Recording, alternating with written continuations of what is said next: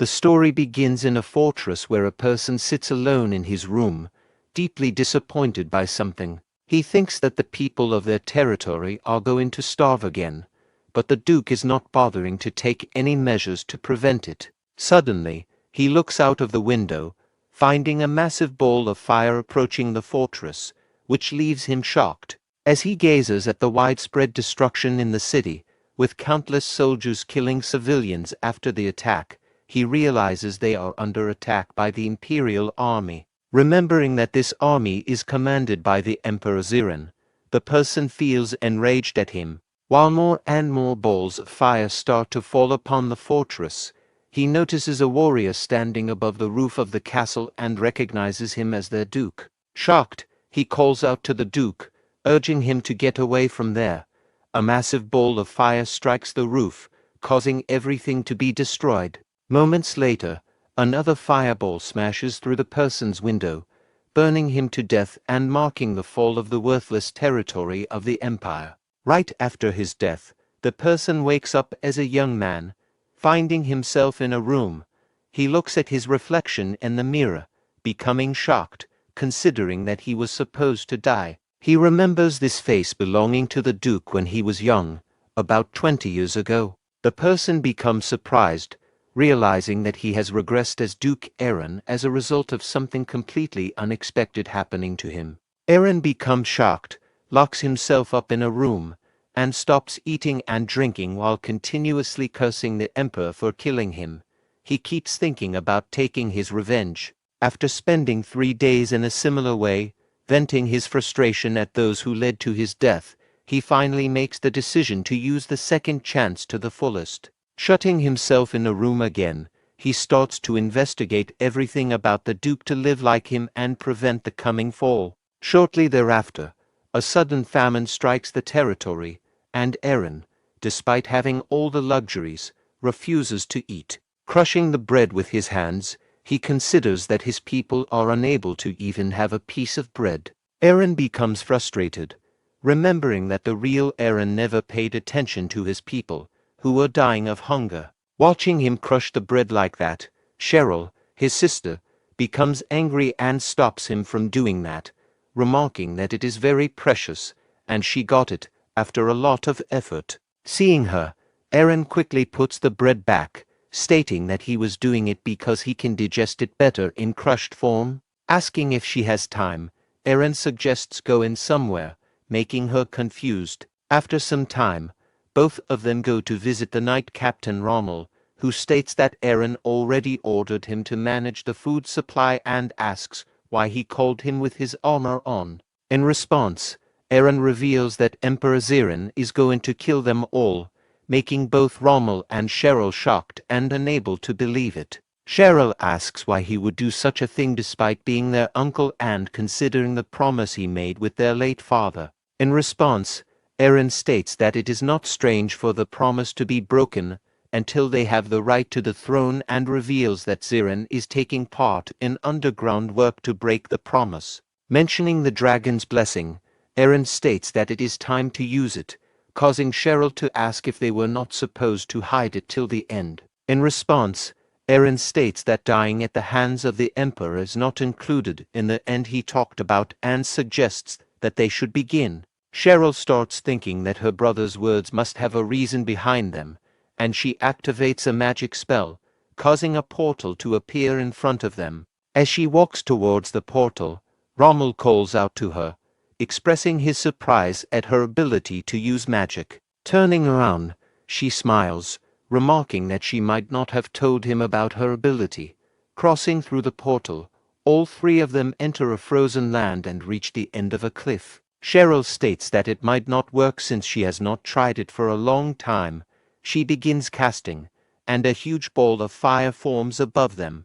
Casting similar spells simultaneously, she causes a huge wheel of inferno to form, leaving Rommel shocked. Using that spell, she strikes a mountain far away from them, causing its tip to get separated, which intensifies Rommel's astonishment. Cheryl, who seems unmoved by her spell, remarks that it was barely over the 7th circle, causing Rommel to express his astonishment at her high-tier magician abilities. Acknowledging that Cheryl is indeed a high-ranking magician, she states that it's still not enough to face the entire Imperial army. Eren agrees, noting that she needs to become more powerful while feeling astonished since, according to the Duke's diary, she was only a 5th Circle mid-ranked magician, not an archmage. Meanwhile, Cheryl mentions that her skills are nothing compared to her brother's, prompting Rommel to turn to Eren and ask if that's true.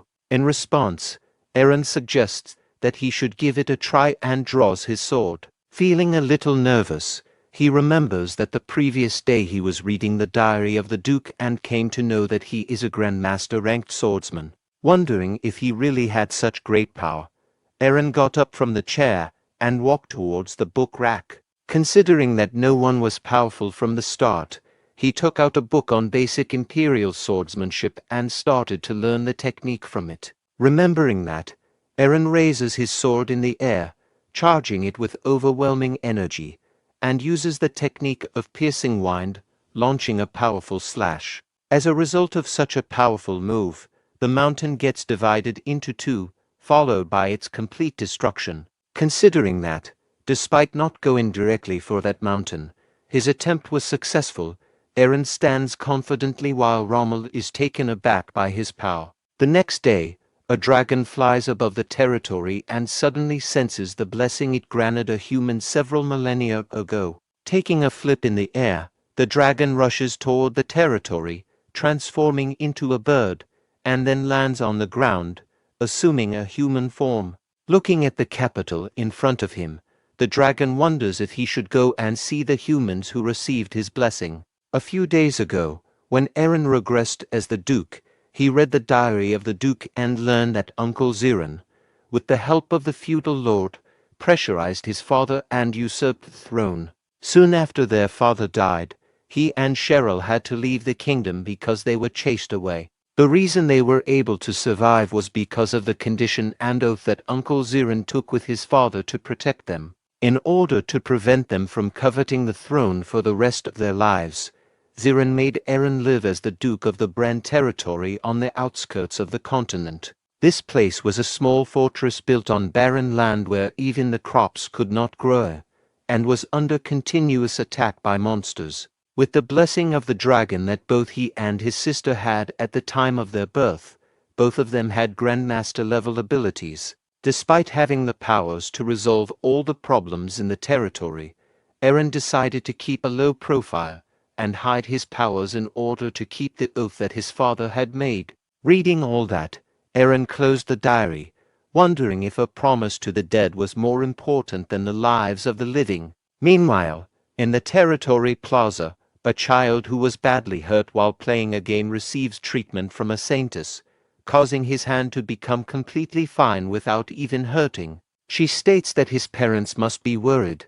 Cecilia, the saintess, tells him that he should not play dangerous games, and the child complies, causing her to compliment him for being a good child. Just then, she hears an announcement revealing the order of the Duke for everyone to gather at the plaza. A little later, as they gather, they become confused looking at Eren, who is standing on a stone. People become confused, wondering why he intends to make a speech, while feeling frustrated considering that he never says anything useful. Meanwhile, one of them states that their Duke has gotten very strange these days and has hired all the knights who were jobless and is training them. Hearing their remarks, Eren thinks that it is natural for them to make such comments, considering the personality of the original Duke and his negligence toward his duty. A few moments later, he starts speaking, revealing that orcs have increased in number and are targeting their territory, which has made it difficult for them to get food. But they cannot just leave it be.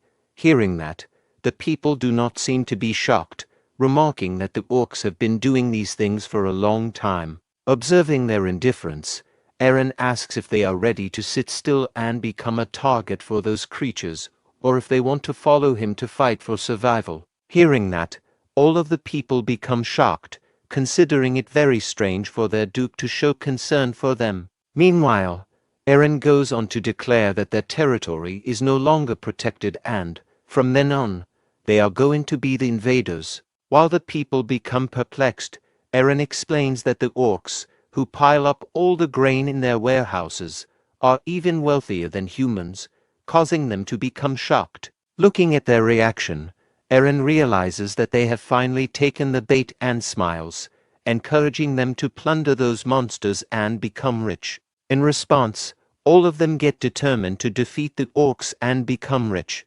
supporting Eren in his decision. Standing among them, the dragon, disguised as a human, looks at Eren with surprise, wondering if he is the one who got the blessing, remarking that he is an individual with a lot of potential. The dragon summons a piece of paper in his hand. Sometime later, Eren is busy arguing with his treasurer in the castle. As the argument grows more heated, someone knocks at the door of the room, causing them to turn around in frustration. Entering the room, Rommel states that a person with a letter of recommendation from Duke Rainan has arrived, making both of them surprised. Entering the room, the person, who turns out to be the dragon disguised in human form, introduces himself as Canis, stating that he has come there at the recommendation of Duke Rainan. Taking the letter from his hand, Eren remembers that Canis was the same person who stated he was a strategist but left 1 year later in his last life. Opening the letter, he begins to read, stating that it has been 3 years since he left for the Brahn territory. Considering the situation and his territory, the letter states that a competent strategist has been sent to him along with some funding, with the hope that he will make good use of it. Reading the letter, Eren recalls that Duke Rainan was a very loyal servant of his father, but then becomes surprised upon reading about the funding sent to him. Hearing about the funding, the treasurer also becomes surprised, while Canis reveals it to be 50,000 gold. Considering it to be a very small amount, the treasurer becomes disappointed, stating that the Duke has become less generous after losing his power. However, Eren, who seems satisfied even with the little amount, states that this will help him with more armor and keeping the territory clean. Hearing that, the treasurer becomes confused. Eren explains that it is better to invest the leftover money, and if they maintain cleanliness, people will not fall sick, which will indirectly contribute to the stability of their territory. Considering it to be a little unrealistic yet good logic, Canis becomes astonished, realizing that Eren cares a lot about his people along with hygiene. However, the treasurer becomes frustrated with his plans and walks out of the room, stating that he's not going to play any part in it. After he leaves, Eren turns to Canis, considering his arrival to be perfect timing. However, he remarks that despite being sent by Duke Rainan, he cannot put him in a position of great importance right away, and Canis agrees.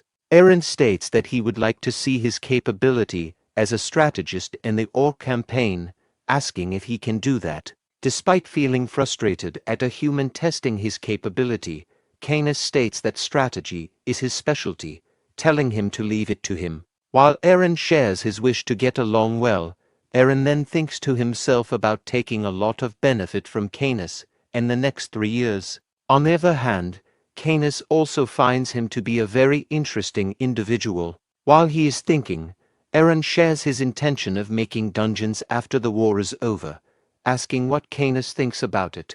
This turns out to be something very strange, which makes Canis shocked. 1 week later, Eren stands on a rock in front of numerous knights and states that they are already aware of the strategy, asking if anyone needs more explanation. In response, everyone stands silent.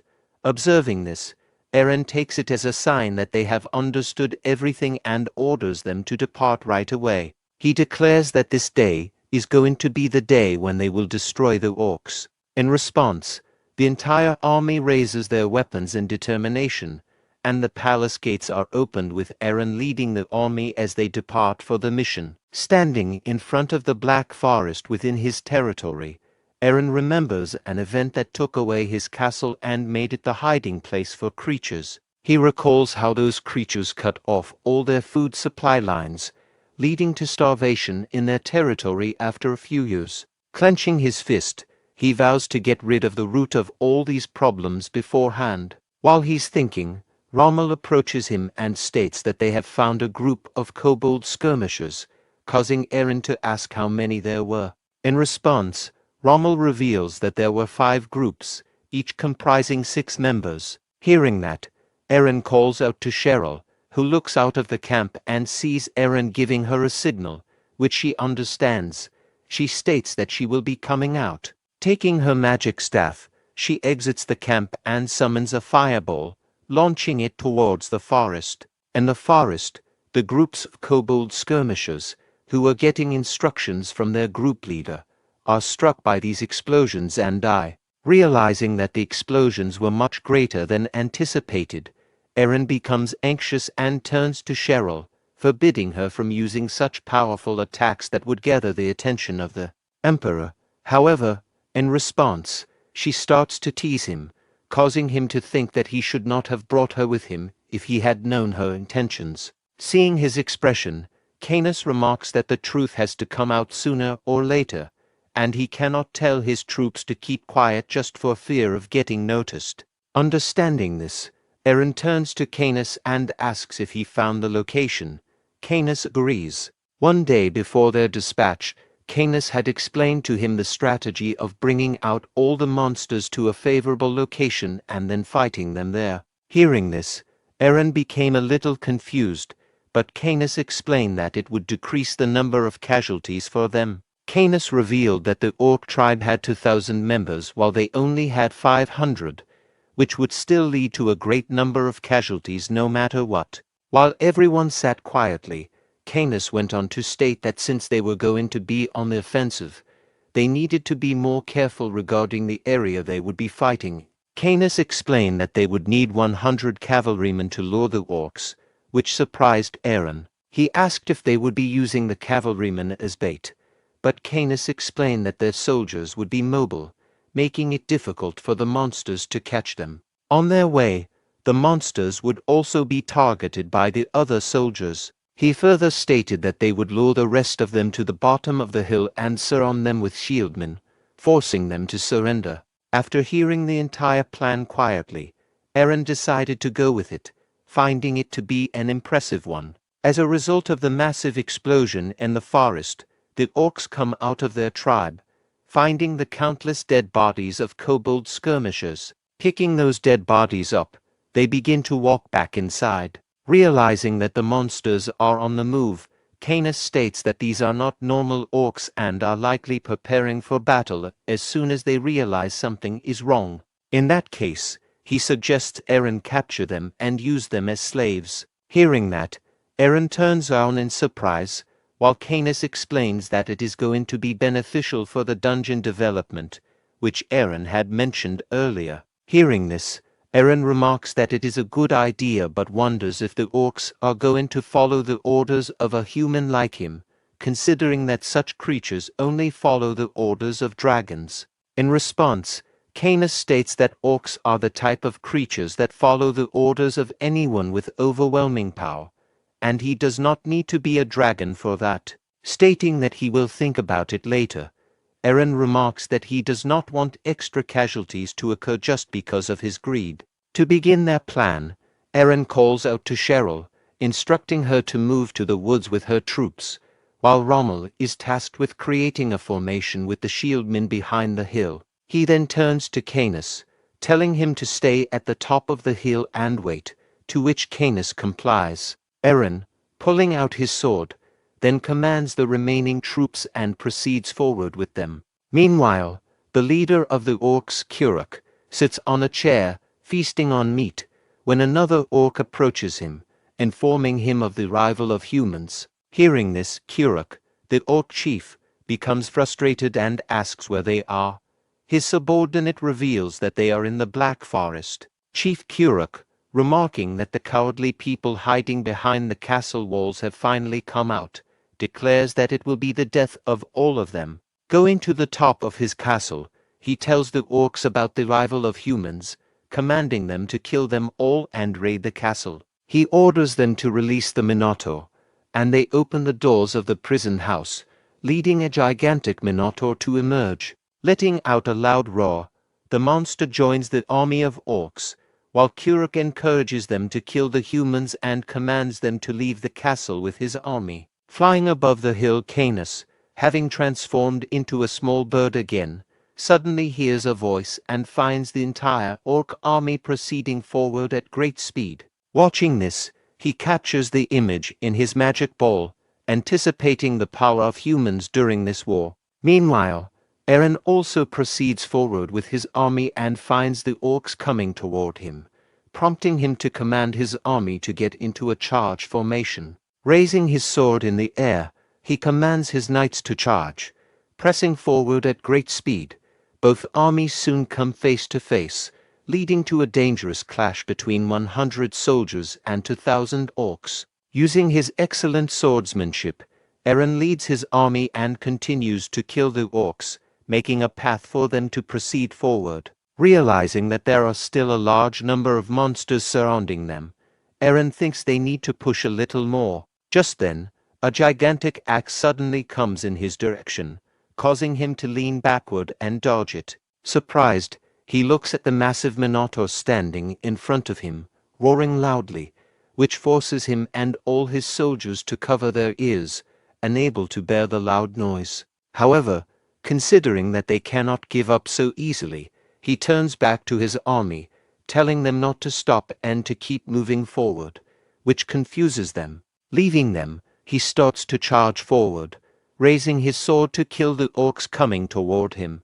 However, he remembers Canis's suggestion to use these creatures to fulfill his dungeon development motive. Considering this, he avoids killing the creatures and simply hits the orcs with his sword, knocking them down. Seeing the orcs continuously coming at him, Eren realizes that his army has angered them enough. Having fulfilled his motive, he turns back to his army, stating that the monsters are too many and instructs them to retreat.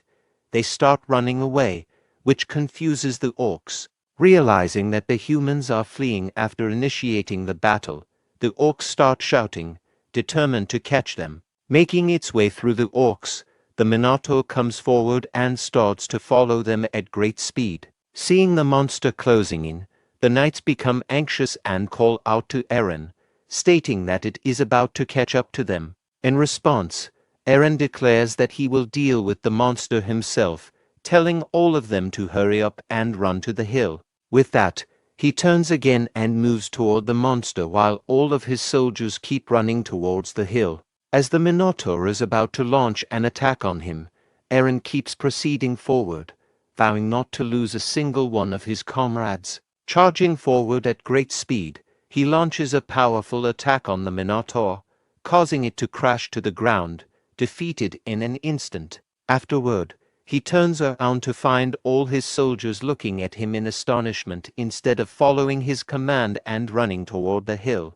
Relieved that he won't have to carry the monster on his own, he calls out to one of the knights, instructing him to tie up the Minotaur and hide it in the forest. Confused by this order, the knight asks if he's not going to kill it, to which Eren agrees, stating that it might be useful to them later.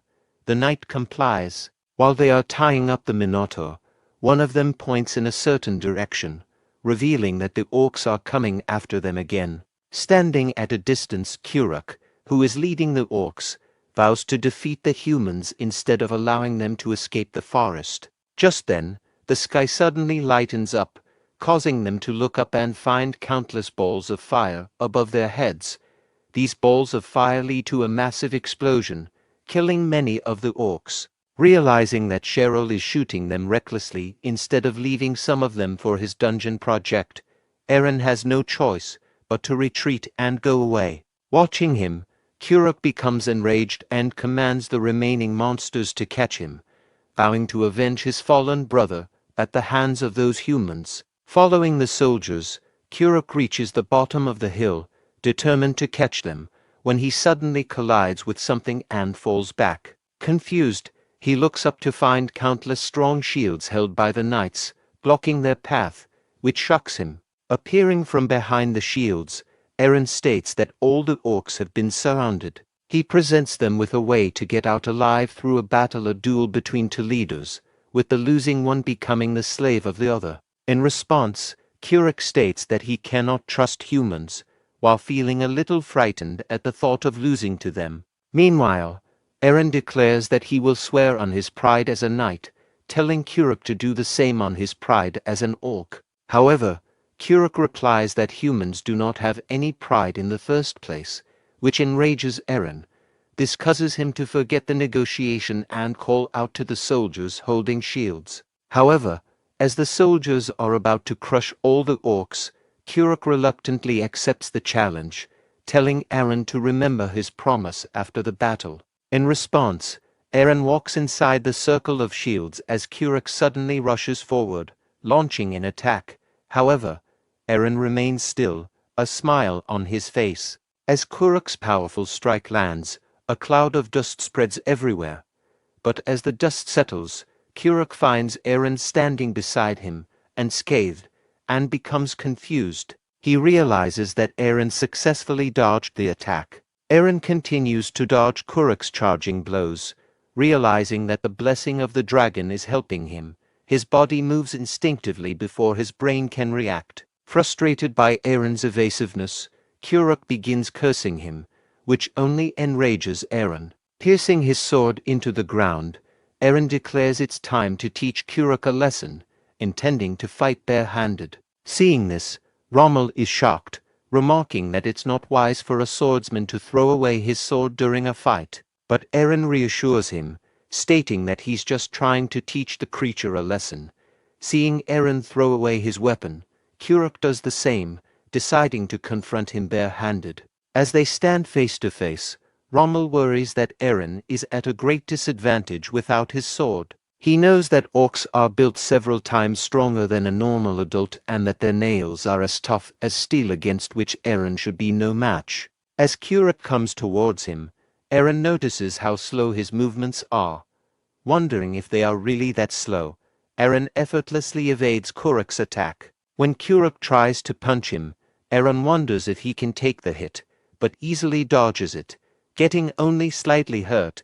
Smiling, Eren realizes that the punch didn't hurt much after all. Exhausted by his failed attempts, Kuruk stands at a distance, while Eren, astonished at how little damage he's taken, watches. The knights, seeing their lord seemingly overpowered in the battle, begin to worry about their fate if they become slaves. However, Kuruk, determined to win, declares that he will make all the humans his slaves. Suddenly, Eren disappears from Kuruk's sight, confusing him. Eren reappears right above Kuruk and slaps him hard across the face. The powerful hit sends Kuruk crashing to the ground at a distance. As Kuruk gets up, he realizes Eren is using stealth magic and angrily accuses him of cowardice. Just then, Eren appears right in front of him again, delivering another powerful slap that sends Kuruk flying backward. Seeing Kuruk about to fall on them, the knights quickly form a shield wall, causing Kuruk to strike the shields and go flying back once more. Eren catches up to him, seizes him by the head, and swings him around, draining him of all his strength before slamming him to the ground. Kuruk, now powerless, pleads for mercy. In the next moment, Eren raises both his hands and strikes Kuruk with such force that he knocks him out, successfully concluding their orc subjugation mission. Some time later, Kuruk regains consciousness, finding himself tied to a chair in his own castle, now under human control. Eren, standing beside him, gazes at the countless orcs standing in front of the castle, surrounded by soldiers. He declares that he won't kill them. Instead, they will become slaves of the humans. As the orcs stare at him in confusion, Eren explains that they will work to provide services to the people in his territory, receiving food and hunting facilities in return. However, seeing the orcs' expressionless faces and receiving no response, Eren grows frustrated and threatens to treat them as he did their leader if they don't reply. Frightened, the orcs quickly comply. In response, Eren states that as punishment for wasting his time, and to make them reflect on their actions, they will be stripped of all the food in their storage. Some time later, Eren returns to his territory with all the food and resources the orcs possessed, causing his people to celebrate and praise him for his victory. Turning to Rommel, Aaron instructs him to gather all the orcs and take them inside the portal created by Cheryl. The portal leads to a snowy region. There, Aaron wields his great sword and slashes through the mountains, causing the creatures to tremble in fear at his immense power. As they kneel before the power of a dragon, Aaron instructs them to raise their heads and tells them to remember what happened to the mountain, as well as their place in the world. The next day, Kuruk returns to his castle, revealing that the other members of his tribe, having not witnessed Aaron's power, are preparing to seek revenge. Aaron warns him sternly that if even a single orc rebels, he will eradicate their entire species. Complying, Kuruk flees, followed by his subordinates.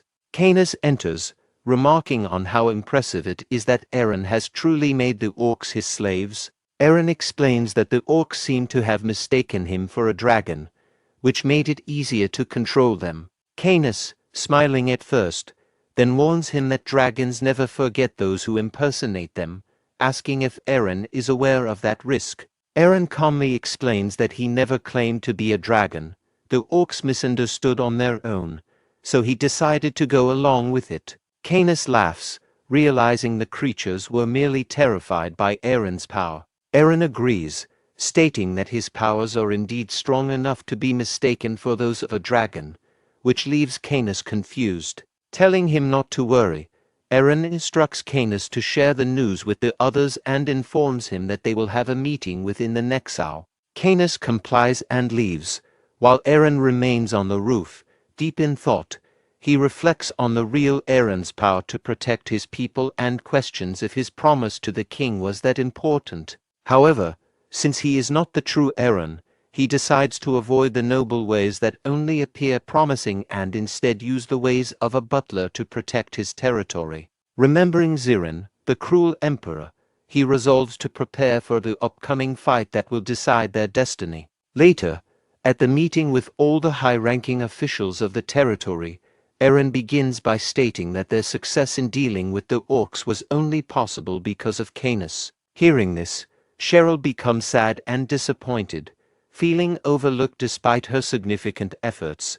Canis, however, humbly credits Aaron for their ability to persuade the orcs. Frustrated by the lack of recognition, Cheryl speaks up, reminding everyone that she was the one launching the fireballs. Instead of acknowledging her contribution, Aaron remarks that he didn't ask her to shoot and blames her for unnecessarily killing potential laborers. This only deepens Cheryl's frustration, leading her to tease him in response. Ignoring her, Aaron shifts the focus to the main agenda, revealing that now that their usable land has increased fivefold, they must consider how to utilize it. He introduces his idea of developing dungeons on the newly acquired land, which shocks everyone present. Max, the territory's administrator, asks if Aaron plans to use the dungeons as tourist attractions.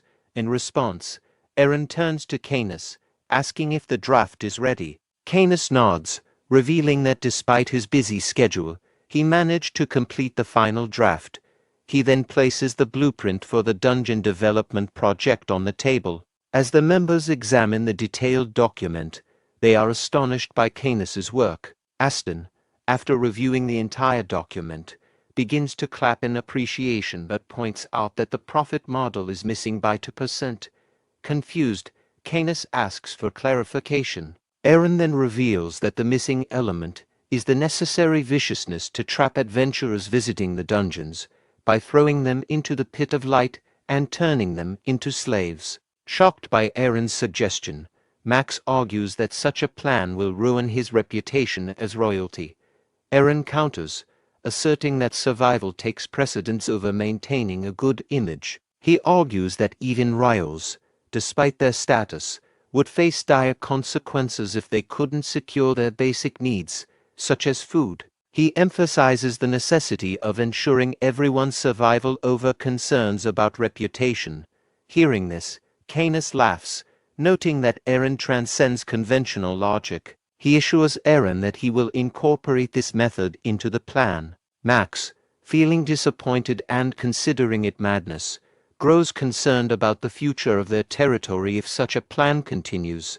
The next day, Aaron leaves the castle to survey the territory. After inspecting the condition, he turns to the treasurer and asks if the sanitation project is truly being implemented. The treasurer confirms, stating that he is dedicating all his efforts and even using the winter food budget to support the project, trusting that it will ultimately bring more food to the territory. Hearing that, Aaron reveals that he is not going to do anything like that, and they should have at least a little leftover budget. The treasurer asks what he means by leftover budget. They have already spent a lot on buying armor for the orc raid. However, looking at his surroundings, the treasurer states that their territory has already become much cleaner, and they will not need to spend more money on maintaining hygiene. Enraged to hear that, Aaron asserts that they need to keep their environment clean in order to avoid diseases spreading, telling him to never stop the process. Disappointed to hear that, the treasurer remarks that they are all going to die at this rate of spending, while being aware of the possibility of failing to keep up the sanitation as well as arrange food in the future. Aaron wonders if there is a solution to this problem. While he is wondering, a soldier comes to Rommel, informing him of a priest illegally performing surgery again. Hearing that, Aaron quickly turns around with surprise, looking at a huge crowd of people gathered at a distance. Walking towards the crowd, Rommel tells him that the Vivian Order priest must be healing people again. Hearing about the Vivian Orders, Aaron remembers that it is the religion that gets overshadowed by the Perse Order and disappears in a few years. However, hearing about healing, he suddenly gets an idea. Meanwhile, a soldier goes near the crowd of people and declares that a person from an authorized religion healing people on this land is strictly forbidden. Hearing that, the people turn around and start to leave the place quietly. Sitting in the middle of the crowd, the priest, who turns out to be Cecilia, apologizes, saying that she was not aware of it, and starts to walk away. Calling out to her, the father of the child she was healing states that his child is going to die if she leaves like this, while other people also start protesting against this rule. Going near the soldier, the person starts to express his anger, asking if they are going to take responsibility if his son dies. Trying to calm them down, Cecilia states that they are going to return some other day and it is best for all the people to go back. However, just then, Aaron calls her out, telling her to stop, causing her to turn around in confusion.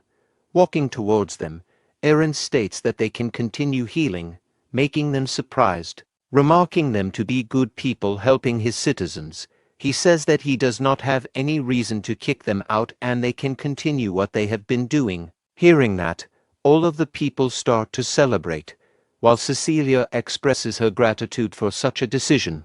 Aaron instructs that the rest of the priests can continue with the treatment and Cecilia should follow him, and she complies. Considering that their affiliation to a different religion does not matter to him until they are providing treatment for free, Aaron decides to make them continue healing like this. Sometime later, in the conference room, Cecilia expresses her excitement by embracing him, making him shocked to see her doing this.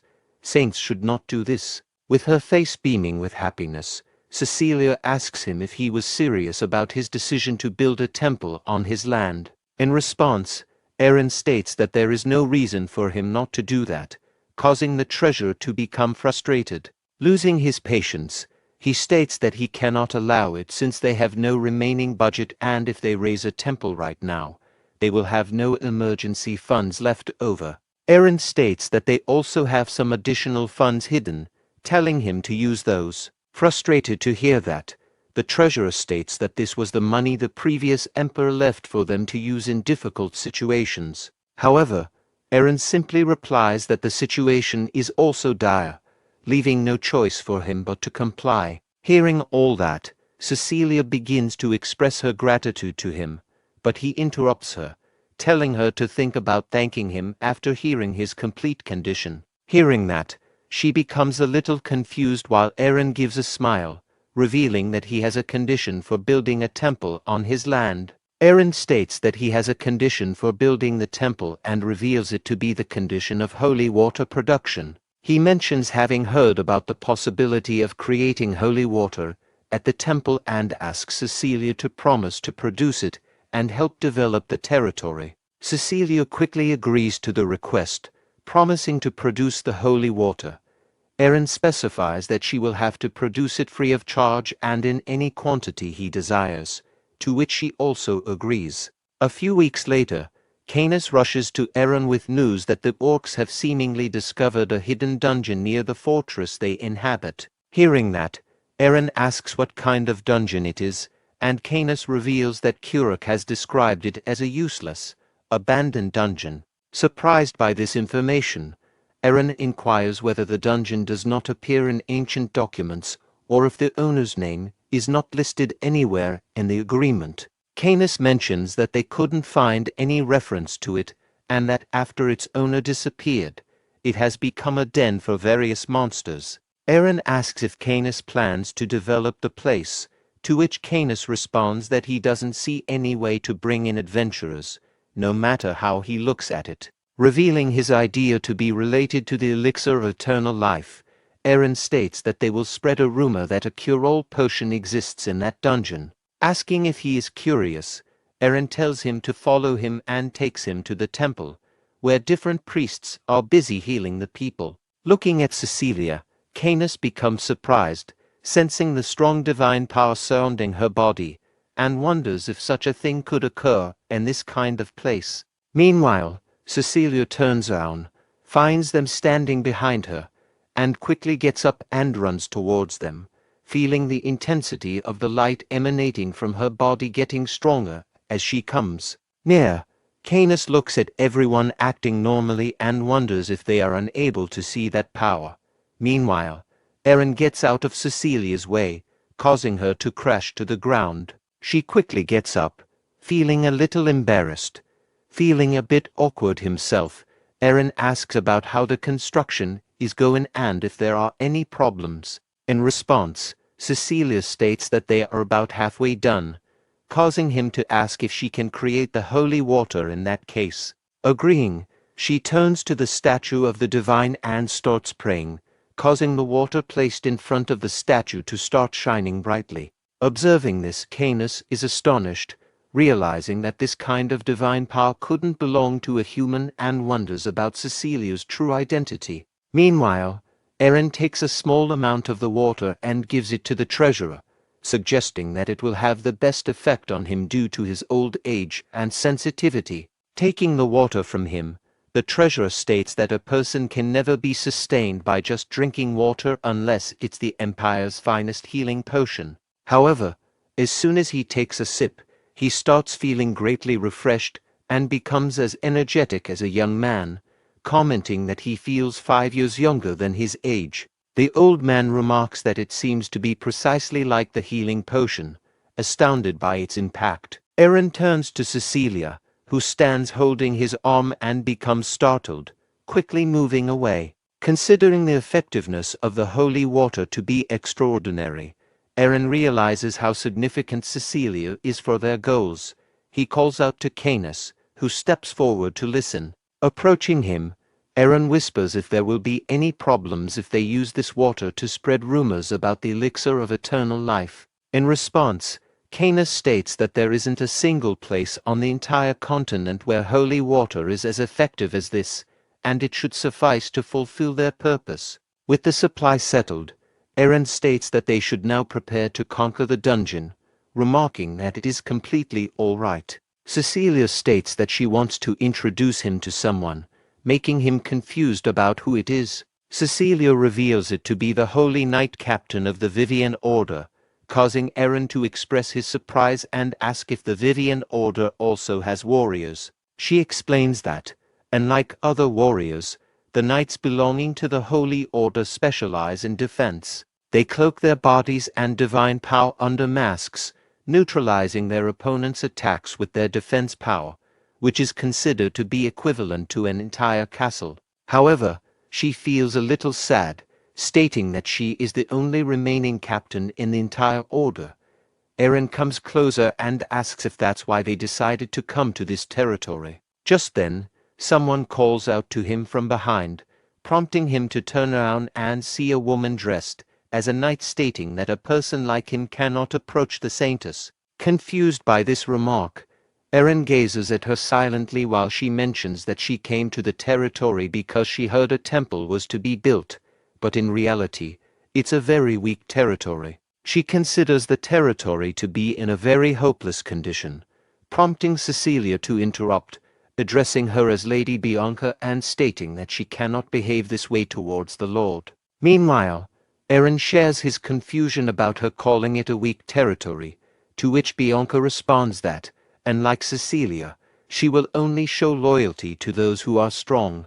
Eren asks if she has ever sworn loyalty to anyone in that case, to which she replies that no one has ever been strong enough for that. Responding with a smirk, Eren asks if she would like to make a bet, which leaves her confused. Eren states that the person who lands 3 good hits during their fight will be considered the winner, and if she loses, she will have to swear her allegiance to him. Hearing this, Bianca also smirks, considering him a very arrogant individual, while Eren responds with a smile. Sometime later, both Eren and Bianca stand face to face with each other, ready to fight. The battle starts with one of the knights stating that there is no point in watching, as the results are obvious. Another knight gives a sigh, while another states that, without even using his sword, their lord utilized the sleep destruction magic to defeat the orc, which proves how powerful he is. Considering that there is a possibility for Bianca to get severely injured,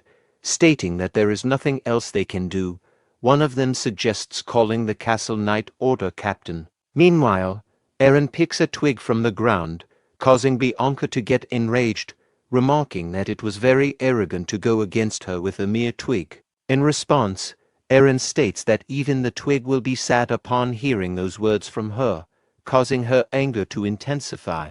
Putting her shield in front of her, she starts to pray to the divine to bestow upon her the power to destroy her enemy. A few moments later, an overwhelming energy starts coursing through her veins, while Eren, who seems bored after watching her, asks why she is taking so long to prepare for the attack, telling her to stop teasing him. Bianca proceeds forward at great speed while Eren raises the twig in the air, charging it with overwhelming energy. He then brings it forward and launches an attack, causing the powerful strike to hit Bianca's shield, leading her to crash to the ground. Teasing her again, Eren states that she cannot look down on the twig if she is going to faint after a single attack. With that, he strikes the shield with the twig again, causing it to start cracking and then shatter apart, leaving Bianca shocked and realizing how incredibly powerful he is. Bianca kneels down in front of him, while Eren repeats the condition of winning, to land 3 strikes on the opponent. He brings his twig forward and launches the first hit, causing her to crash to the ground while all the soldiers cover their eyes, unable to witness such cruelty. Meanwhile, Eren launches the second hit, causing her intense pain, yet she has no choice but to bear it. Launching the third and final hit, Eren causes her to crash to the ground, stating that he has met the condition of landing 3 hits. Eren warns her never to insult him or his territory again. However, instead of feeling embarrassed, Bianca gets up and turns to him with a smile, stating that he is the first person to have been mean to her. As she is about to say something further, Cecilia covers her mouth, causing Eren to become confused. Apologizing for her behavior, Cecilia states that Bianca must be confused after the battle. While feeling a little awkward, Eren states that it is all right and turns to Rommel, instructing him to gather those who went for the dungeon subjugation. After some time, the troops gather in front of him along with Cheryl, Canis, and Rommel himself, remarking that there are only 100 soldiers who can be mobilized, excluding those on territory defense. Eren remarks that this is very little, stating that the population of their territory is 5,000. Canis explains that their protection can only be possible if they mobilize only 1/10 of the soldiers. Agreeing with this, Eren states that they need to attract more population, for which they will need to develop their territory further. Canis assures him that he will formulate a strategy to do so. Just then, Eren suddenly remembers that in his past life, around this time, because of what happened earlier, Count Grey and Count of Men's territory had a large number of migrants. Watching him engrossed in his thoughts, Canis calls out to him, causing him to realize that he had to address the soldiers. Turning to the soldiers, he states that they are going on a mission of dungeon subjugation, in which they will capture the place and dig up the treasures. Raising their weapons in determination, all of them then begin to move towards the dungeon. As he reaches near the dungeon, Kuruk, who is waiting for him at the entrance, kneels down, paying his respect. Surprised to see him, Eren dismounts the horse and asks if everything is all right. Kuruk, who seems a little worried, replies that there is something wrong, making Eren confused. Entering the dungeon, Kuruk leads them to a place where a lot of orcs are lying dead on the ground. Kuruk reveals that they started to act weird all of a sudden. Calling out to them, Cheryl, who seems to be feeling cold, asks if everyone is feeling this way or if it is just her. Just then, the orcs that were lying dead on the ground suddenly begin to rise with fierce killing intent in their eyes, making them confused. Watching Eren and his fellows in front of them, the orcs raise their weapons and start to rush towards them to attack. Seeing that, Kuruk becomes shocked, considering that Eren will annihilate their race if they do that. In order to stop them, he proceeds forward and raises his weapon in the air, hitting one of them who falls upon the rest of the monsters, leading them all to crash to the ground. However, as soon as they crash to the ground, a spirit suddenly appears, causing Canis to become shocked and reveal that they are ghosts. Just then, the ghost starts to rush towards Kuruk, who tries to hit it just like the orcs. However, instead of falling back, it passes through Kuruk's weapon and proceeds forward towards Eren at great speed.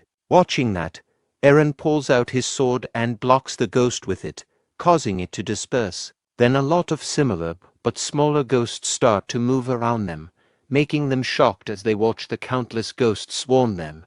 Cheryl becomes frustrated and summons a fireball with her staff. Watching this, the ghosts suddenly become startled and, instead of running away, start to rush towards Cheryl.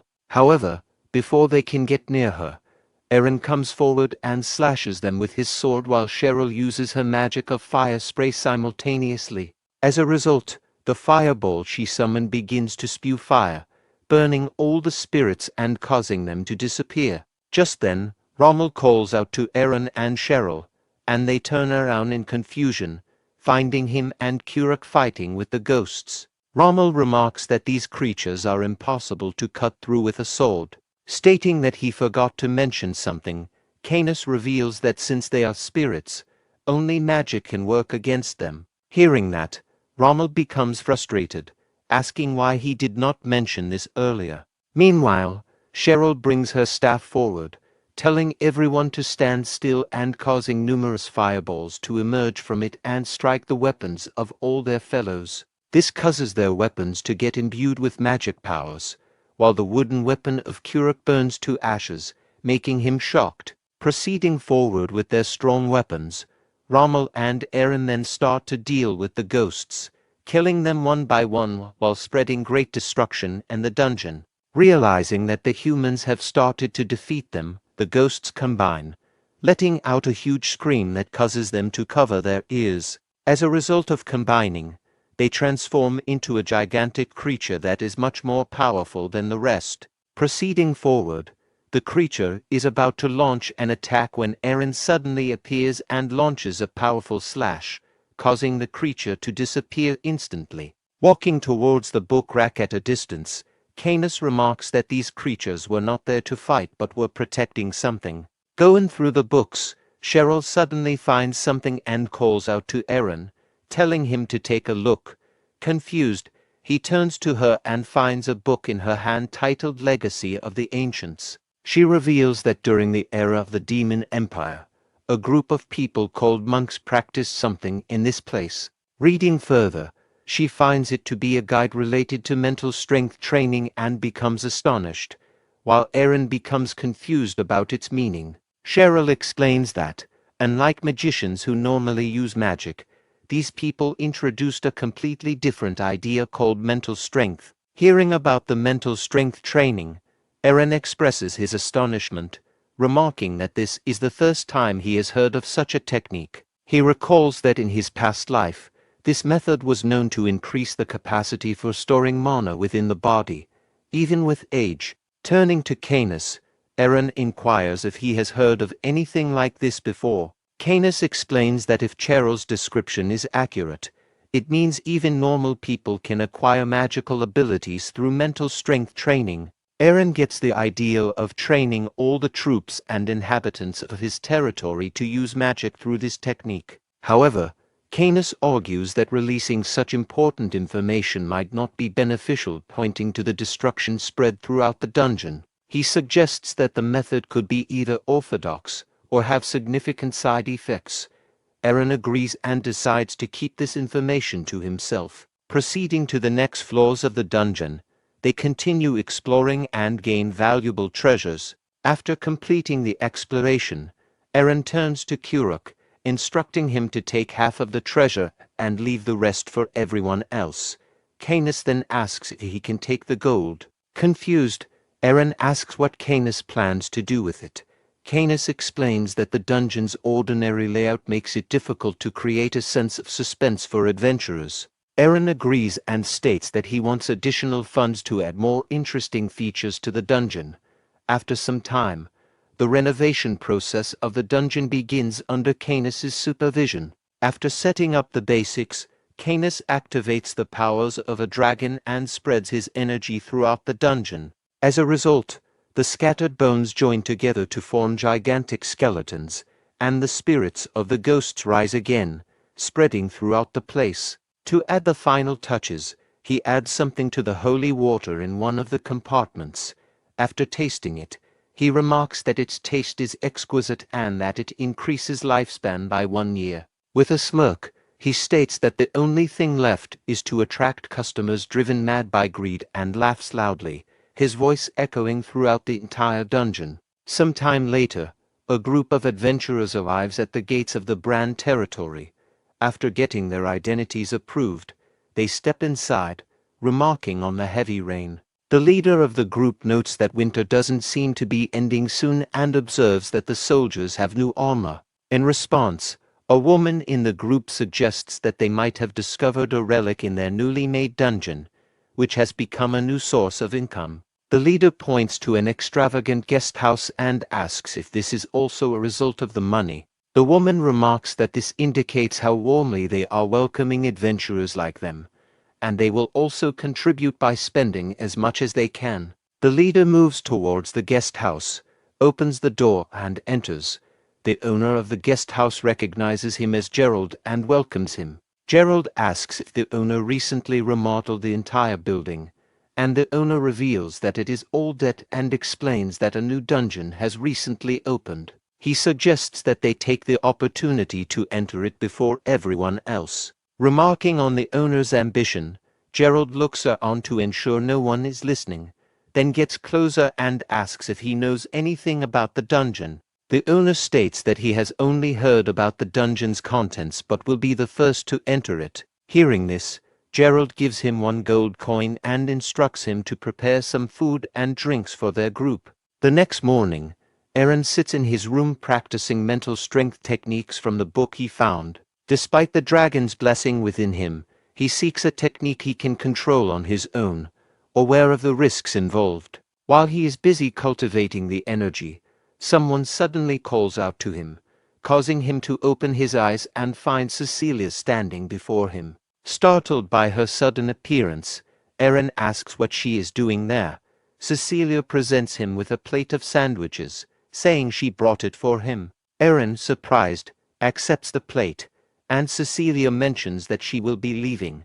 As Cecilia departs, another soldier informs Eren about the arrival of adventurers, which excites him. The next day, the adventurers head towards the dungeon, which is named the Shrine of Aten. Upon reaching the dungeon's gate, one of them reads the sign stating that entry requires a fee of 10 gold coins. The adventurers pay the gatekeepers, who then give them a document confirming their right to enter and instructions on maintaining safety until they leave. After letting them in, the gatekeepers block the entrance again, informing the remaining adventurers that they cannot enter without this proof. Gerald, one of the adventurers, protests that they've already purchased the papers, but the soldiers clarify that the fee is 10 gold coins per person, not per group.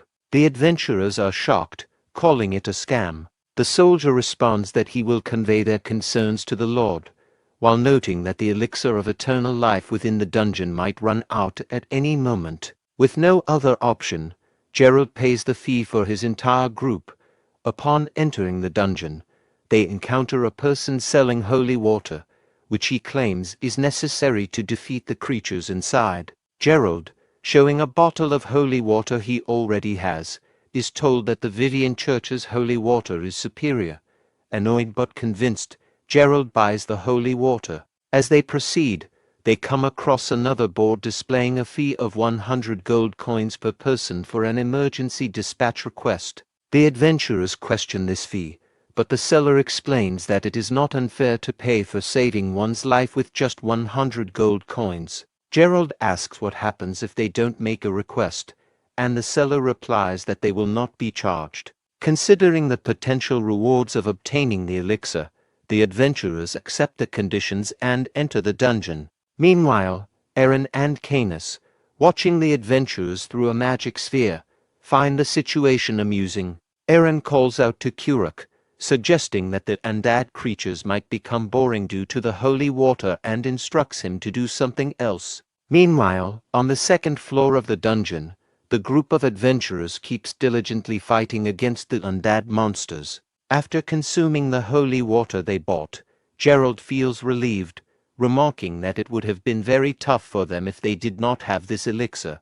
Looking at the staircase leading to the third floor, they wonder if it is the last floor, when they suddenly hear a sound and turn around, finding another ghost coming in their direction. Excited to see it, one of the adventurers remarks that it is very unoriginal and throws the bottle of holy water in its direction. However, instead of getting eliminated by the holy water, the ghost pushes the person, causing him to crash into the basement, leaving all others shocked and remarking it to be a mutant ghost. Gerald tells all of them to prepare for the battle. However, just then, countless similar creatures start to appear one after the other, causing them to realize that they have no choice but to run away. Turning on all of them, they start to descend from the stairs and reach the next floor while trembling with fear. After they leave, all the ghosts remove their masks and turn out to be Kuruk and his fellows, who start laughing at the adventurers. As the adventure party hurries down to the third floor, their leader, Gerald, pauses to glance back up at the second floor. With a sigh of relief, he wonders aloud if the mutant ghost they encountered earlier will be unable to follow them to their current location. Anna, the mage in the group, notices the darkness enveloping them, and promptly casts a light spell to illuminate the surroundings.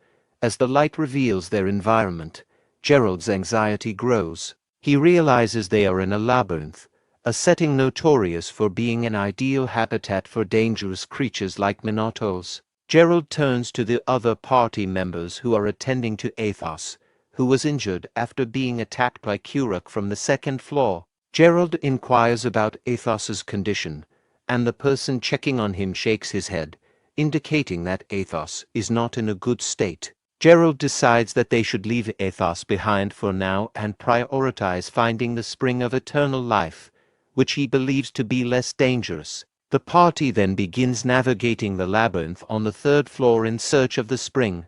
As they move forward, Gerald hears a noise from behind and urgently warns his party.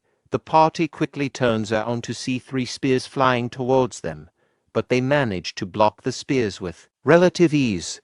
As the party looks around, they spot 3 orcs who have thrown the spears and are now charging toward them. Gerald urgently instructs his party to run from the orcs. In the ensuing chaos, the orcs throw more spears, injuring 2 party members who fall to the ground. Gerald quickly picks up the injured members by their arms, warning them that if they fall behind, they will die. Despite their injuries, the party continues to flee, but they soon encounter a fork in the path. Gerald is momentarily unsure of which way to go. Meanwhile, the orcs, still in pursuit, launch their spears down the left path, confirming their direction. Gerald directs his party to take the right path. As they move to the right, Gerald instructs Anna to block the path.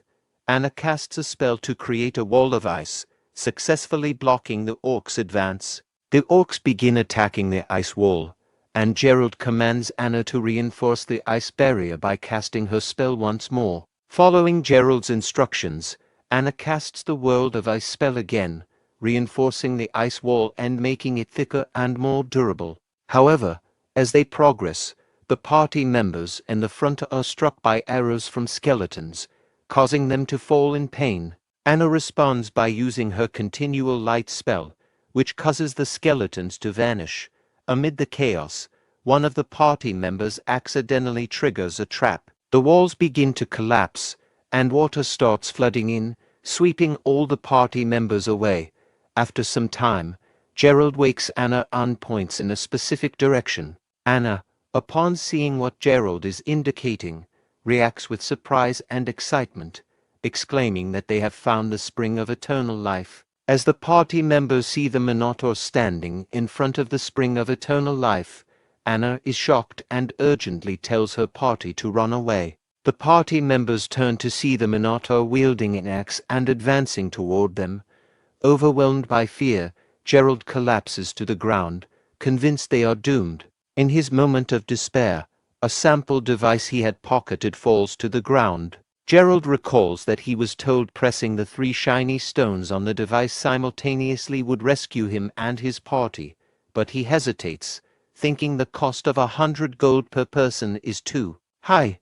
With the Minotaur closing in, Gerald decides to act. Despite his previous hesitation, he presses all 3 buttons on the device, hoping for a last-minute escape. The 2 party members with shields attempt to block the Minotaur's attack, but are completely overpowered. The force of the Minotaur's blow sends them crashing into the wall. In the midst of the chaos, Anna casts an ice bolt spell that hits the Minotaur, causing it to pause briefly. However, the Minotaur quickly recovers, grabs Anna, and slams her to the ground.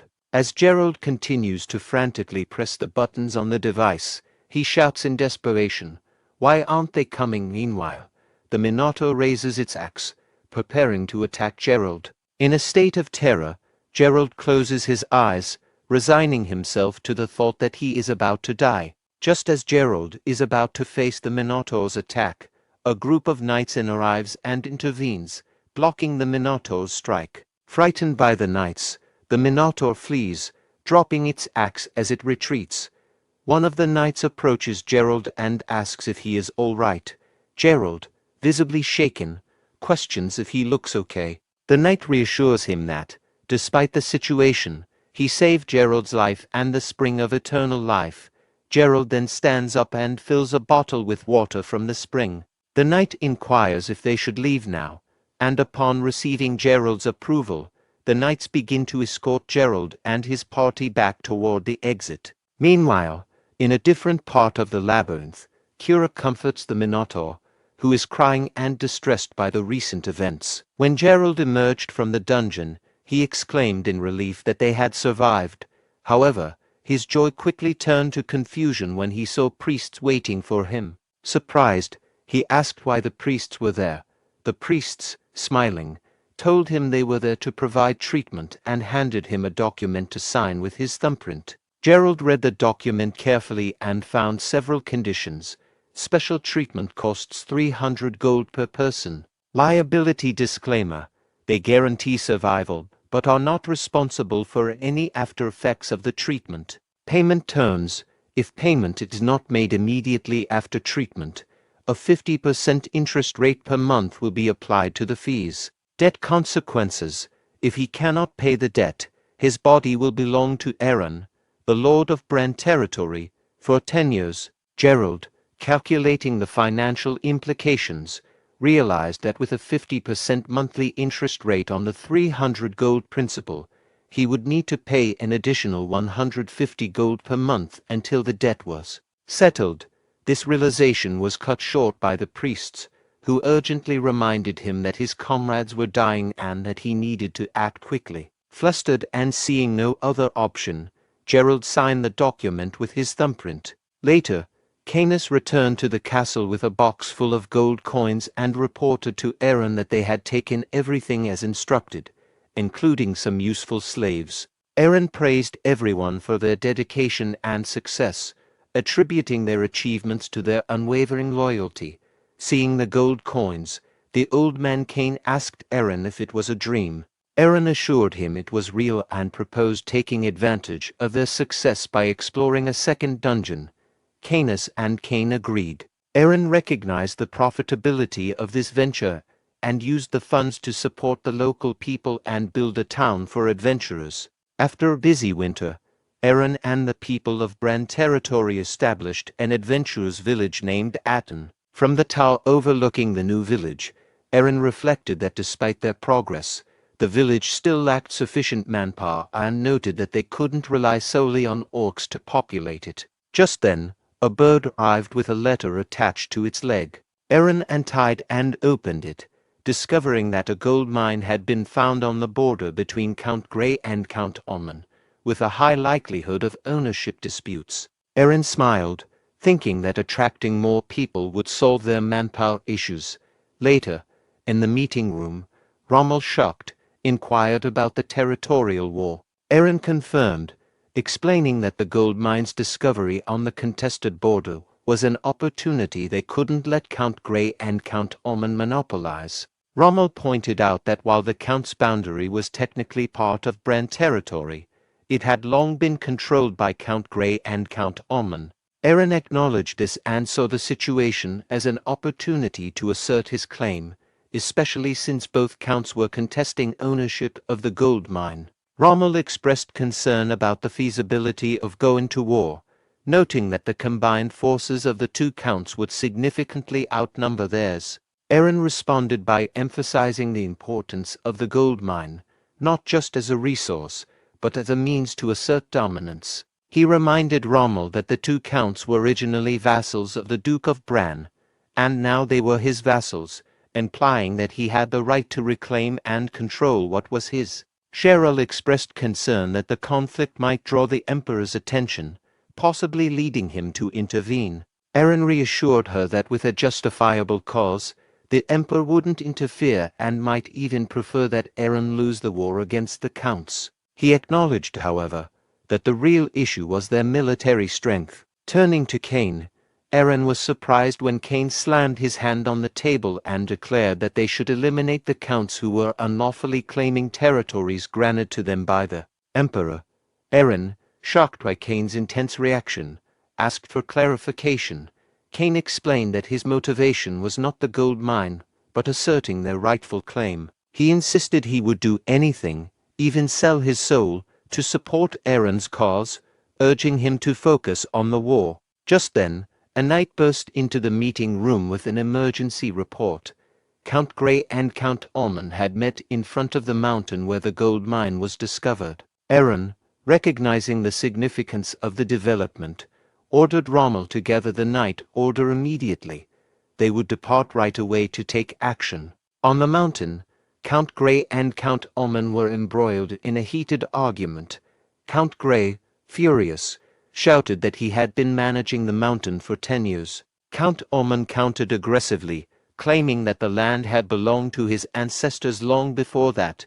Count Grey, enraged, insisted that the mountain had been in his family for generations. Count Omen retorted, accusing Grey of being a fraud, pointing out that Grey had only recently claimed ownership. Their dispute escalated as they continued to hurl insults and accusations at each other. At that moment, Aaron, accompanied by his knights, arrived at the mountain where both counts were present. The soldiers of the counts, upon seeing Aaron's flag, identified it as that of the Duke of Brahn. Inside their tent, the counts wondered about the Duke's unexpected arrival. As they exited the tent, Aaron approached them on horseback, causing a cloud of dust to billow. Both counts shielded their faces from the dust. Aaron dismounted and asked them, "How are you guys?" In response, the counts bowed deeply and paid their respects, acknowledging him as the Duke. Aaron, seething with anger, confronted the counts aggressively. He shouted at them, "Now, you rotten bastards! What are you doing on my land? Get lost right now." The counts were taken aback by his outburst. Aaron continued, asserting his claim by stating that according to empire law, the mine and any undeveloped land in question belonged to him. He demanded they leave immediately. Count Alman, infuriated by Aaron's declaration, began to protest, but Count Grey intervened. He explained to Aaron that the land had been under their control since the time of their ancestors, and suddenly claiming it as Aaron's would place them in a difficult situation. Aaron, undeterred, drew his sword and confronted them furiously, accusing them of defying the royal family's orders and declaring that their insistence on the land was tantamount to having a death wish. Seeing the tension escalate, with both Aaron's knights and the count's soldiers drawing their swords, Canis intervened. He proposed a resolution to avoid further conflict on the spot, a territory war. This suggestion took both counts by surprise. Canis mentioned that he had heard both counts were preparing for war. Count Grey protested, noting that the preparation was initially only between the two counts.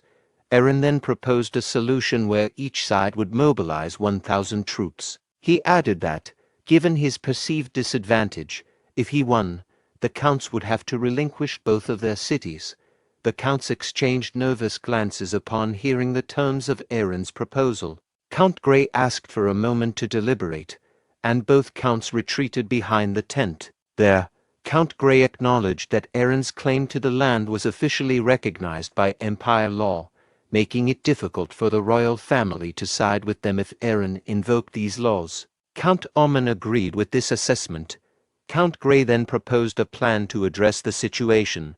Once they had dealt with Aaron, they should split the profits from the gold mine equally. Count Oman agreed and suggested formalizing their agreement to also divide any additional profits from any other gold or silver mines discovered. Canis, observing the counts, expressed doubt to Aaron, suggesting that the stakes of losing 2 villages might be too high for the counts to accept. Aaron, smiling, reassured Canis by saying, "Don't worry, there's no end to human greed." When Canis asked how Aaron was so confident, Aaron revealed that the gold mine was not just any mine, but an incredibly large one. He then whispered to Canis that this was merely a rumor he had spread.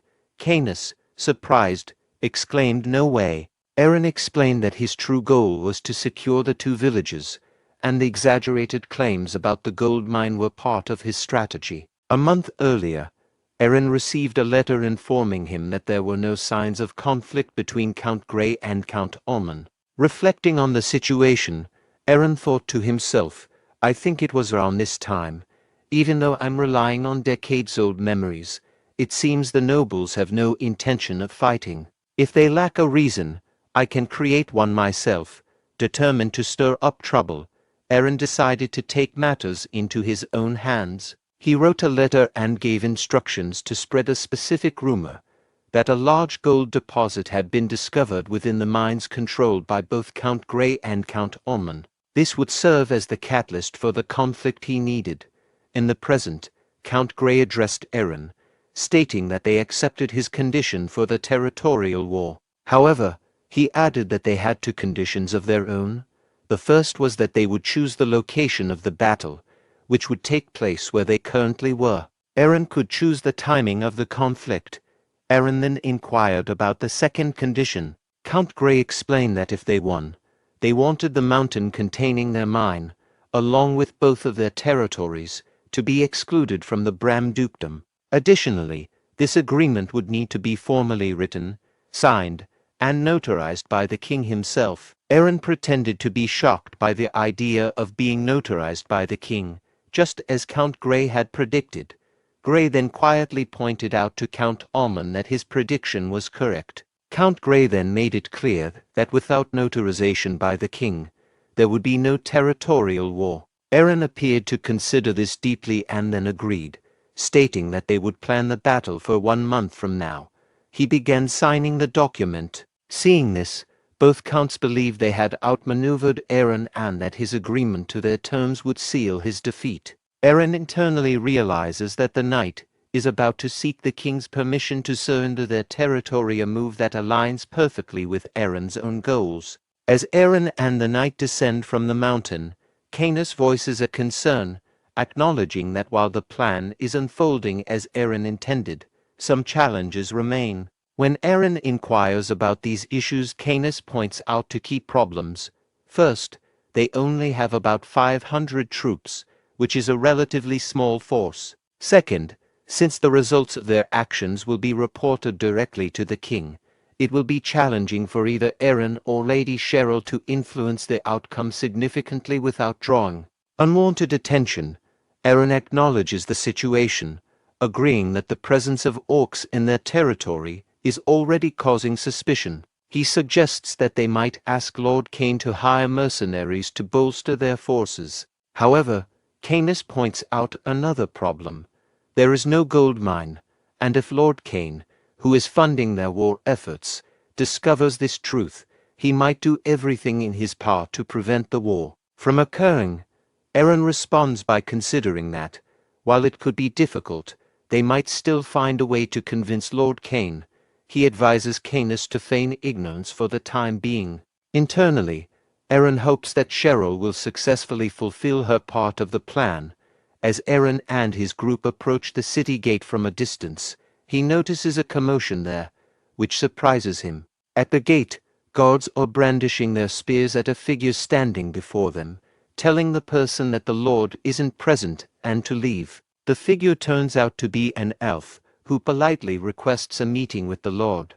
At that moment, Aaron arrives at the gate and demands to know what's happening. Recognizing him, the god addresses Aaron as my lord and acknowledges his return. The elf, hearing this, turns around and sees Aaron behind her, mounted on a horse. The elf, who introduces herself as Keisha, immediately kneels before Aaron, pleading for his help. She reveals that she is the daughter of the elf chief. Aaron questions why the elves are now seeking his assistance after having killed innocent people within his territory. He explains that the elves from the far north, living in the forests near the dragon's nest, have chosen to isolate themselves from other species, including humans, in order to create a peaceful environment for themselves. While the elves have tried to protect their peace, their militant methods have made it difficult for the people of Bram territory, including Aaron, to forgive them for their past actions. She reveals that their village was recently attacked and devastated by undead forces. Keisha offers to assist Aaron if he helps them this one time, promising that the elves will then welcome his people as friends. Aaron asks if she is proposing an alliance and reflects that he needs to address both the undead and the elves eventually. He agrees to help but indicates that an alliance alone is not sufficient. Keisha responds that they have some gold, which humans use, and are willing to provide it as part of their offer. Aaron rejects Keisha's offer of gold and demands instead that the elves become citizens of the Bram territory.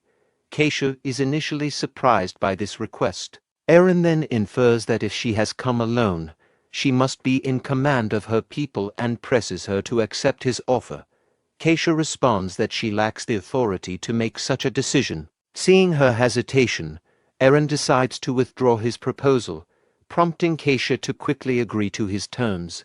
Aaron instructs her to follow him to draft a contract. In the meeting room, when Keisha mentions Death Knight, Rommel, Cain, and Max are shocked and rise from their seats in surprise. Keisha explains that the undead attacking her village were led by a Death Knight, accompanied by thousands of zombies and skeletons. Aaron suspects that the attack might have been orchestrated by demons or a high-ranked necromancer and realizes he must act quickly to save any remaining elves. He orders a gathering at the orc stronghold in 3 hours. Rommel is tasked with preparing the night order, Cecilia with organizing the priests, and Bianca with mobilizing the holy knights. Aaron and Canis will head to the orc stronghold immediately. With urgency, He rallies everyone to move swiftly to rescue the elves and secure their future citizens. Skeletons are attempting to breach the elf village, while the elves employ various spells to prevent their entry. An elf uses ice magic to create a slippery layer on the wall, causing the skeletons to slide off when they attempt to climb. In response, the Death Knight uses his magic to gather the skeletons' bones and hurl them at the wall, shattering the ice and allowing the undead to advance. As the skeletons and zombie elves begin climbing the walls, the elf chief tries to use plant magic to obstruct their progress. Despite her efforts, the magical spell proves ineffective against the relentless assault. An elf suggests to the chief that they need fire to counter the undead. The elf chief, feeling conflicted but resolute, prays for forgiveness from the spirits of the forest before giving the order to burn the attackers. Fireballs are launched, incinerating the enemies near the wall. Undeterred, the Death Knight commands a new wave of zombies to attack. As the zombies charge towards the wall, raindrops begin to fall, destroying them. The Death Knight realizes that the rain is actually holy water being dropped from gliders, providing a powerful defense against the undead. Earlier, Eren had instructed the glider squad to position themselves above the gate. As the gliders reached their target and the zombies came into range, Eren ordered the release of holy water. The soldiers followed the command, showering the attacking zombies with holy water.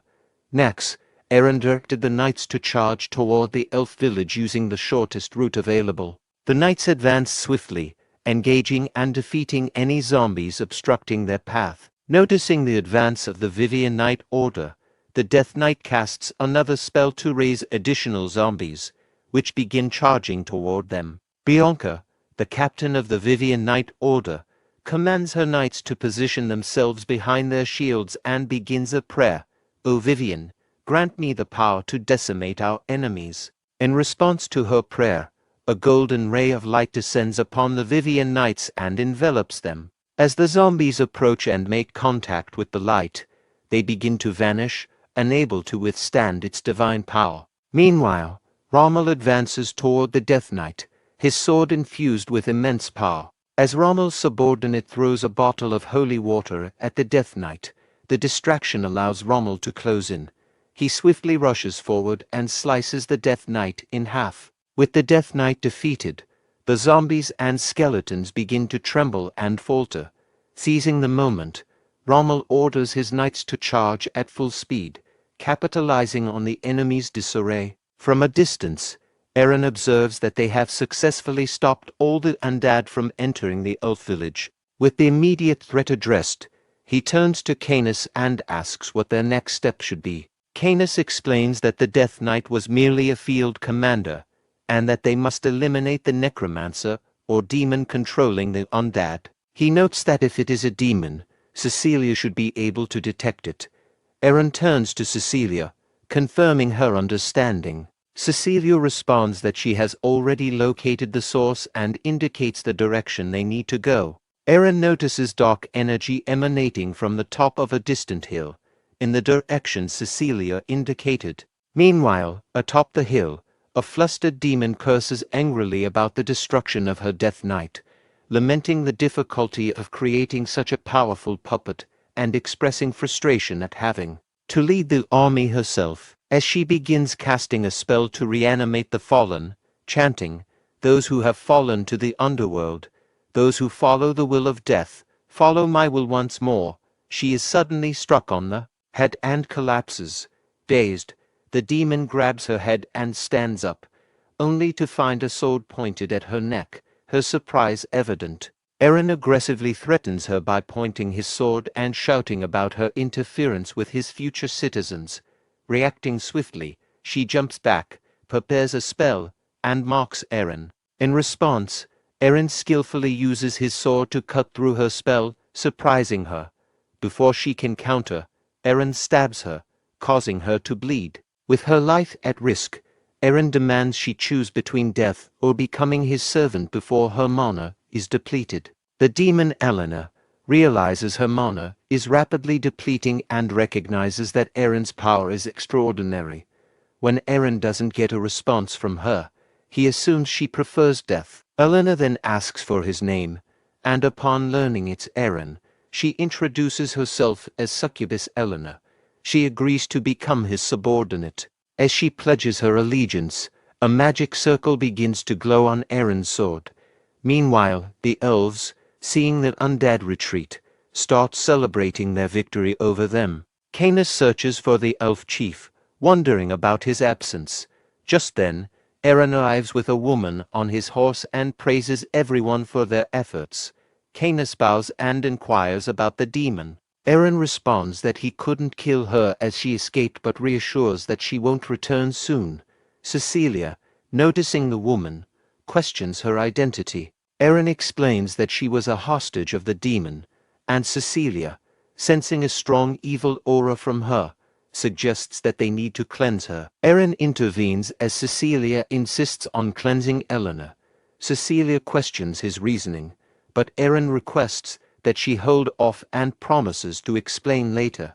Earlier, after Eleanor became Aaron's subordinate, he instructed her to bring the undead back instead of destroying them. Eleanor was puzzled by this command, but Aaron clarified that he intended to use the undead as resources. Now, Aaron explains this plan to Cecilia, who accepts and understands his decision. Aaron thanks Cecilia and informs her that he has other matters to attend to. At this moment, the elf chief approaches Aaron to express gratitude, acknowledging that they would have been defeated without his help. Aaron responds that he was merely fulfilling the contract. The elf chief insists that he will also honor the contract, affirming that the elves do not lie. Aaron presents the contract and implies that it should be straightforward for the elves to become his subjects. The elves are stunned upon seeing the contract. At this moment, Keisha apologizes to the chief, explaining that the situation left her no choice but to comply with Aaron. Aaron then asks the chief if they are trying to break the contract. After a moment's consideration, the chief kneels before Aaron and agrees to serve him, asking how he should be addressed. Aaron responds that he prefers to be called my lord by all his subjects. Aaron integrates the 1,500 elves, who have lost half their population in the undead invasion, into the city of Brahn. The elf chief observes the empty village and is surprised. Aaron explains that the town is called Aten, a place for adventurers that often lacks labor, and mentions that the elves will need to find their own food supplies. The elf chief expresses concern, noting that they have only brought a few days' worth of provisions. Aaron offers the elf chief two options, a good deal and a bad deal. The chief chooses to hear the good deal first. Aaron proposes to provide a month's worth of food for 1,000 elves. The chief thanks him, but notes that this would leave 500 elves without food. Aaron clarifies that he will also cover the remaining 500 elves' food, but the bad deal requires selecting 500 elves capable of fighting and sending them to Brahn Castle within a week. Confused by Aaron's offer, the elf chief is taken aback. Aaron suggests that both deals are advantageous. Meanwhile, at the imperial capital Javan, Emperor Zerone is engaged in a game with the continent champion. The champion admits defeat and acknowledges that no one on the continent of Karen can surpass the emperor in skill. Emperor Zerone tells the continent champion that, as the champion, he would have ended the game quickly if he had fully committed. An old man then enters, informing Zerone that it's time for his afternoon duties as the vassals are waiting. Zerone expresses a desire to spend the rest of the day with his friend if there are no pressing matters. The old man replies that Count Grey and Count Ormond have requested notaries for the territorial war. Emperor Zerone, upon learning that the notary document concerns a territorial war with his nephew, Duke Aaron, decides to postpone the game with the continent champion. He leaves the room, thinking to himself about Aaron's apparent recklessness. In the meeting room, Zerone addresses the issue, mentioning that news of the Battle of Brahn in the north is already circulating widely within the empire. He seeks opinions on whether he should approve the territorial war with Aaron. Duke Gran, aligned with the emperor, observes Zerone's thoughts and comments with a smile. He supports Duke Aaron's right to assert his claim on the gold mine, arguing that the war should be approved. Duke Rainan, from the neutral faction, warns that the war is unfavorable for Eren, suggesting that if he loses, the Brand territory will be lost as well. In response, Duke Gran questions why there would be an issue with powerful figures waging war according to imperial law and challenges Rainan's opposition to the war, implying that it conflicts with imperial regulations. Duke Rainan acknowledges Duke Gran's point but reflects on his promise to protect the late Emperor's children. Emperor Zerone agrees with Rainan's concerns but concludes that they do not outweigh the need to uphold imperial law. He approves the territorial war and instructs for the official documents to be issued. Later, in the game room, someone knocks on the door, and Emperor Zerone invites him in. Duke Gran enters and responds to Emperor Zerone's summons. Zerone, intrigued, questions Gran about his apparent ability to read his thoughts during the discussion on the Brand territorial war. He expresses surprise that Gran, a relatively recent addition to the Emperor faction, seemed to understand his innermost thoughts. Gran acknowledges this, and Zerone conveys his pleasure, stating that having a powerful ally like Gran with aligned intentions is beneficial for ruling the empire. Duke Gran modestly attributes his insights to understanding that Zerone would make a law-compliant decision. Zerone then asks Gran for his prediction on the territorial war's outcome, wondering if the Count Union will win as expected. Gran interrupts, confidently asserting that the Union will indeed win, citing the significant numerical advantage 1000 versus 2000 as a decisive factor in Duke Eren's anticipated loss. Emperor Zerone expresses his unease about Eren's decision to engage in a seemingly unwinnable territorial war. Duke Gran, responding, mentions that one of his vassals owes a debt to Count Grey and suggests using this opportunity to repay the Count with 30 mage mercenaries. Gran assures Zerone that this action will be entirely legitimate and free from royal involvement. Zerone, impressed by Gran's insight, acknowledges that mages would indeed be a significant asset and laughs, internally agreeing that they will be more than sufficient. In the kingdom's capital, Jovan, Cheryl finished her shopping and was told by the manager, "They will be waiting for her, come again." As she walked away, she reflected on how refreshing shopping was for relieving stress and wondered where else she might go thrifting. Noticing her expensive clothes and jewelry and realizing she was unguarded, a group of thugs began to follow her. Cheryl quickly detected their presence and considered whether it was time to act on the task her brother had given her the previous day. Cheryl walked down a narrow, dark back alley, seeing the opportunity, the thugs quickly closing in on her. To deter them, she quickly pulled out her wand, cast a fire spell, and blasted the ground nearby to scare them off. Grabbing one of the thugs, she demanded, "She is not going to repeat herself, so listen carefully. Where is the secret casino?"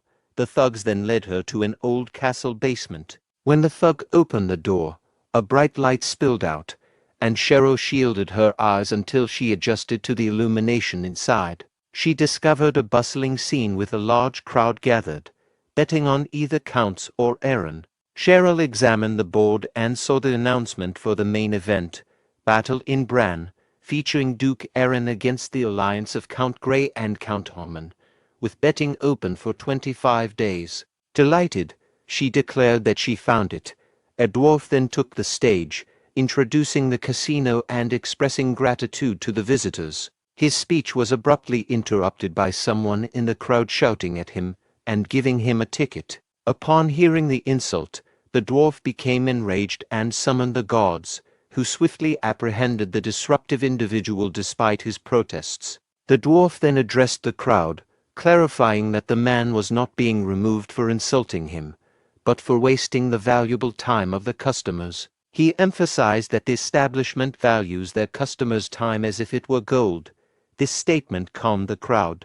The dwarf then thanked them for their patience and announced that they would resume the predictions for the Battle of Bran, the day's main event and a highlight of the kingdom. After the dwarf's announcement, one person in the crowd placed a bet of 100 gold on Count Alliance, followed by another with a 500 gold bet on the same side.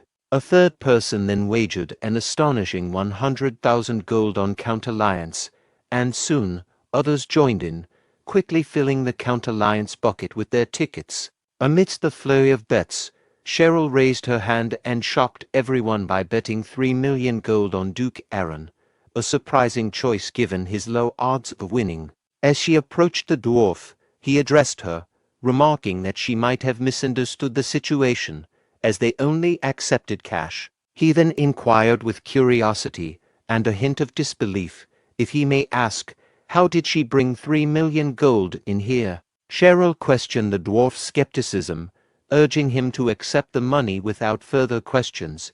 To back her words, she picked a check out of her pocket and presented it to the dwarf. The dwarf, upon inspecting the check, recognized it and asked, "This is from the Moria Trade Group." Cheryl confirmed, explaining that the check was for 3 million gold from the prestigious Moria Trade Group, one of the 3 major trade organizations in the kingdom. After the interaction, Cheryl used a portal to return to Brahn territory.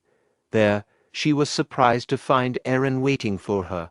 Curious about his presence, she asked why he was there. Aaron explained that he couldn't just sit idly by, given the importance of the situation, and then inquired about how things had gone. Cheryl informs Aaron that she made the bet at the secret casino as he requested. She then inquires about his progress in convincing Cain, reminding him that he borrowed money using a land deed as collateral. Aaron admits that he hasn't yet spoken to Cain because he was busy approving new citizens. However, he reassures Cheryl not to worry about convincing Cain, quoting the saying, "It's better to beg for forgiveness than to ask for permission." Later, when Aaron finally speaks with Cain, Cain angrily confronts him, demanding to know what he means by saying there's no gold mine. Cain is also alarmed by the amount Aaron borrowed against the land deed. Aaron reveals that the sum is 3 million, leaving Cain even more frustrated and concerned. Cain, overwhelmed with emotion, begins to cry and laments how he has failed the former emperor. Feeling that Aaron has ruined everything the emperor entrusted to him, he despairs over how he will ever explain this failure. Aaron reassures Cain by saying he has a plan. However, Cain, still furious and distraught, shouts back, accusing Aaron of having a plan that will leave them all doomed to live on a small patch of land after everything falls apart. Growing irritated, Aaron abruptly stands up from his chair and, without further explanation, commands Cain to follow him, promising to show him what he has planned. Cain, now confused by Aaron's sudden assertiveness and mysterious promise, is left uncertain about what to expect. A little later, Aaron and Cain step through a portal created by Cheryl, emerging in a frozen land. Once there, Aaron demonstrates his power, which leaves Cain in shock. After showcasing his skills, Aaron confidently asks Cain if he saw it and questions why Cain can't trust his plan. Cain, still processing what he just witnessed, mutters something in a light voice that Aaron doesn't catch. Puzzled, Aaron asks, "What is he saying now?" Trying to understand Cain's reaction to this unexpected display of power, Cain announced that they would commit fully to their plan and promised to contact Moria to secure additional gold. This left Cheryl and Aaron confused and anxious. A few days later, guards allowed a carriage into Brahn City. The head of Moria, Grim Moria, emerged from the carriage and surveyed his surroundings, contemplating whether this would soon be his new territory. Grim Moria, known as Blood Coin and a fallen aristocrat, is the owner of the Moria Trade Group, which amassed wealth through generations of land projects. About 30 years ago, Aaron's late father, the Emperor, enacted the Land Trade Prohibition Act, leading to Duke Moria's purging for his fierce opposition. To recover his family's fortunes, Moria engaged in an illegal private loan business in Javan, targeting small business owners and earning a reputation for brutality. Despite his controversial methods, he became the owner of the Moria Trade Group, one of the top 3 trade groups on the continent. Upon arriving in Brahn City, Grim Moria surveyed the area and wondered if it would soon become his territory. Grim Moria's subordinate reminded him that, due to the Land Trade Prohibition Act, purchasing Brahn territory directly with money was not possible. However, if Duke Aaron failed to repay his debts, Moria could take over his territory instead. The subordinate saw this as a perfect opportunity for revenge against the late emperor, who had purged Duke Moria. Grim Moria agreed, eager to show Duke Aaron the power and fear of blood coin money. Later, when they met Aaron, Grim Moria and his subordinate both kneeled and offered their respects, with Grim Moria formally addressing Aaron as the Duke. Aaron greeted Grim Moria with a smile, asking if his journey to the north had been comfortable. Grim Moria replied if there are clients who borrow his money. He did even go to the Black Continent, not to mention the north. Of course, the same goes for when he is collecting interest and the principal borrowed. As they exchanged a glance, Aaron thought about another person who wished for his failure, while Grim Moria wondered if Aaron would still be smiling after experiencing a loss in the territory war. During their meeting, Cain asked Moria if he understood why he had been summoned. Moria confirmed that he was aware and stated that the Moria Trade Group would issue a 3 million gold deed on behalf of Aaron for the current bet, presenting the deed from the Javan betting castle. Aaron accepted the letter and trusted Moria's expertise, assuming he had handled all the necessary details. Moria, confused, asked why he had been summoned. Aaron requested an additional 2 million gold loan. Moria expressed concern about lending the money if it involved hiring mercenaries, as this might affect his relationships with other clients. Aaron clarified that he would not use mercenaries but only the soldiers of Brahn territory for the war. When Moria asked what the money would be used for, Aaron explained it was for investment purposes, planning to invest in the territory's development in advance, anticipating that winning the territorial battle would eventually bring in more money. Moria thought to himself that even if Aaron lost the territory battle, Moria would still benefit by acquiring the territory, and thus he would not lose out. He was puzzled by Aaron's apparent confidence in victory.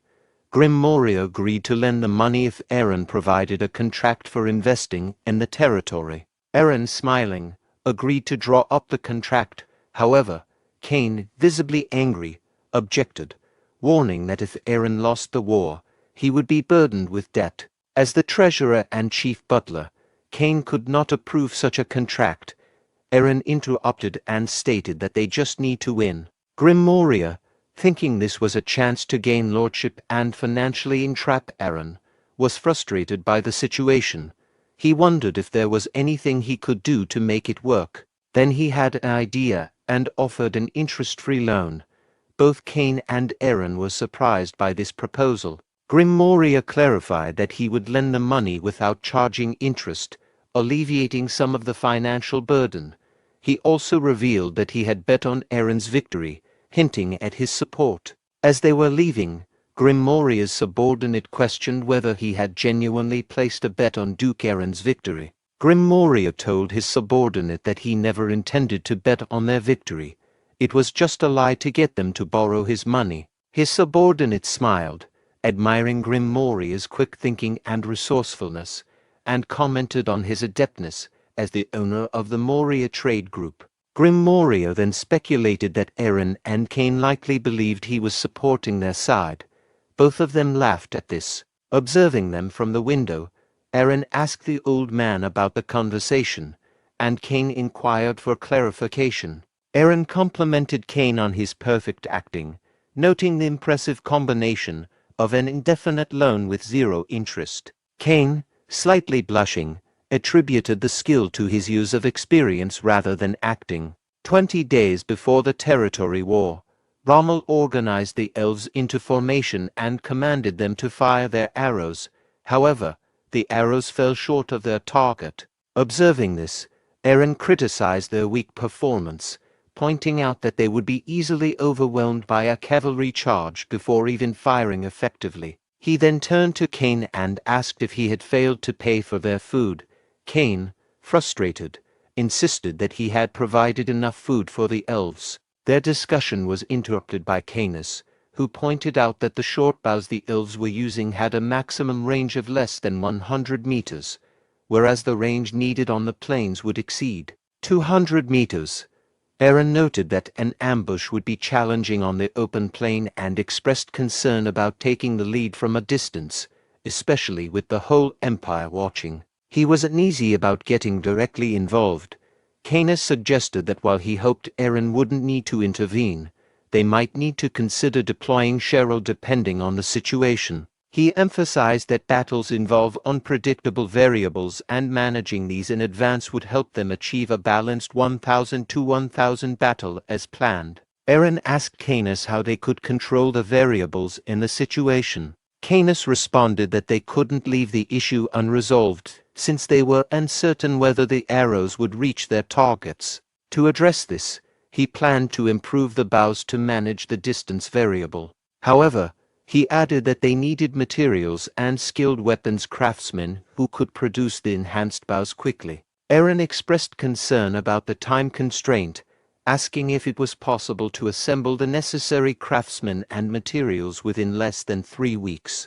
Canis assured him that he could get everything needed within 3 days. When Eren questioned whether 3 days would be sufficient, Canis confirmed it would be, but added that the craftsmen would not be human. This puzzled Eren, while Canis was considering a particular dwarf who would be ideal for the task. That night Canis, in his dragon form, flew to the northernmost region of the Brahn territory, where his nest was situated. Upon his arrival, he was greeted by a group of dwarves. One of the dwarves approached Canis, bowed, and presented him with an ornament. The dwarf said, "Welcome back, master. Here is the ornament that he ordered." Canis inspects an ornament and criticizes its poor condition, questioning if the dwarf who made it ran out of time. The dwarf, clearly distressed, pleads for his life, promising to redo the work. Canis, dismissive, discards the ornament, stating it's unworthy of him. He then addresses another dwarf, Keshi, who had been hiding, instructing him to come out. Once Keshi appears, Canis commands him to climb on, indicating that they have someplace to go. Keshi, initially shocked, follows Canis's orders and climbs onto his back. Within 10 minutes, they reach the Brahn territory Minotaur labyrinth. In his dragon form, Canis unleashes a fiery attack, killing hundreds of Minotaurs instantly. After the slaughter, Canis informs Keshi that the materials they need are ready. 3 days later, Canis and Keshi arrive at Brahn Castle with a carriage full of materials. When Eren sees the horns in the carriage, he inquires about their purpose. Canis explains that the horns are from water buffalo and are intended to improve the bows. He notes that while using these horns makes the bows vulnerable to moisture, it significantly enhances their elasticity and range. Eren questions whether water buffalo are present in their territory. Canis explains to Eren that he acquired the horns cheaply from an international trader who was about to discard them due to a lack of buyers. Eren remarks on the large size of the buffalo horns, which seem unusually big. Noticing Keshi seated on the carriage, Eren inquires if Keshi is the artisan Canis mentioned. Canis directs Keshi to dismount and greet Eren. Keshi jumps down and approaches Eren, addressing him with a surprising level of arrogance by saying, "So you're the Lord?" Is he ready to serve Keshi, the dwarf? This unexpected and presumptuous greeting shocks both Rommel and Canis. Keshi further insults Eren by questioning his audacity to speak informally to the esteemed Lord Canis. Keshi's insolent remarks are abruptly interrupted when Canis grabs her and hurriedly retreats. Shortly afterward, Canis returns to Eren with Keshi in tow and apologizes, explaining that Keshi's lack of proper manners is due to her being a dwarf and requests Eren's forgiveness. Eren responds by saying that he is indifferent to Keshi's manners, as long as she possesses the necessary skills. To everyone's surprise, Eren kneels before Keshi and introduces himself as Eren, the Lord of Brahn, pledging to rely on her expertise. Keshi acknowledges Eren's gesture with a casual "yeah,"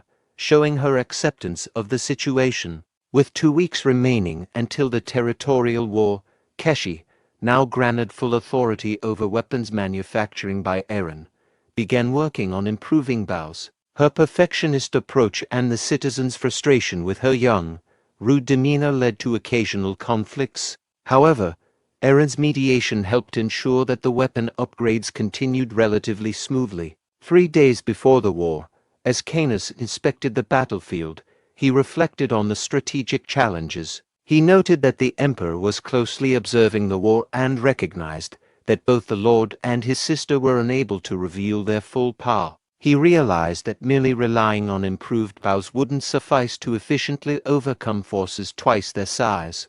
Observing the muddy ground, Canis contemplated a new strategy and decided to return to Keshi with his ideas. Keshi, half asleep, pleads with Canis to spare her and tries to return to sleep. Canis throws water on her to rouse her, and she again begs for mercy, not fully grasping the situation. Canis, irritated, clarifies that he isn't threatening her life, but orders her to get ready and join him as they head to the battlefield. 3 days later, on the day of the territorial war, soldiers and knights from Count's forces gather at the battlefield, awaiting the arrival of Duke Erin's troops. In one of the tents, Count Oman comments on the situation, noting that despite a 10% reduction in their forces, he still expects them to win. Count Gray inquires about the amount Count Oman has bet, to which Oman responds that he has wagered around 500,000 gold. Oman had intended to gather more funds but found borrowing from Moria awkward. Count Gray agrees, noting that Moria's money feels uncomfortable. Gray then speculates that after today's battle, merchants like Moria will be eager to align with them, as they are set to gain control of the gold mine. Count Oman agrees, acknowledging Gray's point. Gray then expresses frustration that the Duke has not yet appeared, implying that the Duke should be intelligent enough to be present. As they observe Erin's forces, Count Oman notices something unusual and asks what's that. Both counts are shocked to see a siege tower, which surprises them. Both counts, upon seeing the siege tower, begin to laugh, mocking the decision to bring such an apparatus to a plains battle. They dismiss it as a sign of desperation and an indication of bringing inappropriate equipment for the situation. At this moment, a mage sent by the Emperor arrives on horseback and positions himself between the two sides. He announces that, under the order of the Lord Emperor, they will now conduct the final formalities. He requests representatives from both sides together for this purpose. Both sides approach the mage, with Count Oman and Count Gray moving from one side and Duke Erin and his entourage from the other. Upon arrival, they dismount from their horses. Count Oman sarcastically remarks to Duke Erin, commenting on his appearance and praising his effort for bringing what he calls trash to the battlefield. Duke Erin responds sharply, thanking Oman for his concern but retorting that he does not look worse than Ammon's own fat gluttonous face. Count Ammon's anger is provoked by Duke Erin's retort. The mage steps in to clarify the battle terms once more. He states that if Duke Erin wins, he will gain control of 2 villages from the Count Union and the gold mine will be recognized as his. Conversely, if the Union wins, Duke Erin will lose jurisdiction over the 2 territories, and the Counts will retain the gold mine. The mage asks if there are any concerns regarding these terms. When no objections are raised, he instructs the representatives to return to their respective sides and prepare for the battle's commencement. As the representatives mounted their horses and prepared to return to their sides, Duke Erin suddenly turned down and told them to watch your head, while pointing upwards. The counts, puzzled, covered their heads, and sure of Erin's intent. The mage then cast a spell, signaling the start of the territorial war between Duke Erin's 1,000 troops and the Count Union's 2,000 forces. Upon returning to his side, Duke Erin informed Rommel that the commissioner was actually a spy for the Emperor. He also mentioned that neither he nor Cheryl would be participating in the fight and instructed Rommel to follow the plan. Rommel acknowledged his instructions. Rommel ordered the archers to raise your bows, and the elves complied by drawing their bows and shooting arrows. However, the arrows fell short, barely reaching the center of the battlefield.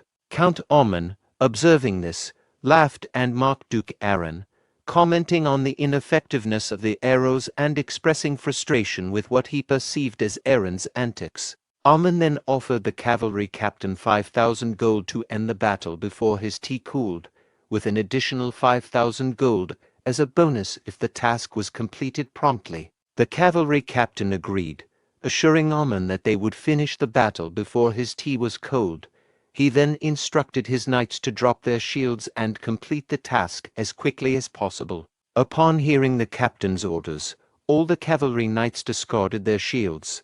The cavalry captain rallied his troops, urging them to pummel those bastards and leading them in a charge. As the enemy cavalry advanced towards them, Rommel prepared to respond. He instructed the archers to ready angled fire. The elves then discarded their old bows, equipped their newly made bows, and prepared their arrows. Once the enemy was within range, Rommel commanded the elves to fire. The new bows significantly extended the range of the arrows, allowing them to hit the advancing cavalry. Realizing they were in a trap, the cavalry captain ordered his troops to run into the arrow fire. He then instructed them to run horizontally and spread out to the sides to minimize casualties. In response, Rommel ordered the siege tower to be readied. The soldiers on the siege tower prepared for action. When the enemy was within range, Rommel gave the command to fire. A net with large, heavy spears was launched from the siege tower, effectively trapping and isolating the cavalry within it. Inside the net, the trapped enemy cavalry struggled to free themselves, with some trying to cut through the metal with their swords. They exchanged frustrated comments about the metal being too tough. The captain urged his men to find a way out and remain calm. At that moment, an arrow struck the captain's helmet, causing him concern as he noticed elves are ready their arrows to fire at them. Rommel remarked he guessed they weren't watching their head, before the elves fired their arrows into the net, causing significant casualties. Seeing the dire situation, Count Grey became agitated and confronted Count Oman, accusing him of poor judgment for telling the cavalry to drop their shields. Count Oman defensively responded, "Hey, how was he supposed to know this was going to happen?" Count Grey ordered infantry to rescue the trapped cavalry. Rommel responded by directing his forces to attack the enemy infantry, aiming to prevent them from aiding the cavalry. Rommel and his cavalry advanced to engage the infantry. In reaction, Count Grey instructed his archers to target Rommel and his cavalry. As the enemy archers fired arrows, Bianca, accompanied by his holy knight, began to pray to Goddess Vivian for protection. Holy light enveloped them, creating a shield that deflected the arrows. The sudden appearance of the protective shield shocked both counts, who exclaimed in surprise. Meanwhile, Aaron and Canis observed the scene with smiles, seemingly pleased with the turn of events. The Count Alliance's forces include 470 archers, 1,000 infantry, and 500 cavalry trapped in the net. In contrast, Aaron's forces consist of 200 cavalry, 200 archers, and 600 infantry. Count Grey commanded his infantry to attack the enemy's cavalry on the right side.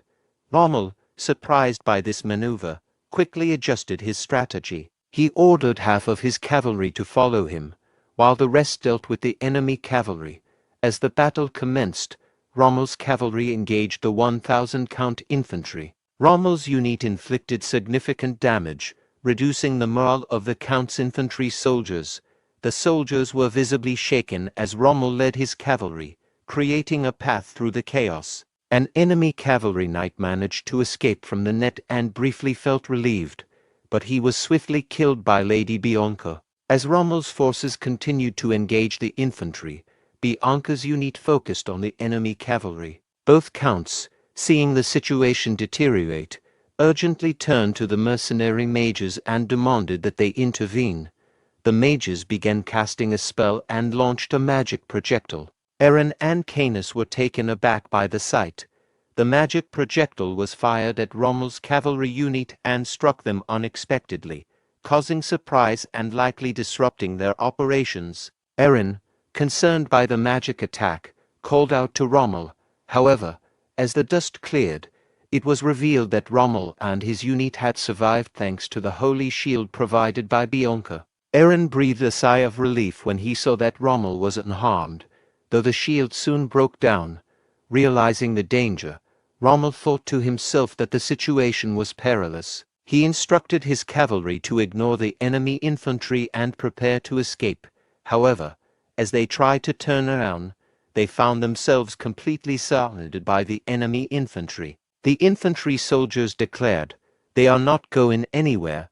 This place will be all of their graves," effectively trapping Rommel and his unit. Both counts laughed as Rommel's unit became surrounded. Observing the situation, Eren noted that while Rommel was a master-level swordsman, his position was becoming increasingly perilous. He ordered his infantry to charge and save the Night Order captain and the cavalry. As the infantry charged to aid Rommel, Eren turned to Canis and said he planned to personally rescue Rommel. He asked Canis to handle the mages in his absence. Canis warned that the Emperor's spy was present, but Eren insisted that Rommel's safety was the priority. He assured Canis that he would address the spy himself and instructed Canis not to worry excessively. As Eren moved away, he called out for his sister. Meanwhile, Canis directed the archers to deploy the catapult. They removed it from the siege towers, positioned it, and loaded a rocks onto it. Canis then ordered them to fire. The catapult launched the rocks, which struck and killed many enemy cavalrymen trapped in the net, reducing their number from 500 to 253.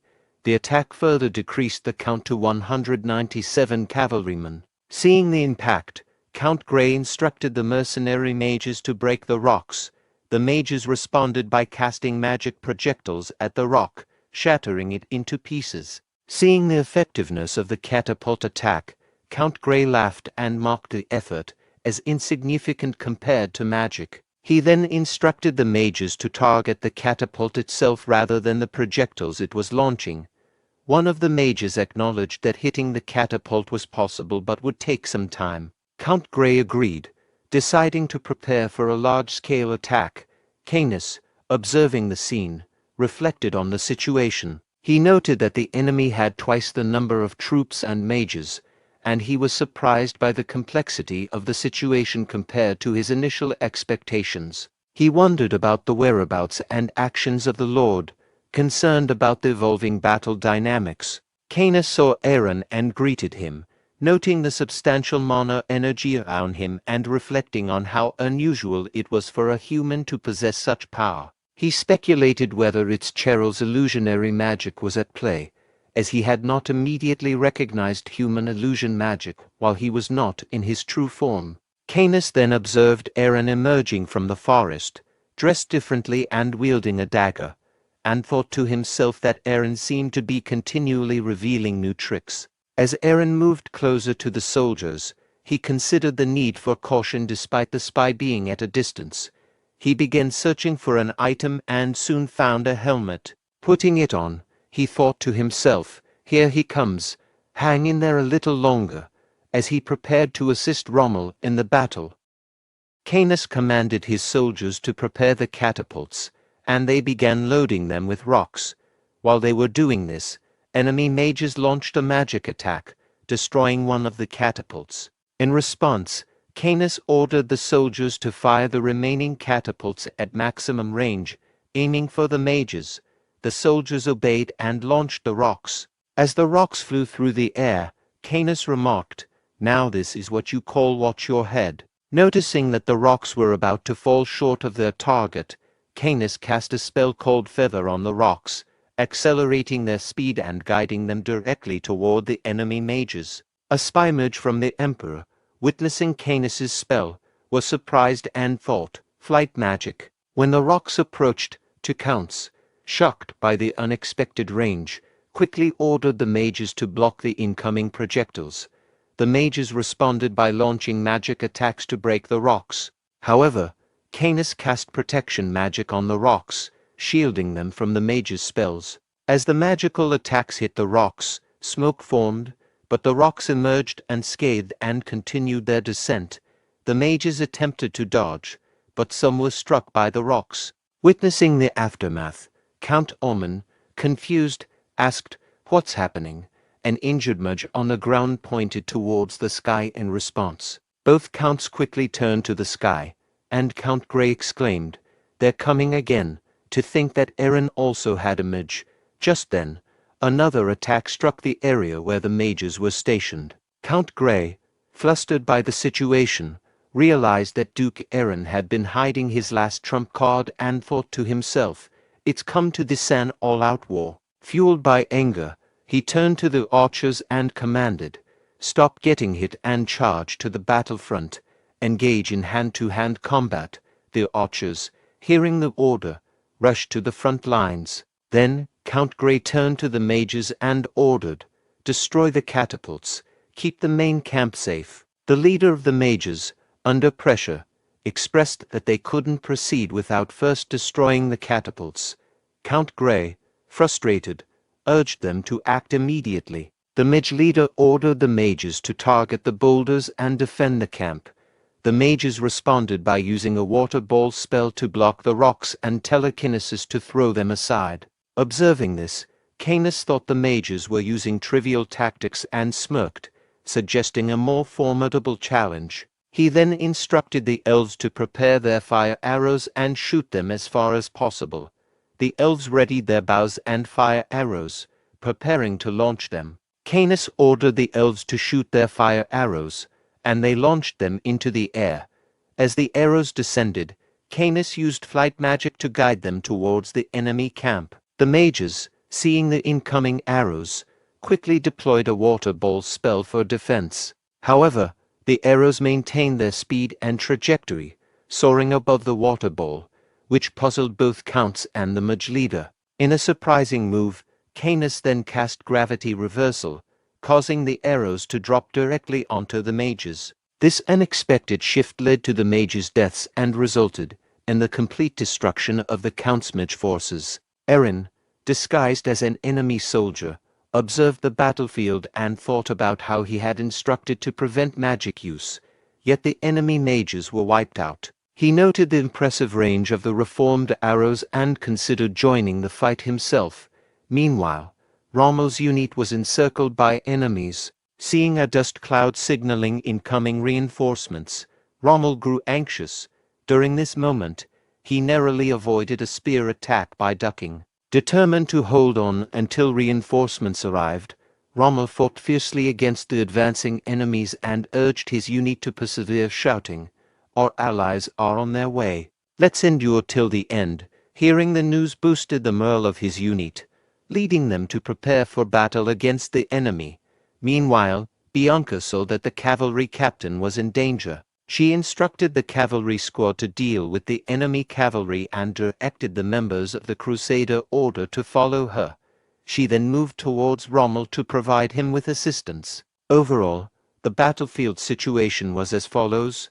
The Count's Alliance mage unit had been completely destroyed. They had 470 archers, 750 infantry, and their cavalry was trapped. Duke Erin's forces consisted of 20 Crusader Order members heading to help Rommel, 80 cavalrymen managing the trapped enemy cavalry, 600 infantry attacking the enemy infantry, and 200 archers stationed at the main camp. As Bianca's Crusader Order unit arrived behind the enemy infantry, a soldier from the enemy side shouted a warning about the approaching forces. Before the enemy could react, Bianca's unit launched a surprise attack. Bianca instructed her knights to destroy them and save the knight's captain. Her forces began pushing through the enemy infantry. In response, an infantry captain from the Count's Alliance ordered his soldiers to block the rear and prevent Bianca's unit from advancing further, instructing them to block the back. The enemy soldiers quickly turned around and began attacking Bianca, who struggled to block their blows with her shield. The force of the attacks pushed her backward. Realizing their response was swift, Bianca prayed to Goddess Vivian, asking for divine assistance. A golden light enveloped her, blinding the enemy soldiers. Seizing their opportunity, Bianca ordered her knights to charge. Observing this, Erin thought to himself that Bianca's actions were impressive and would buy them some time. Aaron's thoughts were interrupted by an infantry captain who commanded his troops, "Open your eyes, and I will kill those who retreat." Recognizing the captain, Aaron took note of him. Meanwhile, the captain continued to issue orders, urging his troops not to retreat and to push forward, referring to the enemies as poisoned rats. At that moment, the captain was struck and fatally injured by a dagger from behind.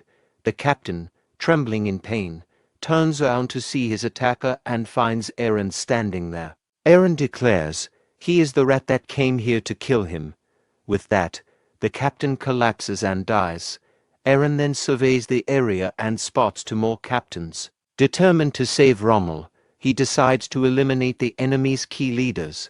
Moving swiftly and unseen, Aaron kills the Count's alliance infantry commanders and another captain. Both fall to the ground simultaneously, causing the soldiers to stare in shock. At that moment, Aaron shouts, "The commander has fallen, all troops, retreat." The enemy soldiers become anxious and confused, questioning how the situation unfolded with their commander's fall. The commander of the archers realizes the commander has been defeated and issues an urgent command. He instructs the remaining troops to stay focused and not be misled by what he perceives as enemy sabotage. Aaron, noticing the confusion and realizing he missed one of the commanders, becomes flustered. The archer commander orders no retreat and commands a charge against the enemy forces that they have surrounded. Following the archer commander's orders, the enemy soldiers charge forward and successfully defeat all of Rommel's knights. Rommel, witnessing the outcome of the battle, reacts with intense anger. Roaring in frustration, Aaron, sensing the escalating situation and feeling nervous, starts sweating. He resolves to take immediate action, thinking he needs to act quickly. Aaron rushes towards the commander, preparing to attack him from behind.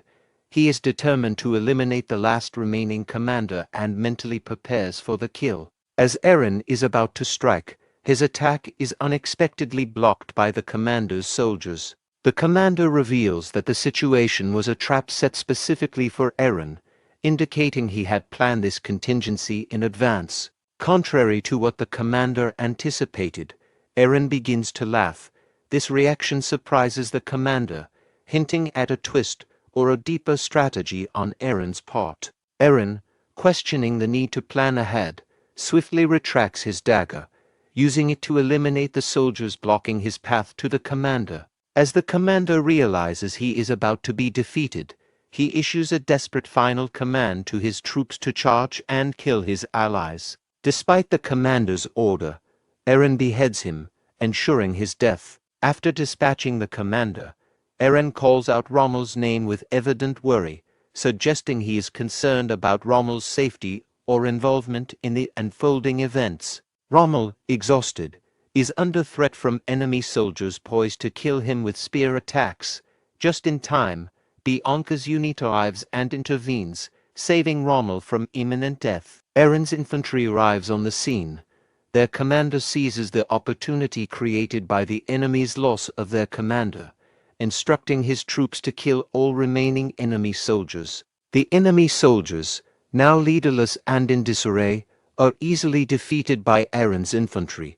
The battle ends with Duke Aaron's camp achieving a decisive victory. The numbers are 1,000 soldiers from Aaron's camp versus 2,000 from the Count's alliance, marking a complete victory for Duke Aaron. Aaron advances towards the main camp of the Counts, which is now surrounded by his forces.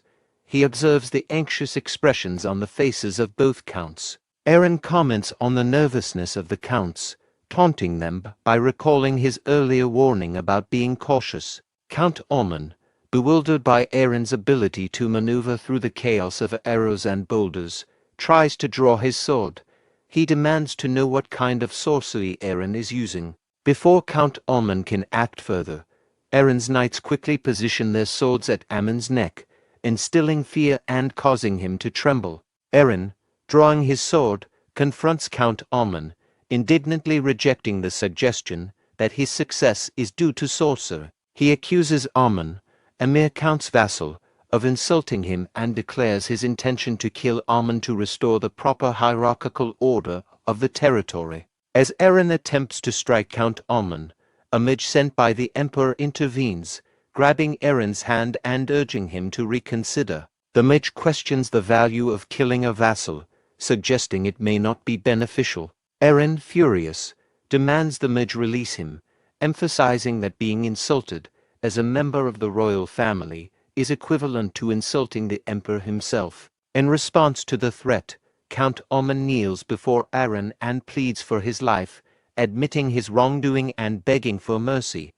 Eren turns to Count Grey and asks for his response. Count Grey, recognizing his defeat, also kneels and submits. Eren declares that, as per Grey's submission, both of their cities will now become part of his duchy, the Eren Duchy. Both counts accept Eren's terms, saying, "Do as you wish." Eren announces that the takeover process will begin that night. He warns the counts that if they misuse their citizens for personal gain, he will revoke their titles. Both counts agree to Eren's conditions, acknowledging him as the Duke. The following afternoon, the scene shifts to a meeting room. Cain presents the betting certificates from Jarvan Betting Castle, revealing a certificate for 3 million gold and an additional one for a 2 million gold loan. He notes that with a dividend rate of about 10 times, they have earned at least 50 million gold from the war. Cain is ecstatic, laughing and running around with excitement. Cain exclaims that this newfound wealth will allow them to repay their debts and enhance the prosperity of their castle. Eren interrupts Cain, instructing him that the money should be used for investment purposes rather than personal gains.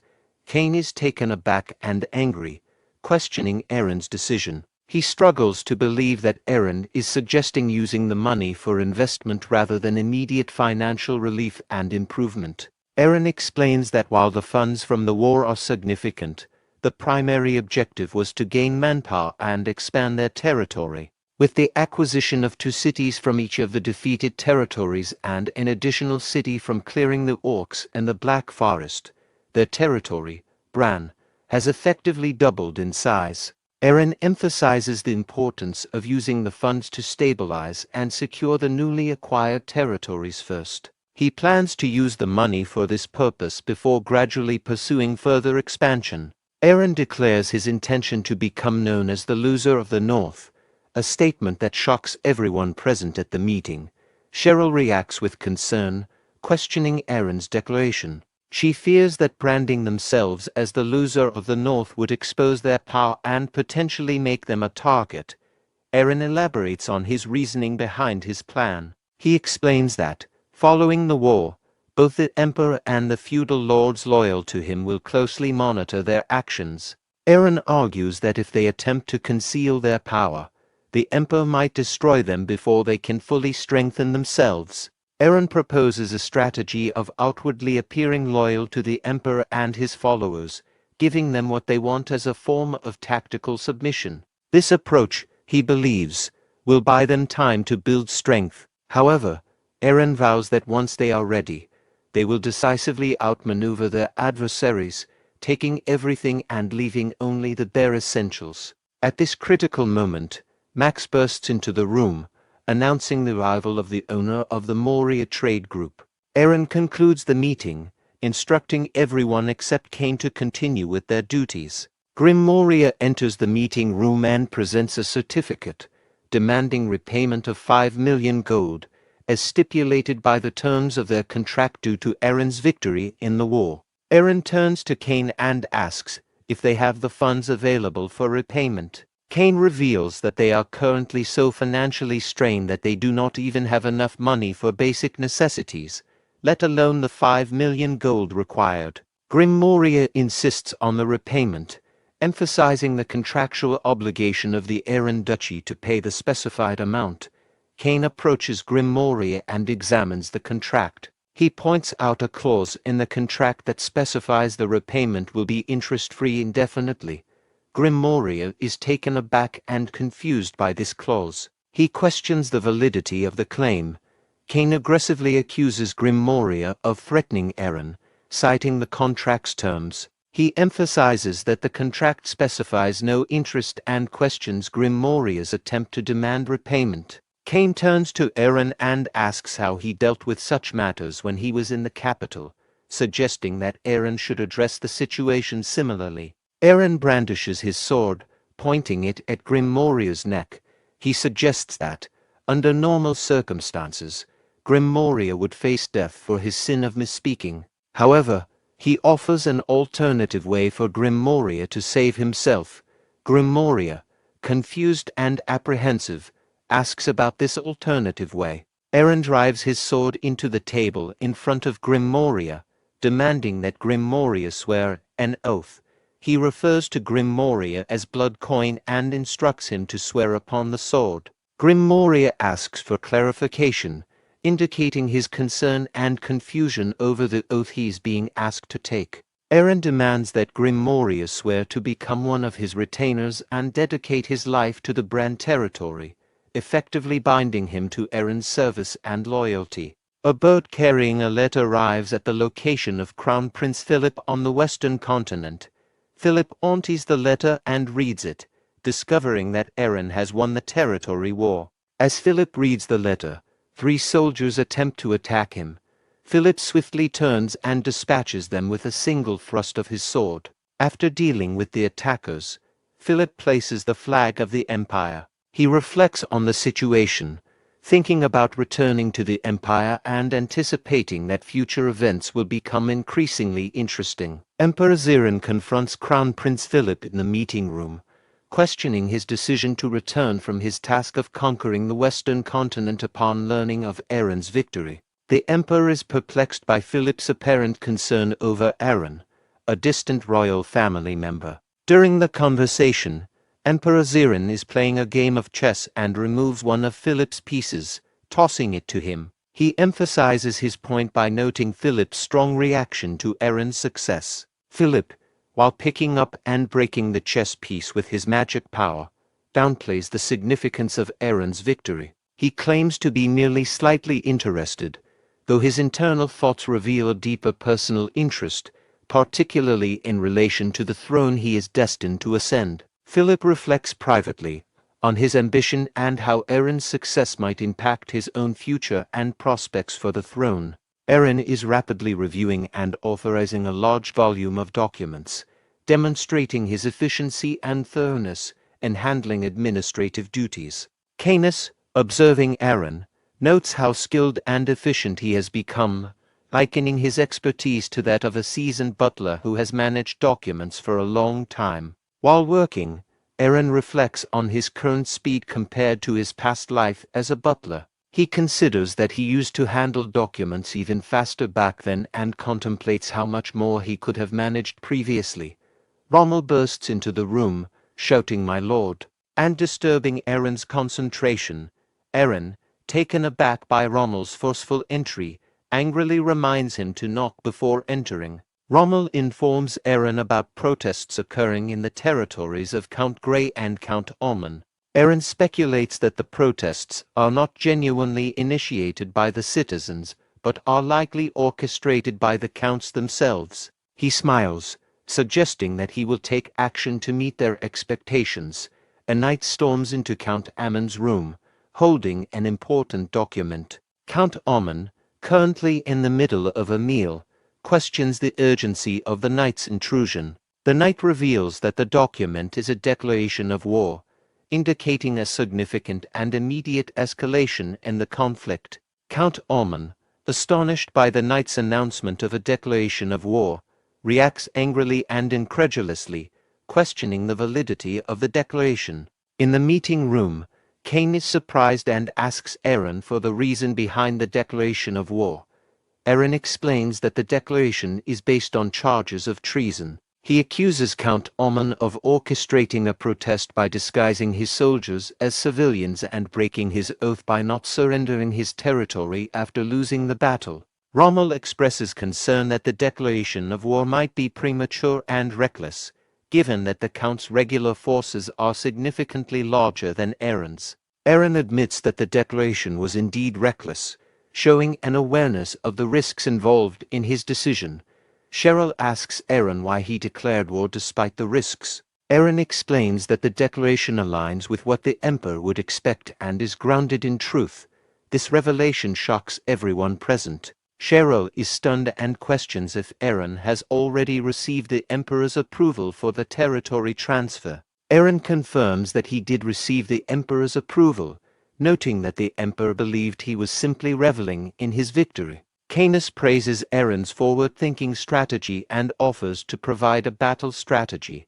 Eren declines Canis's offer, suggesting that he has other plans. Canis is surprised and asks Eren why he declined his offer to provide a battle strategy if it's not needed. Eren explains that Canis, as the strategist, is busy with managing the newly acquired territories. He indicates that since the upcoming battle will occur at night and the Emperor will not be monitoring it, he will handle the battle personally. He suggests that Canis should consider this as an opportunity for a break.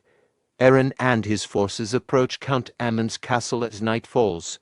They wait until it is dark before proceeding. As night arrives, Eren and his knights, organized in formation, move toward Count Ammon's castle, positioning themselves in preparation for the assault. From the castle walls, Count Ammon observes Eren's forces. He notes the lack of siege weapons and concludes that Eren's troops, being leftovers, will not be able to breach the castle walls. Ammon believes that if he can withstand the siege, victory will eventually be his.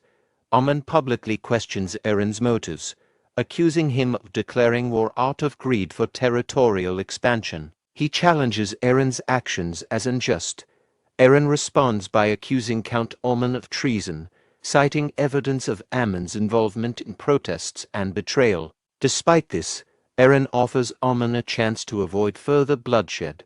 He proposes that if Ammon surrenders and opens the gates, he will spare his life. Count Ammon becomes anxious upon hearing Eren's offer and realizes that Eren must have evidence of his treason. Despite his growing concern, Ammon remains defiant, believing he can win the battle eventually.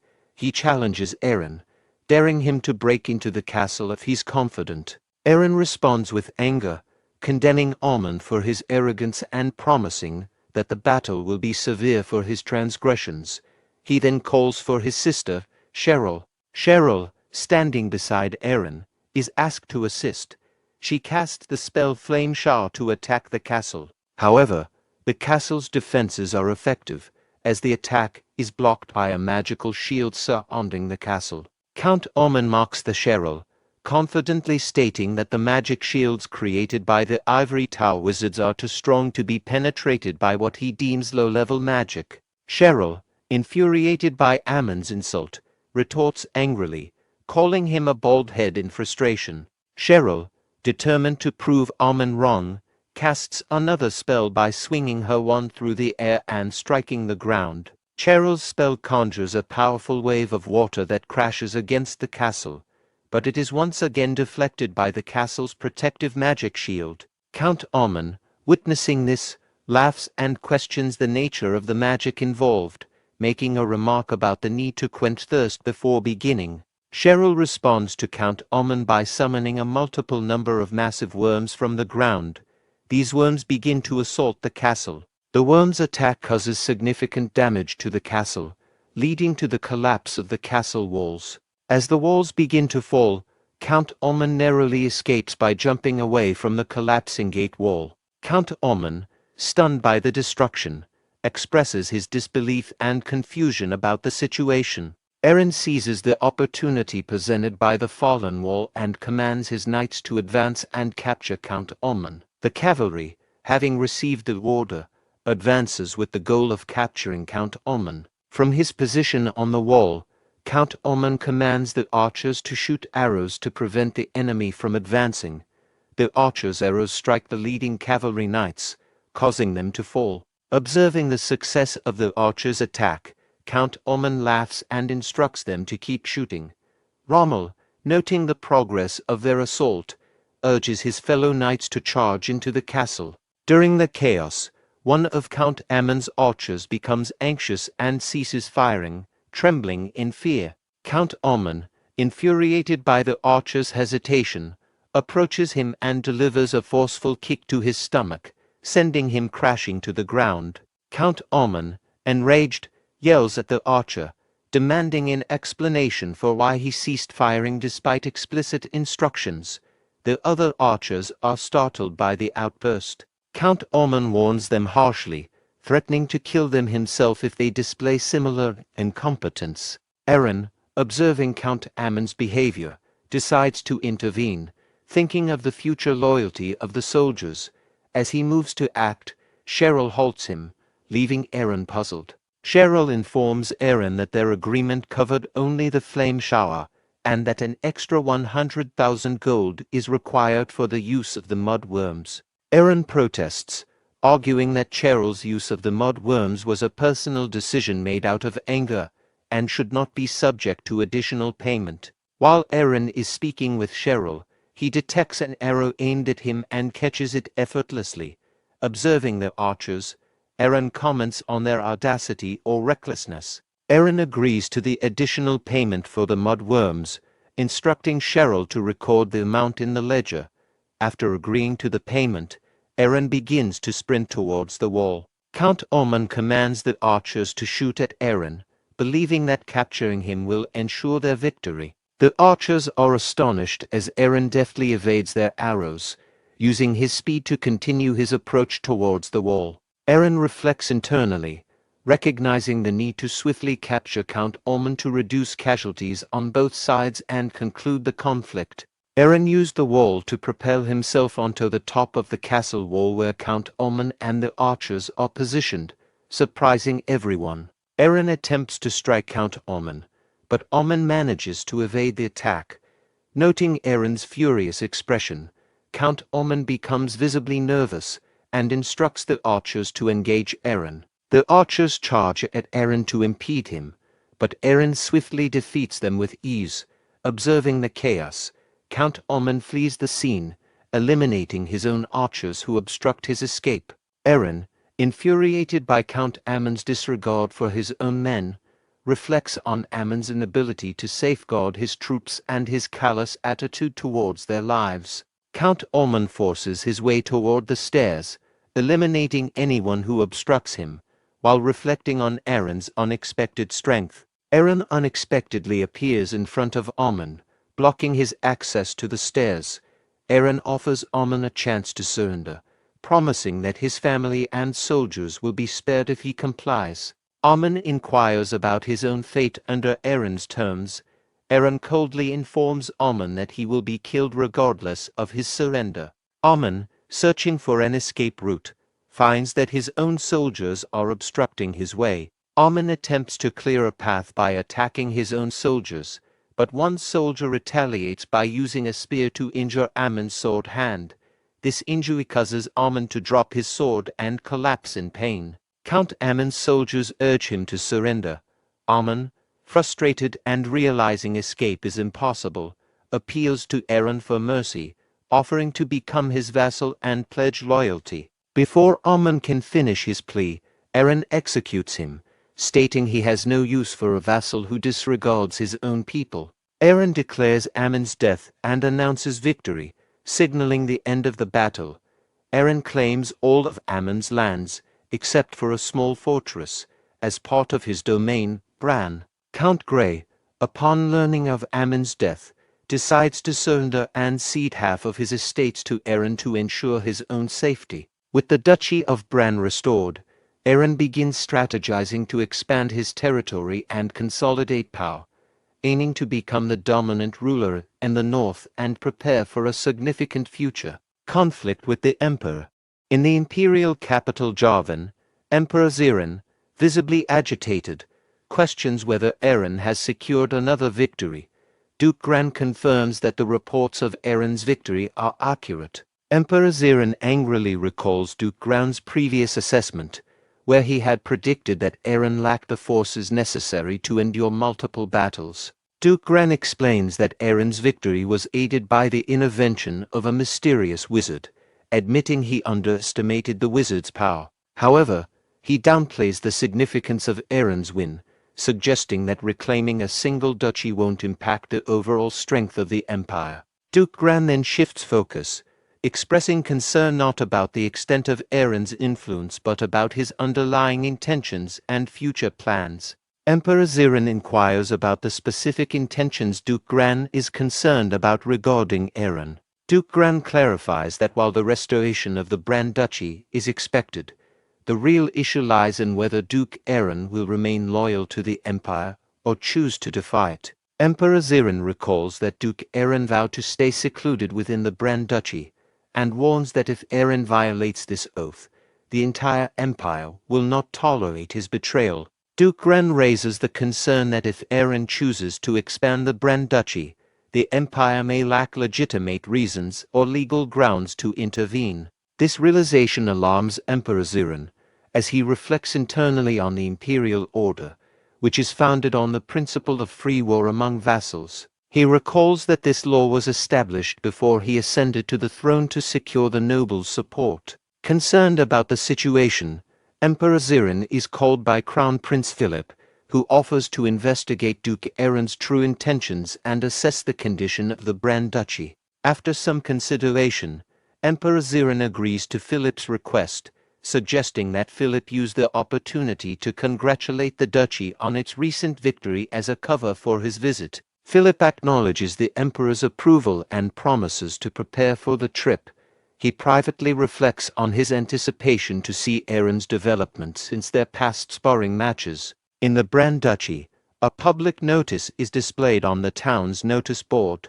The notice announces a reduction in the tax rate to 30%, prompting excitement among the people as it signifies a significant decrease from the previous rate of 60%. A member of the crowd comments that the rumors about the duchy's financial success following their recent victory are indeed accurate. The people, pleased with the tax reduction and the duchy's success, begin to chant praises for Duke Aaron.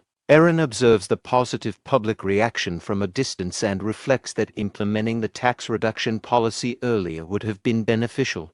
Canis comments that Aaron's policy to improve public sentiment is proving effective. Aaron acknowledges the success of his policy in stabilizing the territory and expresses concern about the future of the treasury. He then inquires about the progress of the dungeon development project and the imminent opening of the second dungeon. Canis updates Aaron on the project, noting that Demon Eleanor is managing well and that the abandoned tower has been renovated. He also confirms that the Dark Knights are stationed on the top floor. Aaron agrees with Canis's assessment of Demon Eleanor's management, but is surprised to learn that Canis is aware of her true nature as a demon. He asks Canis how he discovered this information. Canis asserts that he is well informed about the project and mentions that he has not heard of a human managing Dark Knights, implying that Demon Eleanor's involvement is unusual. Cheryl approaches Aaron urgently and informs him that Philip is coming to visit as a delegate to offer congratulations. Aaron is taken aback by the mention of Philip and internally questions why Philip's visit is so alarming to Cheryl. He wonders if there is someone significant that he is unaware of. Cheryl clarifies that Philip is the person who physically assaulted Aaron in his youth. Aaron realizes that Cheryl is referring to Philip, the Crown Prince, and confirms this in his thoughts. Cheryl explains that Philip is indeed the Crown Prince, but because Aaron hates that, why she prefers to call him Philip. Aaron regrets his previous actions or decisions in light of the situation with Crown Prince Philip. Canis interrupts Aaron's thoughts to point out that Philip's visit is not just a congratulatory gesture but a way to monitor or control Aaron. Aaron reflects on the danger of Philip's scrutiny and fears the consequences of any mistakes. He anxiously considers how he might make Philip view his territory unfavorably to prompt a quick departure. Aaron observes the workers and comes up with a plan to influence Philip's perception. 2 days later, Philip arrives at the Brand territory and comments on the height of the walls, noting their impressive stature for a frontier region. A knight accompanying Philip explains that the high walls are a defensive measure against frequent monster attacks, providing context for their height. Philip comments on Aaron's efforts to use his resources wisely, despite acquiring them through risky means. He notes that Aaron appears to have studied strategies for becoming an effective leader. As Philip approaches the Brahn territory gate, a knight announces his arrival with the imperial flag, formally introducing him as the crown prince. The gate opens, and Aaron and Cheryl kneel in greeting. Aaron expresses his gratitude for Philip's visit. When Philip does not immediately respond, Aaron looks up and sees Philip standing directly in front of him. Aaron is struck by Philip's presence and demeanor, noting his impressive and distinguished appearance, which makes Aaron hesitant to form any judgments. Philip observes that Aaron's eyes are still as intense and lively as they were in their youth, reflecting on how little Aaron has changed. Philip greets Aaron with a handshake, acknowledging their past relationship. Aaron accepts Philip's handshake while still kneeling and inquires about his well-being. Philip shifts his attention to Cheryl and compliments her appearance. Cheryl responds to Philip's compliment with irritation, expressing her displeasure at receiving such remarks. Aaron scolds Cheryl for her disrespectful behavior towards Philip. Philip reassures Aaron that there's no need for formality and that they should interact comfortably, as they did in the past. Aaron apologizes and pleads for Philip's understanding. Admitting his mistake, Philip observes the workers busy on the castle wall. Rommel, showing harsh discipline, orders a worker to speed up and physically assaults him, leading to the worker falling from the wall. The other workers are frightened by Rommel's harsh behavior. Rommel continues to berate them, invoking the name of goddess Vivian to justify his strict discipline. Aaron, noticing the inappropriate behavior, calls Rommel over, reprimanding him for his actions on a day meant for celebration. Rommel is alarmed by Aaron's command and quickly approaches, kneeling and admitting his fault. Aaron angrily strikes Rommel, expressing his outrage at Rommel's behavior, which he believes has tarnished the occasion and displeased the crown prince. Aaron's anger escalates to suggesting Rommel deserves severe punishment for his actions. Aaron, enraged from his confrontation with Rommel, is surprised to see Cecilia intervening. Cecilia questions Aaron's actions, emphasizing that Rommel is an apostle performing a sacred duty and implying that Aaron's behavior is inappropriate. Aaron quickly shows respect by kneeling and apologizes on behalf of Rommel, acknowledging Cecilia's authority. Philip observes Cecilia's attire from the Church of Vivian and questions internally whether Aaron has become entangled with a cult. Knight Arthur informs Philip about Cecilia's affiliation with the Vivian Order. Philip acknowledges knowing Cecilia's identity but inquires about the reason for the stigma associated with her. Arthur explains that during the religious conflict with Paris, the deaths of Empire citizens were blamed on factors other than religion or opposition, leading to the perception of heresy. Philip reflects on how the actions of one religion led to negative repercussions for the empire and concludes that their downfall was a result of their own mistakes. Aaron apologizes to Philip, explaining that the disturbance caused by the workers is not typical behavior and attributing it to his own oversight. Philip reassures Aaron that such incidents are understandable and suggests moving inside the castle to discuss recent developments. Aaron, feeling anxious, explains that he must perform his duty to escort Philip, but also needs to attend to a prayer session. Philip inquires further, curious about the nature of the prayer. Aaron explains that as part of his responsibilities, he must pray for the territory and emphasizes the importance of managing his time strictly due to his current lack of power. He then assigns Cheryl to escort Philip. Aaron commands Cheryl to promptly take Philip inside the castle, indicating a sense of urgency. Aaron tells Philip to enter the castle and promises to return shortly before hurrying off. Philip, puzzled by Aaron's sudden departure, questions what is happening. Arthur, frustrated by Aaron's delay, asks Cheryl about Aaron's whereabouts and notes the long wait for Philip. Cheryl, annoyed, responds sharply to Arthur, indicating that Aaron's return is uncertain and suggesting that Arthur should handle the situation himself. The exchange between Arthur and Cheryl escalates into a tense standoff, with both glaring at each other. Philip demands Arthur make a decision regarding his actions. Arthur, confused by Philip's abrupt demand, asks for clarification. Philip declares that Arthur must either offer an apology or face severe consequences for offending the lese majesty. Arthur, anxious, kneels before Cheryl and offers to sacrifice himself if she wishes. Cheryl dismisses Arthur's offer and instructs him to verify Aaron's whereabouts. Arthur agrees and leaves to carry out Cheryl's instruction. Philip laughing while Cheryl noticing Philip's reaction, and Cheryl questions, is it amusing, and about his use of the term lese majesty, and notes that he hasn't changed. Philip comments that Cheryl's response is just as he remembers, implying that neither of them has changed much over time. Arthur interrupted their conversation, addressing Cheryl and urging her to come and see something. Cheryl approached the window and observed a crowd gathered outside the Vivian Church. Cheryl concluded that the crowd indicated the end of a prayer service. Arthur clarified that the crowd was not the focus of concern and directed Cheryl's attention elsewhere. Cheryl looked in the direction Arthur was pointing and saw a hostile crowd armed with weapons and fire advancing towards the church. The crowd began shouting, "The Lord who fell to a cult and leeches off the citizens of the territory, be gone." At that moment, Aaron burst into the room, knelt before Philip, and apologized for his tardiness, pledging to take proper care of him from now on. Philip comments on the noisy outside environment and questions if Aaron will be able to take care of him properly. Aaron, surprised by the mention of noise, asks Cheryl what's going on. Cheryl responds that it's just a crowd of people causing the noise.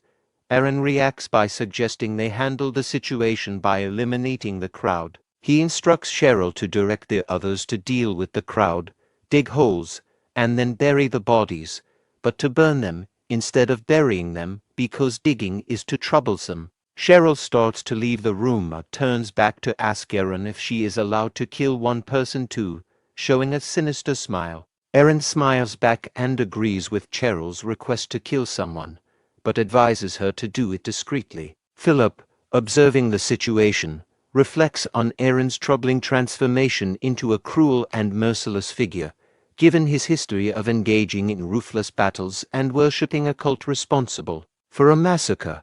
As the knights start attacking the gathered civilians, Arthur informs Philip that they are indeed killing all the citizens. Philip considers the situation briefly, then stands up and decides to leave. Aaron, surprised by Philip's decision to leave, inquires if Philip didn't enjoy the food or if Aaron failed to serve him properly. Philip explains that he had a good time, but is leaving because Aaron is too busy to attend to him.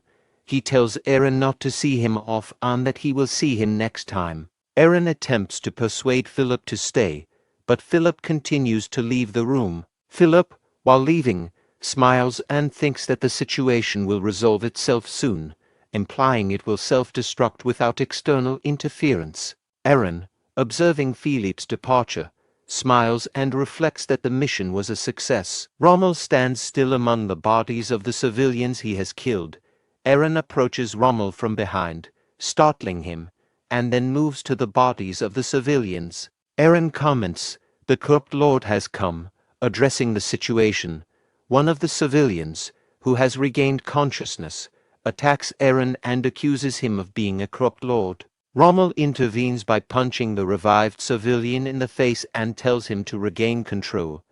Aaron declares that the performance is over and instructs to reward the participants with gold coins. 2 days later, Philip returns and Emperor Zerone inquires if Philip has figured out Aaron's intentions. Philip responds that there was no need to figure it out. He simply observed that Aaron is on a path to self-destruct. Zerone asks for clarification on how Aaron would ruin himself. Philip explains that Aaron has succumbed to the corrupt Vivian religion, exploited citizens, and ruthlessly killed those who rebelled. He notes that Aaron and Cheryl seem to take pleasure in the violence. Zerone remarks that while the deaths of innocent people are regrettable, Aaron's extreme actions might actually benefit them. Philip asks for more details about Zerone's perspective. Zerone hints that he has a plan involving Aaron's actions. At Brahn, Aaron takes his position in front of a practice dummy, reflecting on the hidden menacing strength behind Philippe's seemingly benign demeanor. Eren wonders about Philippe's current level of power and prepares to attack. He focuses his sword energy and thrusts forward, hitting the practice dummy. Eren enhances his attack with the dragon's blessing, which increases his power, destroying to more practice dummy's position behind the first. Observing the damage, Eren comments on the inadequacy of his current power and the uncontrollable nature of the dragon's blessing. He acknowledges the need for significant improvements to challenge the Emperor, beyond just considering the development of his territory. Eren then walks away from the practice area, contemplating the journey ahead. A week later, a practice match takes place in one of the practice arenas, with Rommel leading a group of knights against another group led by a different knight, which includes elves. As the match begins, Rommel instructs his knights to form a shield wall, and they quickly obey, creating a defensive barrier. The opposing knight leader orders the elves to shoot arrows, most of which are stopped by the shield wall. The leader then commands the elves to charge, causing them to draw their swords and advance towards Rommel's group. Seeing the elves charge, Rommel tells his knights to hold their position and prepare. As the elves group attempts to leap onto Rommel's shield wall and attack from above, Rommel orders his knights to use high guard spears. The knights follow the order, thrusting their spears upward and hitting the incoming elves, causing them to fall. The leader of the enemy group tries to attack Rommel, but is easily defeated. Rommel taunts the defeated enemy leader, questioning their strategy of jumping on top of his group. Eren, observing the fight, applauds both groups, complimenting their performance. Eren inspects one of the spears, noticing what appears to be blood, and asks whose idea it was. Rommel explains that it was Canis's idea to familiarize the newly recruited soldiers with blood before sending them into battle. Eren agrees that this approach will be beneficial. A person on horseback approaches Eren, shouting that something significant has occurred. The person dismounts and kneels before Eren, informing him that the holy nation of Perse has established an army. Eren responds that the holy nation's army would be insufficient for waging war against the Empire, implying it wouldn't be a major threat. The person reveals that Perse is actually targeting their territory, which shocks both Eren and Rommel. In the meeting room, the territory administrator, Max, reports that their forces number 10,000 troops, while the enemy has 20,000, including the Perse Church's holy knights. Eren asks why the holy nation of Perse is declaring war and why the Empire isn't intervening, considering it's an invasion by a foreign power. Max explains that Perse is using heresy subjugation as their justification for the war and that the Empire is not involved due to its diplomatic ties with Perse. Cecilia, upon hearing this, begins to tremble with worry. Canis suggests that the holy nation's actions might be influenced by a bribe from the Empire. Eren asks Canis to clarify his statement about the situation. Canis explains that the timing of the invasion is suspiciously perfect, noting it occurred shortly after the Crown Prince's visit to the territory. Eren admits responsibility, saying he was focused on deceiving the Crown Prince and failed to anticipate such a crisis. Trembling, Cecilia stands up and declares that they should leave, asserting that there's no reason for the Lord to risk his safety to protect them. Eren considers whether he should send Cecilia and the others away but decides against it, recognizing that his income heavily relies on the Church of Vivian's holy water and the influence of its Crusader order. Eren then calls out to Cecilia. Cecilia responds, acknowledging Eren. Eren admits the situation is his mistake and instructs Cecilia not to blame herself or insist on leaving. Cecilia blushes and responds to Eren's reassurance. Eren stands up and instructs Canis to follow him as they go to confirm the Empire's stance on the war declaration. In Duke Eren's study room, Eren begins the process of communication. Canis casts a spell and channels his mana into a crystal ball, establishing a communication link with Crown Prince Philip Crystal Ball. Eren uses the crystal ball to address Philip, questioning why he has accepted the Holy Nation's declaration of war and asserting that the Brahn Duchy is clearly part of the Empire's territory. Philip explains that both he and the Emperor opposed the war, but the decision was made by the feudal lords, who are all aligned with the Church of Perse. Aaron requests support by asking Philip to send soldiers, emphasizing that without aid, they are doomed. He appeals to their shared royal bloodline and asks for help out of old loyalty. Philip, enraged, responds that they are not doomed. Instead, they should expel the Church of Vivian if they wish to avoid disaster. The communication connection is abruptly cut off. Philip reflects with shame, feeling embarrassed for considering Aaron a rival. Meanwhile, Aaron informs Canis of Philip's response. Canis confirms that the Empire's official position is to remain not involved in the conflict. Aaron deduces that the Empire's strategy is to use the Holy Nation to attack him, and he expresses his resolve to counter them, noting that they have underestimated him and he knows the Pope's weakness. Canis asks about the weakness Aaron mentioned. Aaron dismisses Canis's concern, indicating that the weakness is his last resort, and tells Canis not to worry about it. Aaron then requests Canis to hire a painter, as he needs to draft a response to the Holy Nation's declaration of war. A letter arrives in the Holy Nation of Perse's capital city, Regal.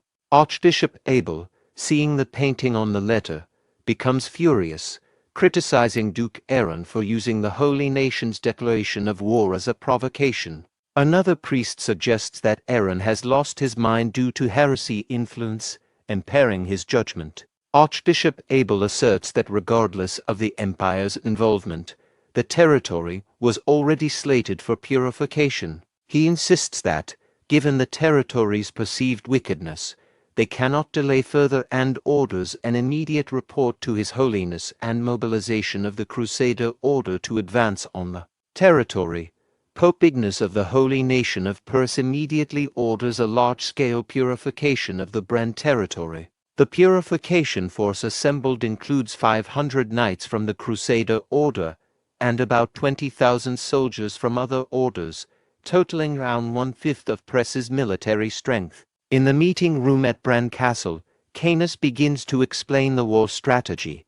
Canis outlines that the enemy has approximately 20,000 troops, while they have only 10,000. He emphasizes that their strategy will be defensive rather than offensive, focusing on endurance and securing supplies. Canis stresses the importance of blocking the enemy's advance at Sophia's forest to prevent them from entering. Aaron inquires about the detailed plan for blocking the enemy. Canis replies that they will use chaos and fear as tactics, specifically deploying the divine magic bomb used by the Vivian religion in past wars. The mention of the divine magic bomb shocks everyone present at the meeting. Cheryl questions the use of the divine magic bomb, noting that it is a forbidden weapon and that the methods to manufacture it are lost. Canis explains that he has called Sister Cecilia for this reason, implying she has knowledge or resources related to the bomb. Cecilia protests, stating that the manufacturing methods for the divine magic bomb are lost. Canis clarifies that they don't need the manufacturing methods, they only need Cecilia to demonstrate the divine power of the Church of Vivian, and asks if she will help. Cecilia explains that the divine magic bomb is designed to neutralize the divine power of the Church of Perse, not to harm people. Aaron reflects on Cecilia's explanation, questioning why their strategist would want to use a non-lethal weapon in their strategy. Canis responds that he will be adding something to the divine magic bomb to make it lethal, addressing Cecilia's concern. Cecilia is confused by the plan involving the divine magic bomb. Canis explains that it will actually be Cheryl who will handle the task, and he provides her with a document. Cheryl questions why she is assigned this task and begins reading the document, becoming shocked by its contents. 5 days later, at the Black Forest, an elf on watch duty spots the advancing Holy Nation of Perse army. The elf jumps down from the tree and quickly reports to Aaron about the incoming army. Aaron remarks that the army is quite formidable and notes that it will take at least a week for them to cover the distance to their location. Canis notes that the enemy arriving 2 days earlier than expected suggests they are lying about their schedule and are likely fatigued. He adds that the enemy commander's impatience indicates they have no plans to withdraw safely. Aaron concludes that the enemy has come merely to fulfill their orders. Aaron then calls for his sister, Cheryl, who emerges from the tent and asks what is needed. Aaron inquires if Cheryl has properly disguised that, referring to the object involving the divine magic bomb. Cheryl, frustrated by being asked to disguise the object after her hard work, expresses her anger towards Aaron, calling him a wicked lord bastard. A scouting unit of the holy nation of Pervious returns, and their leader reports to Archbishop Abel that there have been no ambushes. Archbishop Abel comments that it would be suicidal for the enemy to confront their great army and acknowledges that Duke Aaron is not entirely foolish. He orders that the purification of the Brahn territory begin before sunset, instructing all troops to advance and proclaiming that God Press is protecting them. Aaron, overhearing this, reflects to himself that the enemy is making it clear that they want to provoke him into action. Aaron orders all troops to their positions, and the troops quickly comply, taking their assigned places. The holy nation of Pervious' army begins to advance, while Archbishop Abel contemplates how he will use the war to further his career, aiming to become a cardinal and eventually the pope. As the army moves forward, they experience loss of their divine power, but Archbishop Abel urges his troops not to panic and to continue advancing. Explosions occur, startling Archbishop Abel, who immediately recognizes them as divine magic bombs. From his vantage point atop a tree, Aaron observes the situation and prepares to initiate their counteraction, expressing his anticipation for the battle to begin. 5 days earlier, Cheryl was surprised upon reading the document. Canis explained that it detailed the manufacturing method for magic landmines, which are lethal compared to the divine magic bomb. The strategy involves first using divine power to evoke the traumatic memories of the divine magic bomb from the religious war, and then deploying the explosive magic landmines to cause further chaos and destruction. In the present, priests of the holy nation of Pervious are shouting for help, panicked by the appearance of the divine magic bombs. A frontline knight rushes to inform Archbishop Abel about the divine magic bombs, but accidentally steps on a magic landmine, resulting in an instant explosion that kills him. Witnessing the explosion, Archbishop Abel starts to sweat heavily, realizing that the divine magic bombs should not be lethal and deducing that this is a new type of weapon. Abel concludes that the enemy is using this new weapon to create chaos and then eliminate them. In frustration, Archbishop Abel curses Aaron and orders his army not to panic, instructing them to continue their advance. Aaron interrupts Archbishop Abel, declaring that he will pass judgment on them in the name of Goddess Vivian, insulting the holy nation. Archbishop Abel, infuriated, responds by shouting at Aaron for insulting Sir Pervious. Abel prepares and launches an attack at Aaron, who easily dodges it. Aaron, initially confused by Abel's actions, notices that Abel is smiling. The attack on Aaron was a diversion.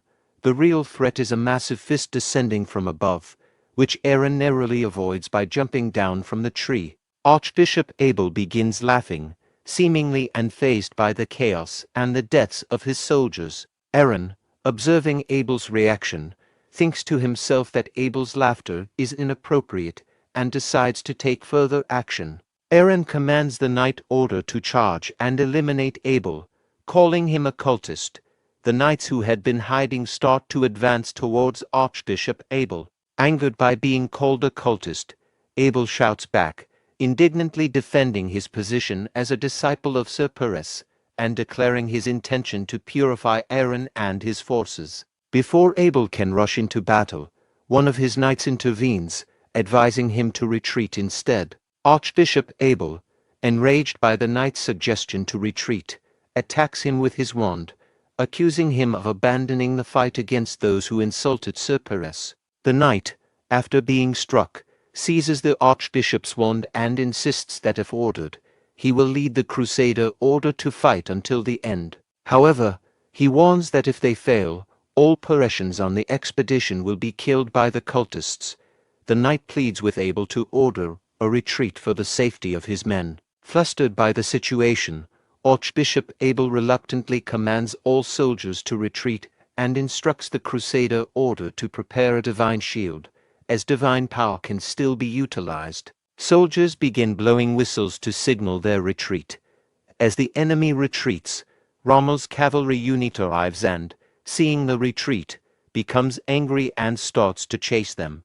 Aaron stops Rommel, surprising him, and explains that the earlier command to attack was a strategy to facilitate chasing the retreating enemy. Aaron warns that reckless pursuit might lead to stepping on landmines, so he will pursue the enemy himself while instructing the knight order to go out in the forest and block the enemy's escape route. As the knight order departs to block the enemy's escape route, Aaron reflects on the situation, apologizing to Rommel and acknowledging that most of the landmines have already exploded, revealing something he didn't want the soldiers to see. Aaron begins pursuing the enemy forces at high speed and thinks to himself about how effectively Canis's chaos and fear strategy has worked. Observing the fleeing enemy from a short distance, Aaron channels his mental strength into his sword and adds Dragon's Blessing. He launches an attack, using a piercing wind technique against the enemy. One of the enemy knights, seeing the incoming attack, ducks to avoid being hit, while for enemy soldiers in front of knight that dodge are unaware of his attack and are sliced in half.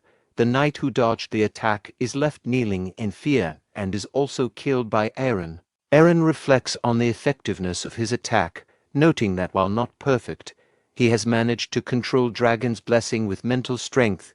Realizing that what he needed was real combat experience, he continues to pursue the retreating enemy army. Observing Aaron through the crystal ball, Canis notes to himself that Aaron seems to have grown stronger.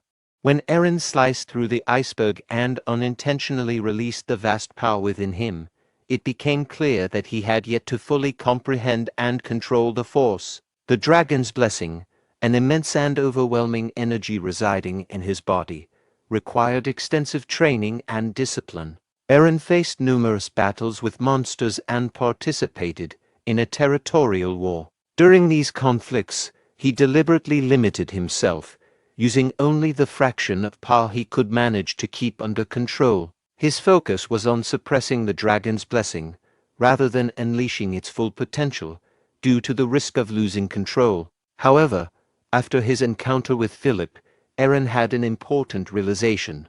Merely expanding his territory and power base would not be sufficient to challenge the Emperor. He needed to refine his abilities and cultivate an entirely new kind of strength, one that went beyond raw power. This prompted him to intensify his mental training, seeking a more balanced approach to harnessing his power. In the present moment, Aaron is beginning to see progress from his training, even if it's only a small improvement. Aaron executed the piercing wind technique to eliminate fleeing enemies within his range, feeling satisfied with the strength and precision of his attack. Meanwhile, the Holy Knights, led by Archbishop Abel, continued their retreat, though Abel remained furious with Aaron, cursing him as they withdrew. Suddenly, a fire attack struck some of the retreating knights, prompting Archbishop Abel to question if it was another mine explosion. However, Lucas, the commander of the Holy Knights, pointed to the sky, revealing that the fireballs were coming from above. In response, Archbishop Abel summoned his immense power to manifest several giant fists to block the incoming fireballs, proudly smiling and as he believed he had successfully neutralized the threat. However, after the fireball spell, Cheryl used another magic spell, unleashed an even more powerful attack known as Flame Shower, directing it toward the retreating knights. Lucas was visibly shocked by the intensity of the attack, but Archbishop Abel, confident in his abilities, he assured him he could handle the magic and urged him to continue retreating without worry. As Archbishop Abel was preparing to handle the magical onslaught, he was taken by surprise when Rommel and his cavalry suddenly arrived on the scene. Without hesitation, Rommel charged at Abel with his sword, aiming to strike him down. However, to Rommel's confusion, his sword was deflected, as if it had struck an invisible barrier. Upon closer inspection, Rommel realized what had blocked his attack: a large number of spectral hands lined up in formation, preventing him and his cavalry knights from advancing or attacking. Archbishop Abel. The protective spell had been cast by Lucas, the commander of the Holy Knights. Lucas, aware of the danger they were in, called out to the Holy Knights and Archbishop Abel, urging them to retreat, and he assured them of divine protection and advised them to escape quickly. Taking Lucas's advice to heart, Archbishop Abel and the Holy Knights immediately began their retreat, using the opportunity provided by the Lucas to make their escape without further confrontation. Seeing the Holy Knights and Archbishop Abel retreating, Rommel ordered his knights them to pursue those leaving the canyon. However, Aaron, who had just arrived, intervened and warned Rommel that the enemy is probably gathered outside the canyon. The chase will end here.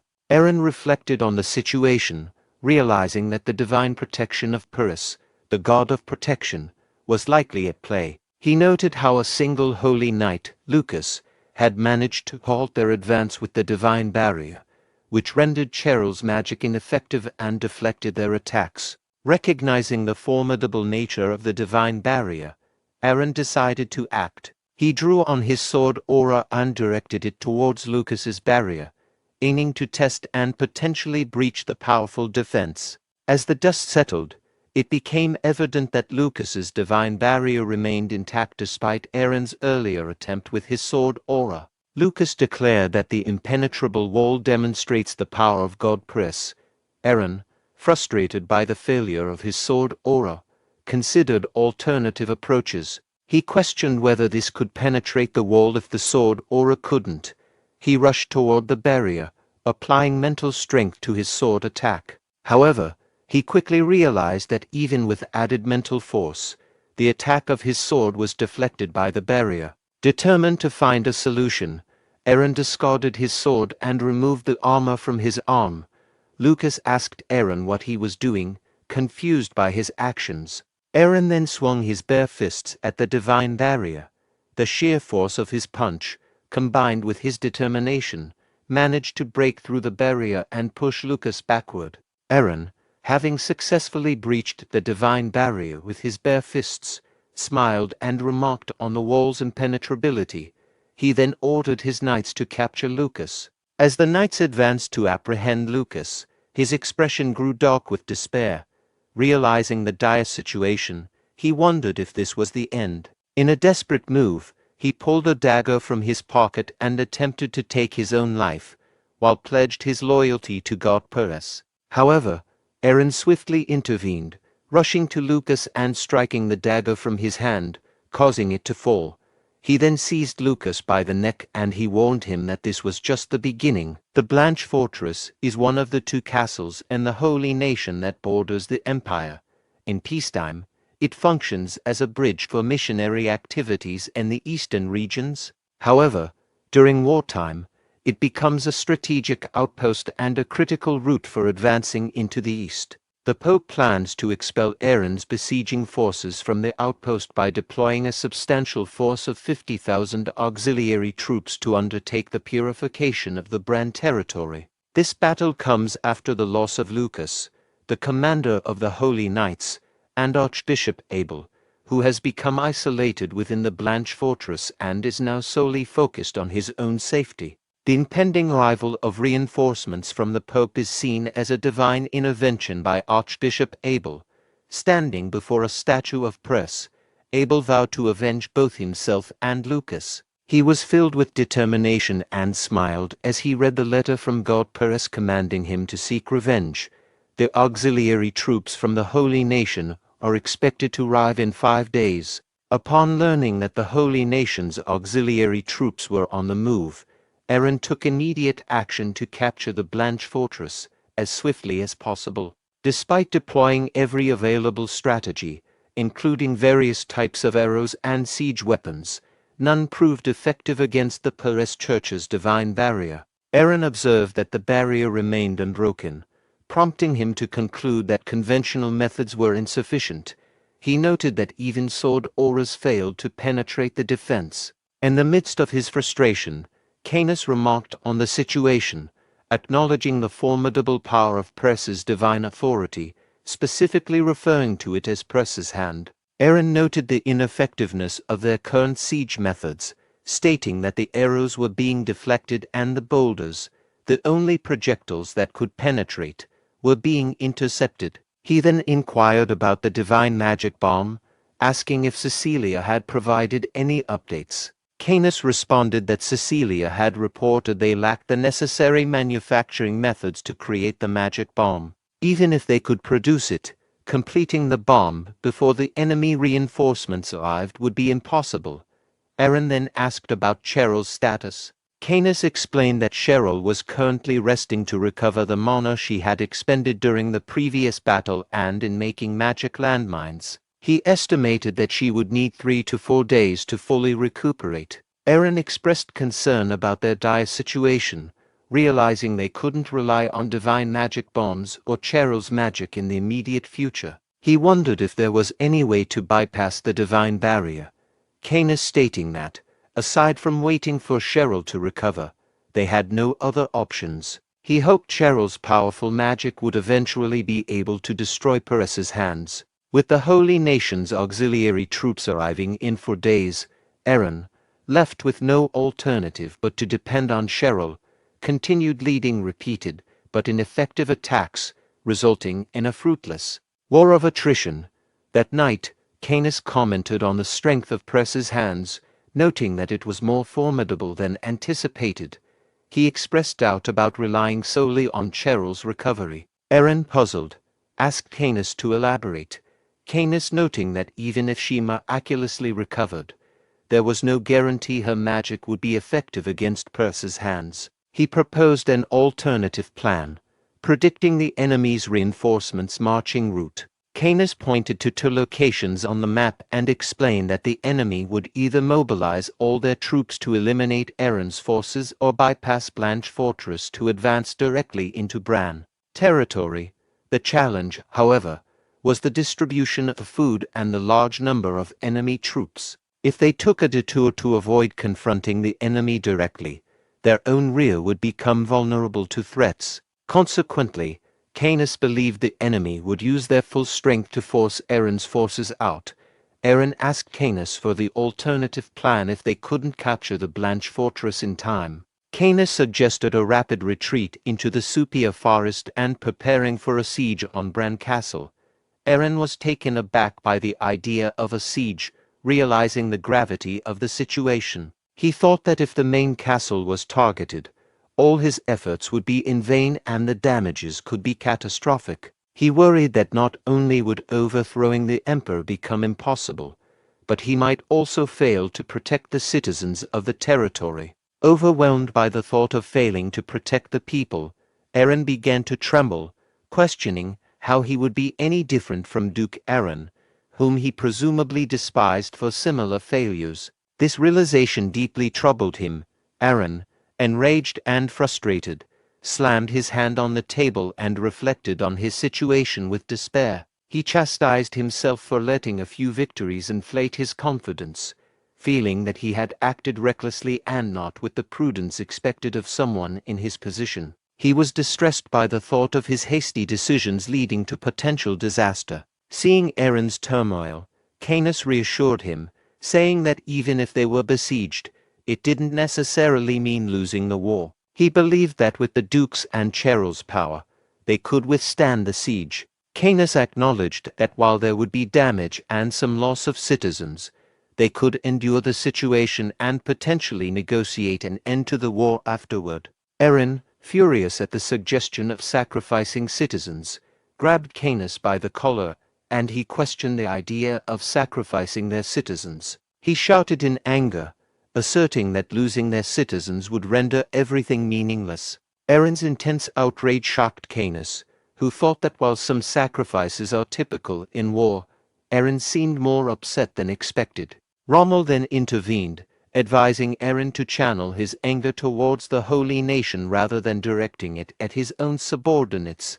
He reminded Aaron that there were still 3 days left to act. Aaron immediately released Canis and apologized respectfully, acknowledging that he was overly agitated and assuring Canis that such behavior would not recur. Canis accepted the apology, stating that as the Lord's strategist, it was his responsibility to provide the best possible plans. He committed to finding a way to capture Blanche Fortress and assured Aaron that he would do his best to resolve the situation. During their discussion, Cheryl suddenly interrupted by exclaiming, 200,000 gold, surprising everyone and redirecting their attention to her. Cheryl, noticing her frustration, questioned why nothing seemed to be working in her absence. She asked if they had considered using blizzards or similar techniques. Aaron responded that he hadn't tried that yet, but noted that sword auras had proven ineffective against the barrier. Cheryl, frustrated, challenged Aaron's resolve, asking if their failure was due to the weakness of the methods or the lack of determination. She scolded him, saying that if he was committed to avoiding citizen casualties, he shouldn't have started the war. If he had decided to fight, he should have used all available means to succeed. Aaron was taken aback by Cheryl's criticism, reflecting on whether he had truly done his best. As Cheryl began to walk away, Rommel inquired about the 200,000 gold she mentioned. Cheryl explained that it was the amount she would receive for destroying the divine barrier, indicating her readiness to tackle the challenge and her value in resolving the situation. Frustrated and reflecting on Cheryl's words, Aaron acknowledged that they needed to use any means necessary to secure victory. His gaze fell on his sword, contemplating their current predicament. Meanwhile, Cheryl moved towards the Blanche fortress, considering the enormity of the task ahead. She recognized that she was using an unusual attribute of her magic that required significantly more mana than she currently had. Despite her uncertainty about whether she could achieve the destruction in her present condition, she believed this was the only way to destroy the fortress in one decisive strike. As Cheryl began casting her spell, and she summoned a water spirit, seeing the spirit she thought to herself that the energy still felt insufficient. Feeling increasingly nervous, she realized she might need 1 or 2 more days of rest to fully recharge. However, she was reluctant to admit her limitations after having been so confident and boastful about her capabilities. Cheryl's contemplation was interrupted when Aaron placed a hand on her shoulder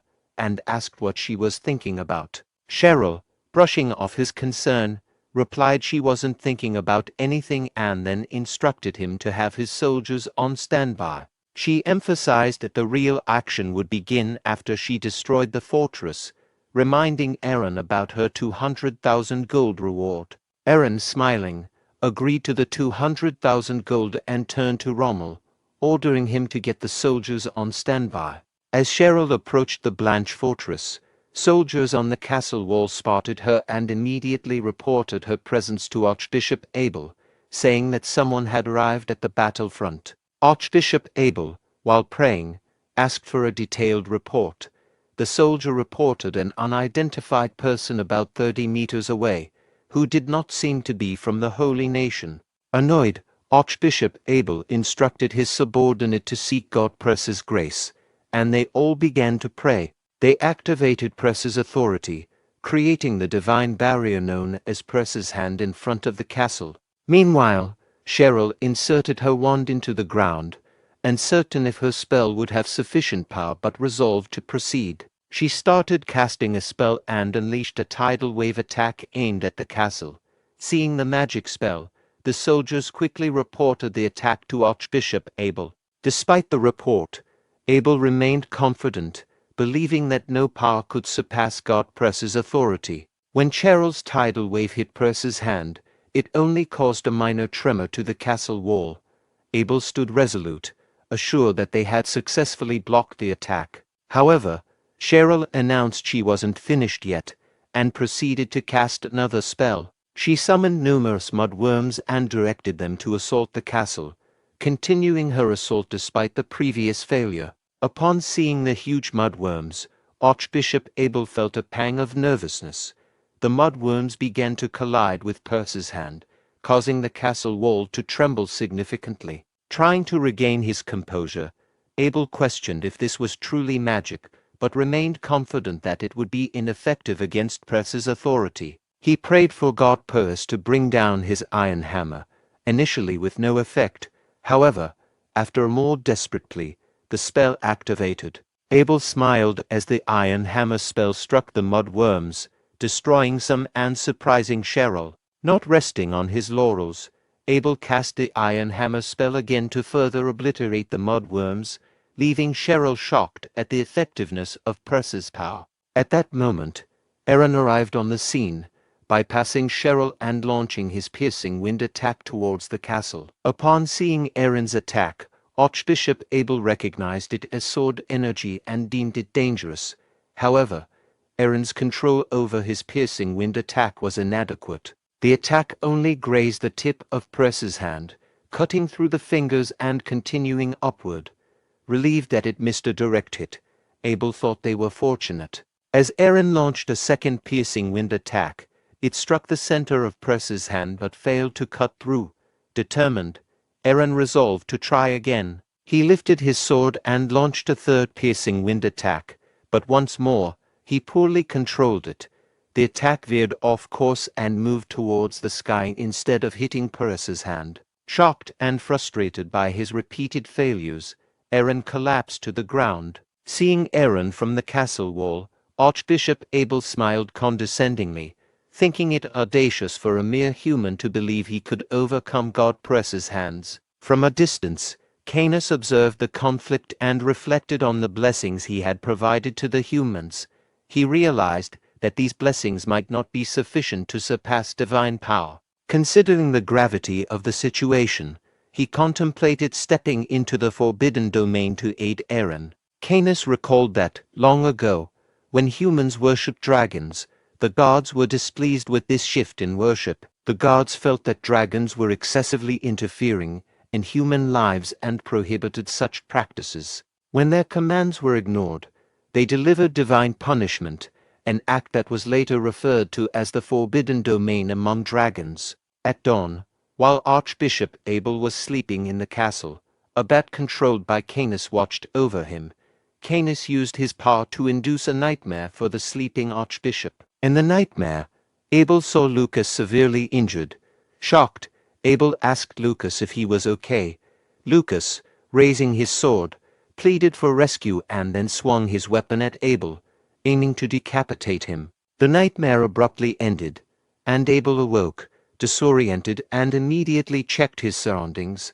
Confused, he questioned why Lucas was asking for help when he was certain Lucas had died. Archbishop Abel began praying, asking God Perseus to comfort Lucas's soul and grant him the power to save Lucas if the dream was real. From the perspective of his controlled bat, Canis observed Abel's distress and thought that if they couldn't break through from the outside, he would need to undermine them from within. Canis then felt a chilling sensation, suspecting it was a sign of divine retribution from the forbidden domain. He looked to the sky, resigning himself to the belief that he would soon face God's punishment. The next afternoon, 2 days before the arrival of reinforcements, Abel stood on the castle wall, contemplating the revelation that Lucas was still alive. Archbishop Abel was interrupted by a soldier reporting that the enemy seemed to be retreating.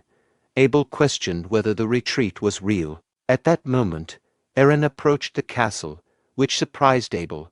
Aaron stopped and sent a pigeon carrying a letter through Perseus' hand. The pigeon landed on Abel's hand, and Abel retrieved and read the letter. The letter promised that while they will retreat today, Aaron will eventually destroy the cult entirely. To prove his words are true, he will execute a cultist in their grasp to demonstrate his resolve. Fuming with anger after reading the letter, Abel cursed Aaron, referring to him as a cultist bastard.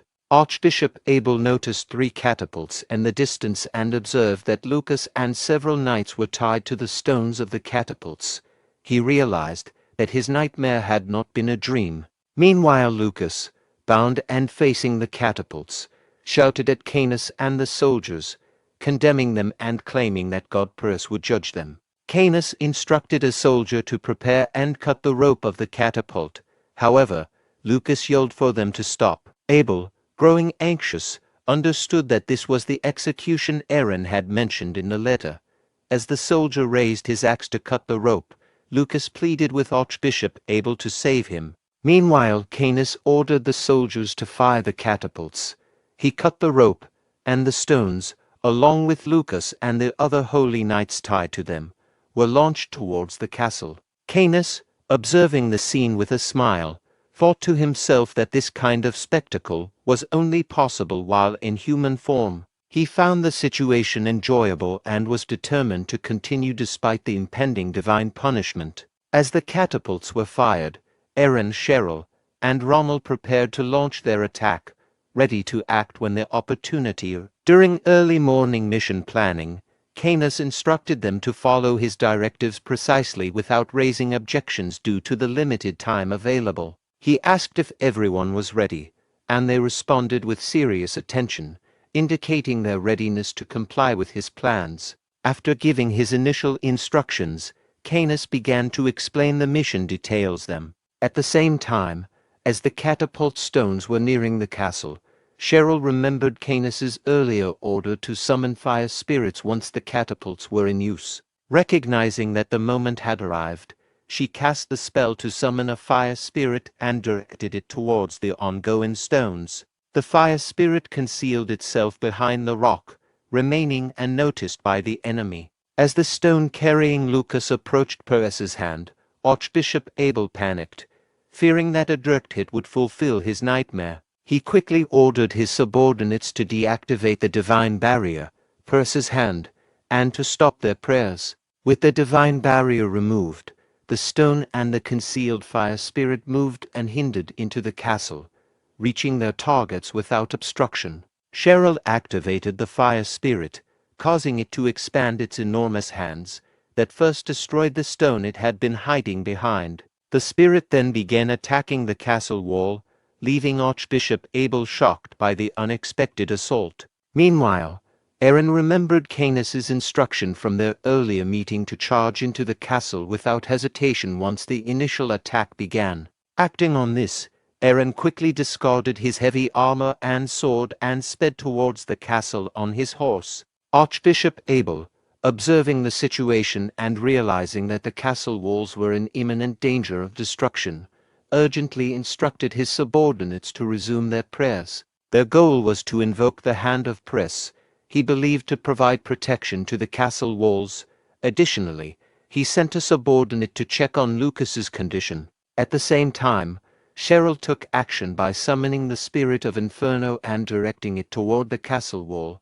Archbishop Abel and his subordinates began their prayers, and the hand of Pervious began to envelop the castle wall in protective energy. However, before the protection could be fully established, the Inferno spirit, summoned by Cheryl, attacked and destroyed the already damaged part of the wall. This caused concern among Abel's subordinates, who turned to him for guidance.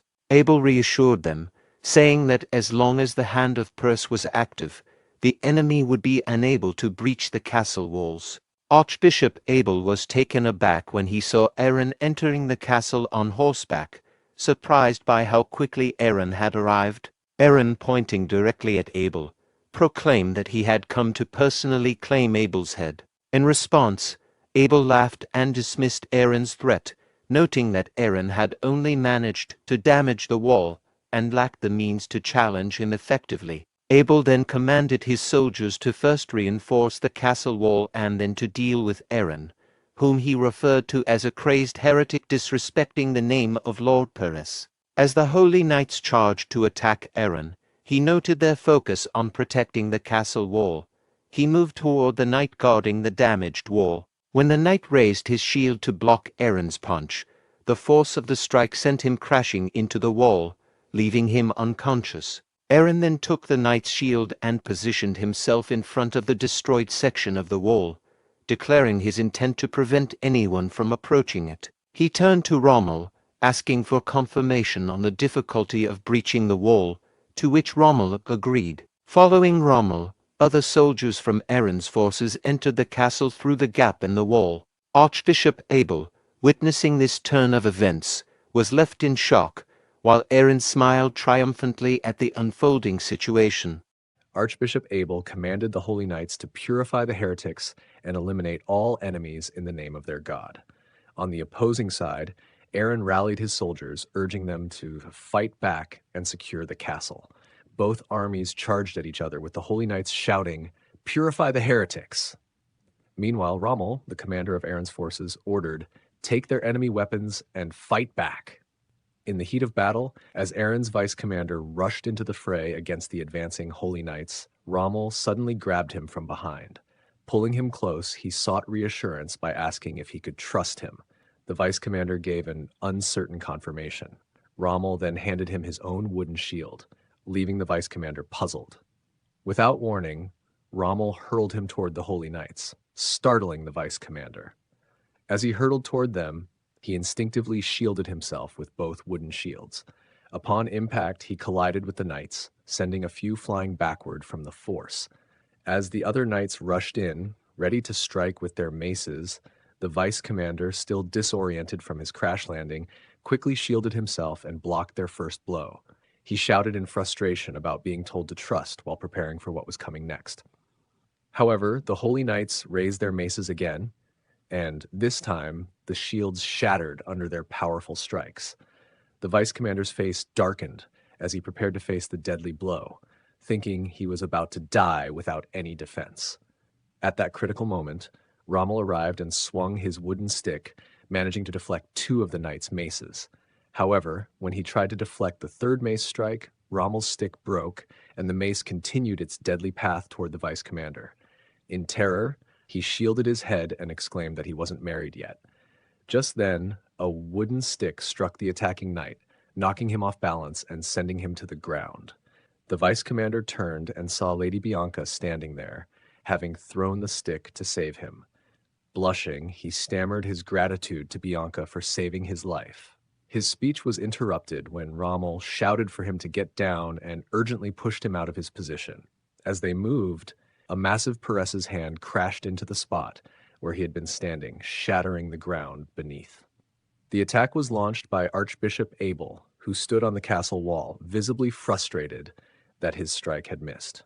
Aaron, furious, questioned the audacity of Abel. Despite the challenge to reach the castle wall in one jump, he considered trying the leap. As he prepared to leap toward Archbishop Abel, he noticed three maces hurled at him from behind by the Holy Knights. He quickly dodged them and turned to see a large group of Holy Knights charging at him. Aaron channeled his mental strength into his stick and swung it forcefully, sending the knights flying back. While distracted by the Holy Knights, Archbishop Abel manifested Perez's hand to attack Aaron, which he barely managed to dodge. Then Aaron spotted a group of Holy Knights and immediately charged toward them. Alarmed by his approach, the knights quickly drew their shields, forming a solid wall of defense. Undeterred, Aaron used their shields as stepping stones, propelling himself into the air toward Archbishop Abel, who stood high on the castle wall. Aaron landed gracefully on the wall, surprising the archbishop. Shocked, Archbishop Abel questioned the situation, and Aaron ominously declared that Abel was next. Without hesitation, he rushed toward the archbishop. Sensing the danger, Archbishop Abel called out to the Holy Knights, ordering them to stop Aaron. The Holy Knights quickly moved in front of their leader, raising their shields as they began chanting a prayer. In response, Perez's hand formed in the air, intended to block Aaron's path. Undeterred, Aaron charged forward, his stick glowing with his mental strength. He struck the giant hand, but to his surprise, the hand deflected his attack. Aaron was startled to realize his mental strength had been blocked. Archbishop Abel watched with a smug smile, confident in his defense. Refusing to back down, Aaron continued his relentless assault, pouring more and more of his mental energy into each strike. However, just as he thought he was breaking through, his stick snapped under the pressure. In that moment of vulnerability, Archbishop Abel prepared a massive Perez's hand, but Aaron swiftly dodged, leaping backward to avoid the blow. His eyes narrowed, realizing the battle was far from over. Archbishop Abel expressed disdain and threatened Aaron and his subordinates with severe punishment for their heretical actions. Abel's laughter and harsh words indicated a complete lack of sympathy for Aaron's situation. Aaron, in response, became anxious and started sweating heavily. He reflected on his previous decisions and regretted not taking more decisive action when his team's morale was still strong. Aaron remembered Kynas's words from the morning planning meeting. Kynus stated, "Before the enemy's reinforcements arrive, they must capture Blanche Castle and set up a defensive line. To achieve this, they need to defeat their leader quickly and compel them to surrender." Aaron acknowledged Kynas's point, but noted it was more complicated than it appeared. With a new idea in mind, Aaron turned to Rommel and asked him to toss a weapon his way. Rommel quickly threw a mace he had taken from a holy knight at Aaron. Aaron caught it and charged at the Peress's hand that was protecting Archbishop Abel. He leaped into the air, enhancing the mace's attack power with his mental strength. Meanwhile, Archbishop Abel declared that the hand of Peress is indestructible, but Aaron wasn't targeting the Peress's hand in the first place. Instead, he struck the castle wall where the Holy Knights were stationed, causing it to collapse and making them fall. As the dust settled, Aaron approached Archbishop Abel and stated, "Humans might not win against divine powers, but I wonder if that still holds when humans wield those powers." Aaron angrily told Abel not to compare themselves to God when they were merely using his power. Archbishop Abel's face twisted in anger as he gritted his teeth. He jumped backward and declared that, with his power, they were unbeatable. Without wasting a moment, he began casting Peress's hand, summoning a massive fist that lunged toward Aaron. Aaron swiftly dodged the attack. Archbishop Abel then summoned multiple fists and directed them at Aaron, but Aaron skillfully dodged by leaping to the side of the wall. Without hesitation, he rushed toward the archbishop, aiming for a swift counterattack. Archbishop Abel, however, evaded the strike by jumping backward once more. As Aaron prepared to close in, Archbishop Abel's subordinates began praying. Aaron mocked him for running despite claiming to be invincible. He charged at the archbishop, closing the gap rapidly. Before Aaron could strike again, more fists manifested, this time conjured by Archbishop Abel's subordinates. They sent the fists flying toward Aaron. With his exceptional speed, Aaron dodged most of the attacks, but one fist managed to land a blow. Archbishop Abel smiled smugly, believing the hit had incapacitated Aaron. But in the next instant, his expression turned to shock. Aaron, defying expectations, was holding back the fist that was supposed to have struck him down. As Aaron braced himself, he thought, although his sword energy can't cut through Peress's hand, it looks like it can't crush him either. All right, he can handle it if it's small enough. With that, he crushed the small fist that had been holding him back. While he was focused on that, Archbishop Abel, enraged, marked Aaron with his power and demanded his death. He unleashed a massive Peress's hand toward Aaron. Aaron tried to retreat, but he noticed his leg being grabbed by a smaller Peress's hand, immobilizing him. Realizing he couldn't dodge the attack, panic briefly set in. At the same time, Rommel noticed Aaron's dire situation and shouted in worry for his lord. Without hesitation, Aaron dropped into his fighting stance. He infused his mace with all the mental energy and dragon blessings he could muster, and with every ounce of his strength, he struck the incoming Peress's hand. After a brief struggle, Aaron managed to deflect the colossal hand away. Archbishop Abel stood in shock, unable to believe his godly power had been repelled. Before he could process it, Aaron hurled his mace directly at the archbishop, striking him with such force that Abel staggered backward and fell to the floor. Aaron taunted Archbishop Abel, suggesting that his god had betrayed him despite his claim of being invincible. Archbishop Abel, in shock, asked who Aaron was, and Aaron responded that he was a human who returned from the dead and who was never invincible like Abel and his kind. Just like Kynus planned, Aaron managed to defeat Abel, the leader of Blanche Castle. Although time was tight, he managed to buy some time to establish a defense line before the reinforcements from the Holy Empire arrived. During dinner, Aaron asked Kynus if their plan was to stay in Blanche Castle after successfully taking it, while the enemy mobilized a portion of their 50,000 troops into the territory of Brahn. Kynus confirmed this, explaining that the enemy intended to use this strategy to distract them from Blanche Castle. Aaron expressed frustration, noting that they seemed to face one problem after another. Kynus proposed a plan to prevent the enemy from mobilizing their troops into Brahn, but warned that it involved significant risk. Aaron asked for details, and Kynus explained that the plan was to intercept the enemy by positioning their troops strategically before the enemy could divide their forces. Rommel pointed out that this interception would mean facing 50,000 enemy troops with only 10,000 of their own. Aaron expressed confidence that, given the right circumstances and with both him and Cheryl involved, they could succeed with Kynas's plan. However, Kynas surprised everyone by stating that Aaron should be excluded from the plan. Kynas explained that this exclusion was meant to enhance their chances of winning the war. Confused, Aaron asked for clarification, and Kynas confirmed that Aaron's exclusion was intentional, with the goal of concluding the war within 1 week. Late at night in his bedroom, Aaron reflected on Kynas's plan, uncertain about its effectiveness. He felt flustered and decided to lie down on the bed, reasoning that even if he was unsure, Kynas had been accurate before. He resolved to get some rest to regain his energy. Just then, he heard a knock on his door and quickly sat up, recalling Rommel's earlier warning about potential traces of the Holy Empire in the castle. Flustered, Aaron wondered if the knock came from remaining troops. After calming down, he reasoned that if it were troops, they likely wouldn't knock. As the door began to open, Aaron asked who it was and was surprised to find Cecilia standing there, which left him feeling confused. Cecilia approached Aaron and requested a private conversation, causing Aaron to feel nervous. He suggested discussing it the next morning if it wasn't urgent. To his surprise, Cecilia sat next to him on the bed, rested her head on his shoulder, and insisted that the matter was urgent. Aaron, feeling this situation was dangerous, thought to himself that he needed to distance himself from her. Cecilia informed Aaron that Lord Vivian had called for her. Aaron, surprised and concerned, asked if this meant she had to leave. Cecilia clarified that both she and Aaron were being summoned. Confused, Aaron asked why he was being called and inquired about the existence of God, expressing his uncertainty about the situation. Cecilia explained that the Vivian Order originated in the ancient ruins behind Blanche Castle. Due to the Paris Order's takeover of the castle, she couldn't approach the ruins even when summoned by Lord Vivian. However, with the current situation, she saw an opportunity to fulfill her mission, and she thanked Aaron for making this possible. Aaron, feeling flustered by Cecilia's cuteness, reminded her that they were not finished and that the war was still ongoing. Unexpectedly, Cecilia hugged Aaron and asked if he would go with her once the war was over.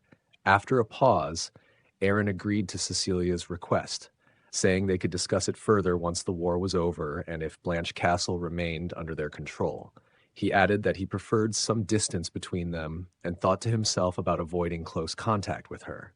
Cecilia responded that since Aaron was doing her a favor, she would reciprocate. She then stood up to leave, saying she would be going. Just before leaving, she asked Aaron if he knew what kind of god Lord Vivian was. Aaron, still confused by the situation, didn't have a clear response. Cecilia revealed that Lord Vivian is known as the one and only god of love, which surprised Aaron, who thought to himself about this designation. The next day, at the camping grounds of the Holy Empire reinforcements, Archbishop Langda, the commander, was sleeping soundly. He was abruptly awakened by shouting outside about a fire and the need for water and to calm the horses. Confused, he wondered what fire was being referred to. Upon exiting his tent, he saw a fire in the distance and quickly grabbed a nearby Holy Knight, asking where the fire was. The Holy Knight informed Archbishop Langda that the fire was near the supply wagons, which shocked Langda. Meanwhile, a fire spirit was climbing on top of the supply wagons and spreading fire.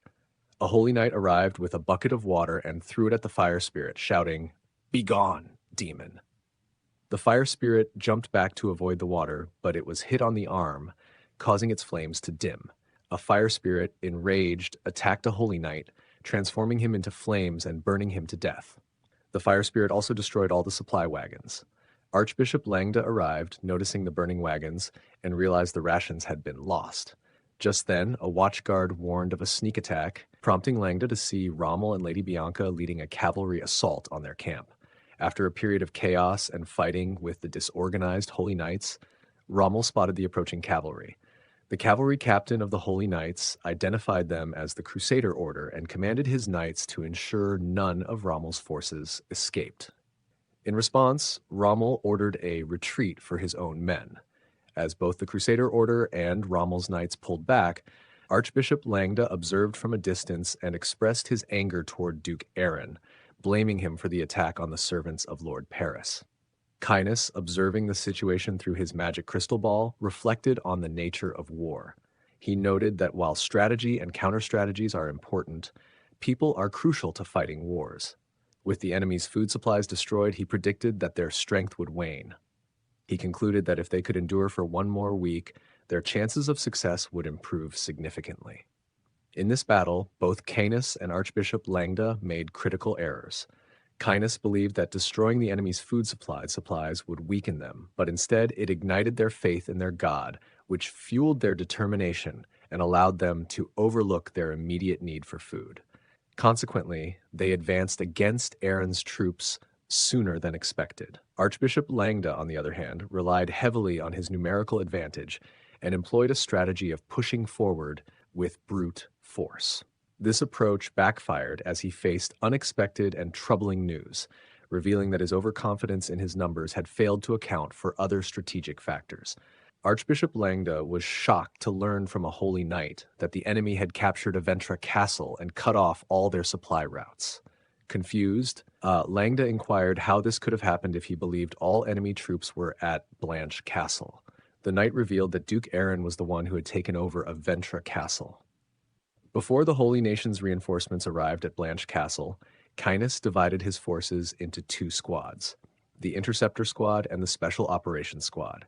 The Interceptor Squad was tasked with delaying the reinforcements, while the Special Operations Squad aimed to seize Aventra Castle, a key supply source.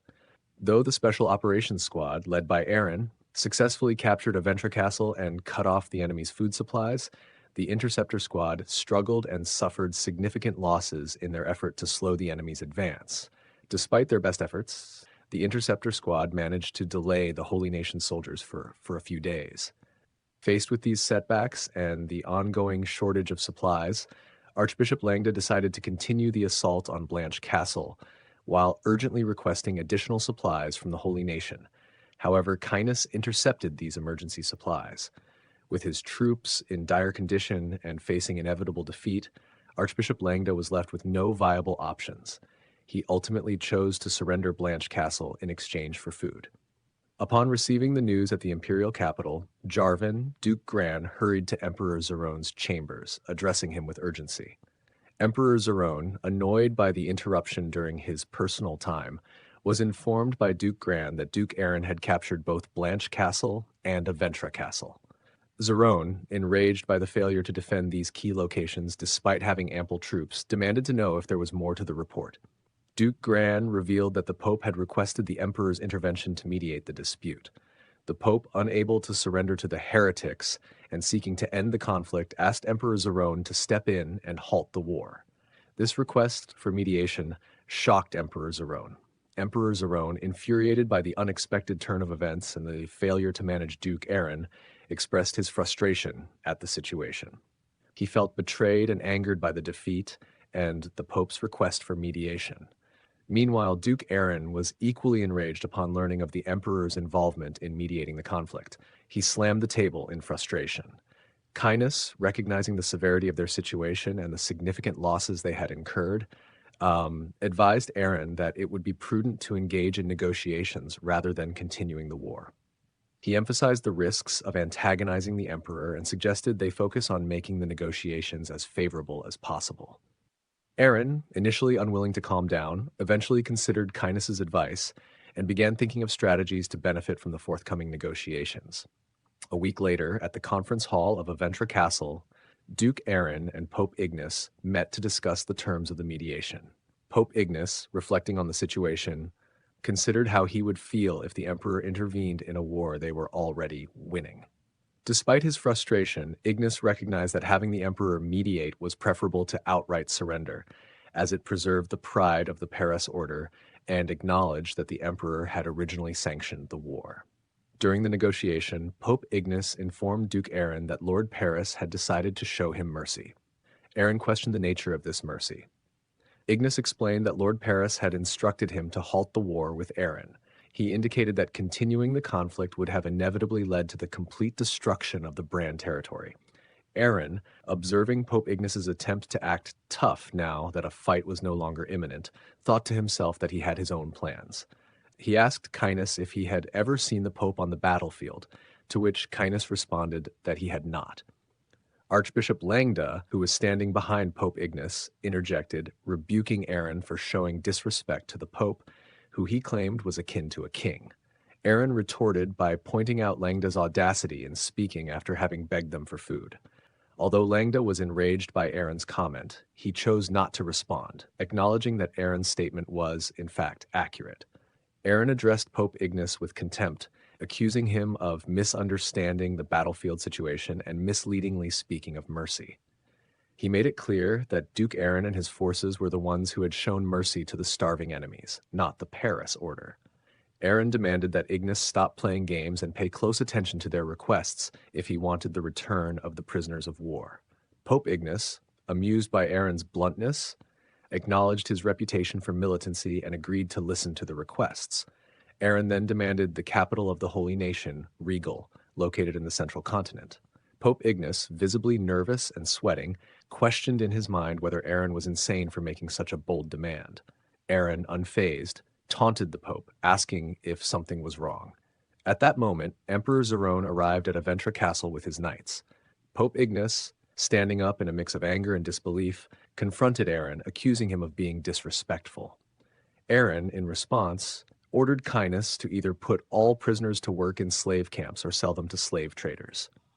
As tensions escalated, one of Emperor Zerone's knights announced the arrival of the emperor, commanding everyone to rise and acknowledge the dignity of his majesty, Emperor Zerone.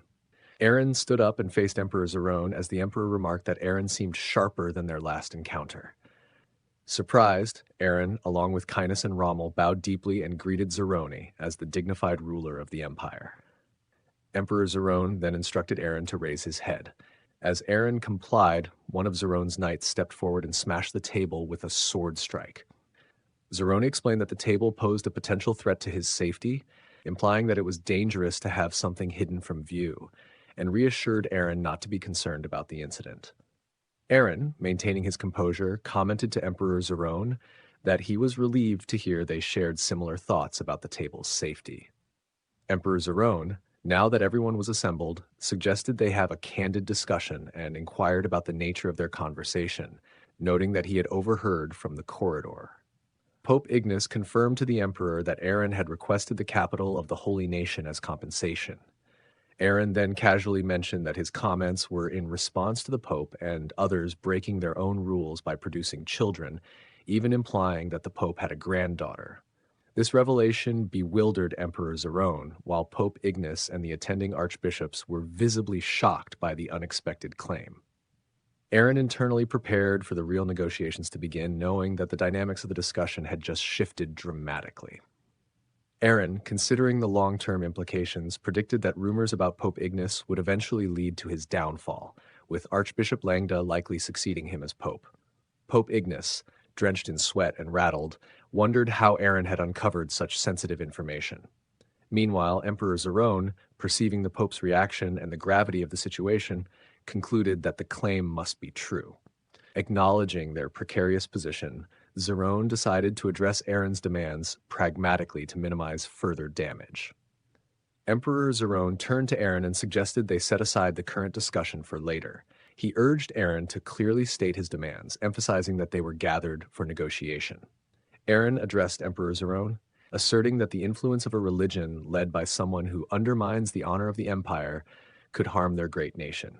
He proposed expelling the Paris order to the western continent to prevent their influence from spreading further. Consequently, Aaron requested control over Blanche and Aventra castles, as well as Regal, the capital of the Holy Nation. Pope Ignace, enraged by Aaron's demands, stood up and shouted in protest. Emperor Zerone quickly intervened, instructing the Pope to maintain courtesy, causing Ignace to return to his seat. Zerone then turned to Aaron, asking if he knew the magnitude of his demands and the seriousness of the situation. Aaron acknowledged the gravity of his demands, but emphasized that they were necessary to protect the honor of the empire. Emperor Zerone expressed understanding of Aaron's desire to safeguard the empire, but questioned the truth of Aaron's claim about the Pope's granddaughter. Pope Ignace vehemently denied the claim, insisting it was false. Aaron then posed a provocative question, asking if the Pope would accept his granddaughter becoming a slave if she were found. Ignis, insisting that no such granddaughter existed, questioned how Aaron could make her a slave if she didn't exist. At this point, Aaron called upon Sir Rommel, who responded affirmatively. Aaron instructed Rommel to send people to the winter villa of Alpis to locate its owner, asserting that the person found there would be the Pope's granddaughter. Rommel confirmed that they already had reports confirming the granddaughter's presence and were waiting for Aaron's orders. Pope Ignis, now visibly distressed, stood up and declared no, contradicting his earlier denial of having a granddaughter. Aaron challenged Ignis, questioning his denial in light of the new evidence. Emperor Zerone, observing the Pope's nervousness and sweating, attempted to shield him by expressing doubt about Aaron's claim. Zerone hoped that Ignis would refute Aaron's assertion and salvage the situation, while internally preparing for the potential fallout. Pope Ignis, despite his nervousness, insisted that Aaron's claim about his granddaughter was false. Aaron pressed him, questioning if he was truly fine with her becoming his slave. Ignis responded that it was a mistake from his past and explained it occurred before he became a follower of the Pervious Order.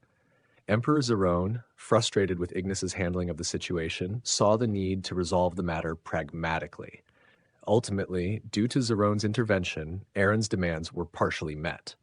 An agreement was reached for a truce lasting 2 years, with a promise from Aaron not to spread rumors about the Pope. In exchange for the release of the Holy Nation's prisoners, Aaron was granted control over Blanche Castle, the former territory of the old Vivian Order. Additionally, the Holy Nation agreed to pay 5,000 gold in reparations, acknowledging Aaron's victory. After the meeting, Cainus and Aaron stood on the wall of Blanche Castle, watching as the Holy Nation's knights withdrew to their territories. Cainus, reflecting on the recent events, asked Aaron how he had known about the Pope's granddaughter and when he had sent people to find her.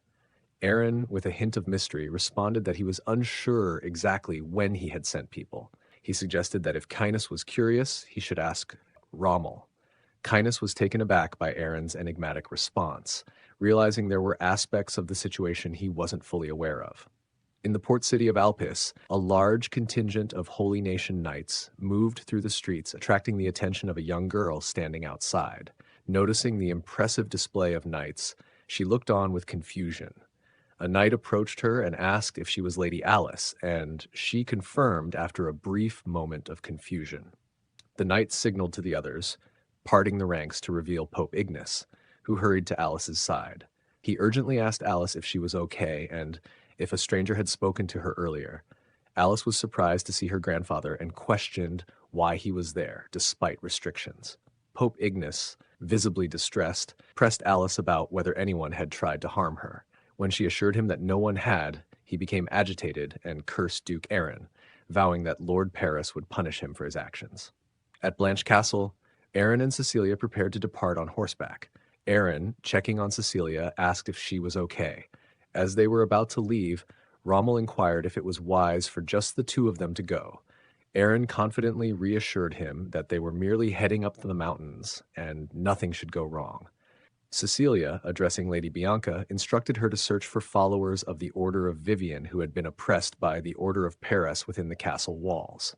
She emphasized the need to find them for the revival of the Order of Vivian. Bianca confirmed she understood Cecilia's instructions and would search for the oppressed followers. Aaron, preparing to leave, asked Cecilia if she was ready. Just then, Cainus arrived on horseback and greeted Aaron, who was surprised and questioned why Cainus was joining them. Cecilia explained that Lord Vivian had requested the presence of a tactician, which included Cainus. A short while later, they reached the ruins of Vivian's temple. Cecilia pointed out the ancient white structure and stated that it was the Vivian Temple. Aaron, observing the significant drop and wide gap between their current location and the temple, stated it would be hard to cross due to the gap and strong winds unless they could fly. Cecilia explained that only the chosen can cross, regardless of whether one can fly. Cecilia then prayed, asking Lord Vivian to open a path for them. Miraculously, a bridge formed, connecting them to the temple. Cecilia invited both of them to proceed inside. As they entered, Aaron noted the large yet empty space and spotted a figure in a black cape. To his astonishment, the figure turned out to be a child. Cecilia bowed and addressed the child as Lord Vivian, confirming the child's identity as the divine figure. Lord Vivian approached and sternly asked Cecilia how long she expected him to wait. leaving both Aaron and Kynus in shock at the revelation. Cecilia explained to Lord Vivian that unfortunate circumstances had delayed her arrival. Lord Vivian acknowledged this, but expressed dissatisfaction with the delay, though she decided to overlook it because Cecilia had brought them with her. Aaron, puzzled by the reference to them, was unsure about the context. Lord Vivian then addressed Aaron directly, asking if he had a problem. Aaron quickly reassured her that he didn't, while reflecting that, given her divine status, he had expected Lord Vivian to exude a more mythical presence. He then realized that she might be able to read minds. At that moment, Kynus bowed to Lord Vivian and asked for the reason behind their summoning. Lord Vivian gave him an irritated look and, telepathically, chastised him for his impatience, instructing him to wait. Nervously, Kynus agreed. Lord Vivian then instructed Aaron to close his eyes and took both of his hands, surrounding herself and Aaron in her aura. They instantly vanished from Kynus and Cecilia's view. When Aaron opened his eyes, he found himself and Lord Vivian on a mountain behind the temple. Lord Vivian reassured him not to worry about falling and asked if he understood the reason for their meeting. Aaron admitted he was unsure. Lord Vivian remarked that everything in the world has a reason, using this to justify her actions as she kicked a massive boulder off the mountain. Aaron, alarmed, watched as the boulder rolled toward the temple where Kynus and Cecilia were. The boulder crashed into the temple, destroying it and sending dust into the air. Aaron, anxious and worried for Kynus and Cecilia, questioned Lord Vivian's morality, asking if it was appropriate for a god to play with people's lives. Lord Vivian denied any wrongdoing, instead pointing to the boulder, which had inexplicably reappeared in the spot where the boulder had been. Aaron, surprised, tried to see what was happening at the temple below. Lord Vivian assured Aaron that the temple was intact and that Kynus and Cecilia were safe, explaining that the boulder was meant to be a metaphor. The boulder represented a threat, Zerone, and the temple symbolized the Brahn territory. Aaron was taken aback, realizing that Gayle was a name he used in his past life before his regression. He began to question the significance of his rebirth as Duke Aaron and the role Lord Vivian played in it. Lord Vivian told Aaron that everything has a reason, including why she saved him and that he has a destiny to fulfill. When Aaron asked for clarification about this destiny, Lord Vivian encouraged him to live his life fully to understand it. Frustrated, Aaron questioned the purpose of being given information he couldn't grasp and inquired about the whereabouts of Duke Aaron. Lord Vivian, after a moment of silence, told Aaron that he would eventually meet Duke Aaron on his journey, though he wouldn't appear as Aaron remembered. Confused, Aaron asked for clarification. Lord Vivian then abruptly shoved Aaron off the mountain, leaving him plummeting and screaming in shock. Aaron soon lay unconscious on the ground, where Cecilia and Kynus frantically tried to wake him up. He eventually awoke with a start, and Cecilia, anxious, asked if he was okay. Aaron, disoriented, questioned his location and why they were in front of the temple. He then urgently asked about Lord Vivian's whereabouts. Cecilia explained that they hadn't met Lord Vivian, suggesting it wasn't the right time for such a meeting. Aaron, bewildered, insisted that they had entered the temple and encountered someone who looked like Cecilia. Cecilia reassured him that they had been at the front of the temple the entire time. Shocked and confused, Aaron tried to make sense of the situation. Cecilia, acknowledging Lord Vivian's refusal to meet them, suggested they hope for another opportunity in the future. The group then mounted their horses and began to return. Kynus, feeling anxious, wondered if the inability of humans to remember things was related to their nature. He remembered Lord Vivian's earlier warning that he would be punished for his deep involvement in the human world. He would lose the ability to cast magic while in his human form, with severe pain as the consequence for defying this rule. Kynus regretted coming for mere entertainment and now feared for his life, questioning how he would handle the unfolding events. Meanwhile, in the imperial capital of Jarvan, a group of beggars sat along the roadside. One of the beggars, with a bandaged head, pleaded for help, asking for any money for his starving family. Another beggar, wearing a black cape, requested leftover bread instead of money. The third beggar remained silent, focused on Duke Rhaenon's departing carriage. Inside the carriage, Duke Rhaenon reflected on Duke Aaron's recent victory over the Holy Nation and the consequent territorial expansion. He also considered the implications for Duke Aaron, suggesting the Emperor might turn his attention to him. Suddenly, the carriage came to a halt, causing Duke Rhaenon to fall. He looked out and demanded to know what was happening. The coachman, unable to hear him clearly, yelled at someone blocking the way. When Duke Rhaenon repeated his question, the coachman explained that the beggar claimed to be Duke Aaron. Shocked, Duke Rainon stared at the beggar in disbelief. The former Duke Aaron, now a beggar, recounted his story to Duke Rainon. He revealed that he was killed by Emperor Zerone 20 years ago, but had somehow returned to life. Duke Rainon, a relative of the royal family and a loyal supporter of the previous emperor, struggled to believe this extraordinary tale. The beggar explained that he sought out Rainon because he might trust him, given their shared history. To further prove his identity, the beggar removed his cape to show his changed appearance from when he was Duke Aaron. The beggar was forcibly removed from the carriage by the coachman, who angrily berated and spat on him, accusing him of lying to nobles. Despite this harsh treatment, the beggar continued to plead his case to Duke Rainon, insisting he was telling the truth. Duke Rainon, after a moment of consideration, decided to return to his state and left the beggar behind. As the carriage drove away, the beggar reflected on his situation, acknowledging his own doubts about his story and realizing that gaining Rainon's trust would be difficult. He was determined not to repeat past mistakes and felt that the promise made to his father was now irrelevant. He resolved to focus all his efforts on attacking the emperor as his top priority. Despite lacking the dragon's blessing, his duke title, and having nothing, he recognized the need to focus on gaining power and growing stronger first. Bianca was frustrated about the lack of new recruits for expanding the Brand territory's influence and felt that recruiting was her primary responsibility.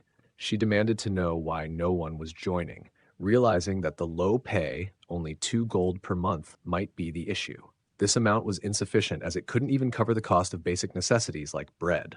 Bianca was outraged by the inadequate pay and destroyed the recruitment board in anger. The vice commander was impressed by her passionate response, while Cecilia felt anxious witnessing Bianca's fury. From a distance, Aaron inquired if there was a problem with the pay estimate, which should be consistent with previous rates. Kynes directed him to observe the people loitering near the stall without making it obvious. Aaron noticed 2 individuals watching them, and Kynes explained that they were spies hired by the Emperor to monitor their activities more closely after their recent victory.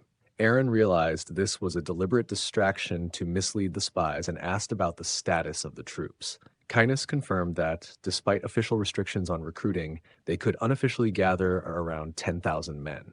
Aaron was surprised by this number. Kynes explained that they had discovered a hidden city beneath Blanche Castle where followers of Vivian had taken refuge from the followers of Paris. Knight Commander Rommel was expected to be recruiting troops for the Brand territory with a monthly pay of 10 gold. Aaron considered this pay rate ideal for organizing a defense squad and asked if everything was going well. Kynes acknowledged that the 10,000 men would be sufficient to defend Blanche Castle and the surrounding area, but stressed the need for a larger force of 50,000 to protect their territories effectively. Aaron was frustrated, questioning how they could achieve this and lamenting the cost of replenishing their troops. He feared that without significant resources, they might end up as a powerless territory despite their victories. Kynes pointed out that they were vulnerable to potential attacks from the Holy Nation and were lacking in economic and military strength. He emphasized that their best option was to focus on generating money to recruit more soldiers. Aaron suggested taking a break for the day and returning to Brand Castle to strategize on how to earn more money.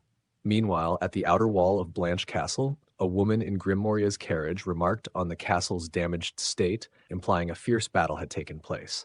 Grim Moria commented that Duke Aaron, known for being relentless against his enemies, was capable of such damage. The woman wondered if Duke Aaron ruled through fear, as the stories suggest. Grim Moria confirmed that this is his reputation in the Western continent. The woman expressed that this perspective made the situation more intriguing for her. In the conference room at Blanche Castle, the woman and Grim Moria joined Aaron and Kynes. The woman didn't introduce herself and stated that she was there to see the ruler of the North. Aaron questioned this title, and she responded by highlighting his achievements and conquests from the Holy Nation, implying that he deserved such a title. Annoyed, Aaron told her to get to the point. She began to talk about merchants seeking profit, but was interrupted when Aaron drew his sword and pointed it at her, threatening her to stop wasting his time with her irrelevant talk. Grim Moria gave Aaron a thumbs up, thinking that using the rumors about Aaron to their advantage could be beneficial during negotiations. Aaron then demanded to know the purpose of their visit and insisted on revealing the woman's identity. She removed her mask and introduced herself as Princess Luvia of the Samad Kingdom, an island nation between the central and western continents. Despite its small size, Samad Kingdom controls a significant portion of the trade between these continents, and Princess Luvia leads the most influential trade group in the kingdom. She came with a business proposal. Aaron thought about the Samad Kingdom and its fate in the upcoming conquest of the Western continent in 10 years. He then invited Princess Luvia to present her business proposal. Luvia proposed building a storage area for goods coming from the Western continent.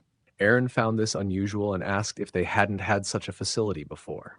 Luvia explained that while the castle was under the control of the Holy Nation, they had been unable to secure approval to build a storage area because the Holy Nation viewed them as heretics. Aaron understood that since ownership of the castle had changed, Princess Luvia wanted approval for her proposal to build a storage area. Luvia confirmed this with a nod. Aaron then inquired about what she could offer in return. Luvia promised that with more trade goods passing through the area, they would have the opportunity to collect more taxes. Aaron's demeanor shifted to seriousness, and he indicated he needed to rest, instructing Canis to see the guests out. As Aaron began to leave, Luvia, flustered, abruptly mentioned holy water. Aaron was puzzled by this sudden statement and asked for clarification. Luvia then specified that while the current tax rate was 15%, she was proposing that, in exchange for increasing the tax rate to 20% on their trade goods, she wanted control over the distribution of holy water.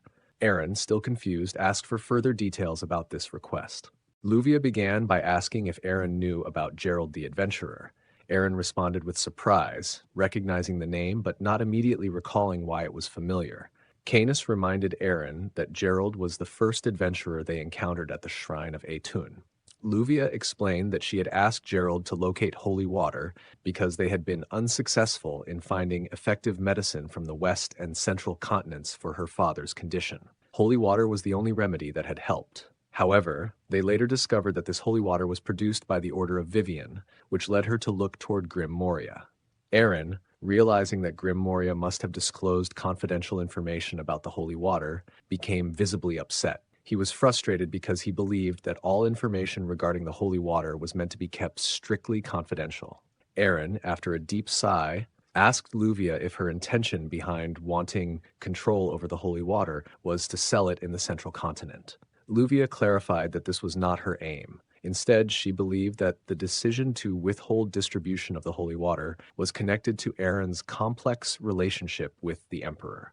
She proposed that by gaining control over the distribution within the Western continent, they could support the war efforts against the Emperor and ultimately weaken his forces. Canis then advised Aaron that while Luvia's offer could potentially provide significant funds, it might be more prudent not to grant her control over the distribution. He suggested that it would be more advantageous for them to manage the distribution directly rather than delegating it to Luvia. Aaron reflected that, while selling holy water to the central continent would be more profitable, he was concerned that it might end up in the hands of soldiers in the Emperor's army. This was why he had limited the supply outside their territory. He acknowledged Luvia's keen market insight and negotiation skills, which made her capable of persuading anyone. Despite this, Aaron was troubled by the prospect of mass destruction looming over her country and felt a strong inclination to prevent it. Aaron then agreed to grant Luvia control over the holy water. However, he stipulated that if it was discovered that the holy water was distributed to the central continent, their agreement would be nullified. Canis, worried about the implications, called out to Aaron. Aaron instructed him to draft the contract by the end of the day. Canis, though disappointed, agreed to the task. Luvia made an unusual hand gesture as she thanked Aaron for accepting her request and wished them both good luck. Aaron, not recognizing the gesture, imitated it and responded with uncertainty, wishing her the same. Luvia then explained that the gesture signified that she had nothing to hide and was offering everything she had. She confirmed that Aaron's understanding of the gesture was correct before leaving the meeting room. Once Luvia had departed, Canis turned to Aaron, expressing his respect for Aaron's decision, but voicing concern that granting a merchant control over the distribution of holy water seemed like a hasty choice. Aaron acknowledged the validity of this concern, but explained that the need to raise 50,000 men for the Brand territory left them with few options for generating funds. He insisted that this decision was not just about money, but also about saving many lives, even if Canis didn't fully understand the situation. Aaron then inquired about Grim Moria's presence, questioning whether Moria's visit was solely to introduce Luvia. Grim Moria immediately pulled out pepper shakers from his pocket and placed them on the table, asking if Aaron and Canis had heard of black gold. Both Aaron and Canis were confused and inquired about what black gold was. Grim Moria demonstrated by spinning the pepper shakers, causing a black powder to be sprayed onto his hand. He then offered his hand to Aaron to smell. Aaron took the powder and, upon smelling it, immediately sneezed and became irritated, questioning what kind of gold this was.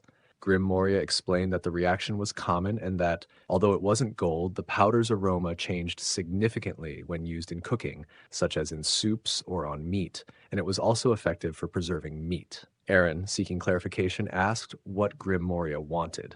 Before Moria could answer, Canis interjected, identifying the source of the black gold as the Black Continent. Aaron, surprised, asked for more details about the Black Continent.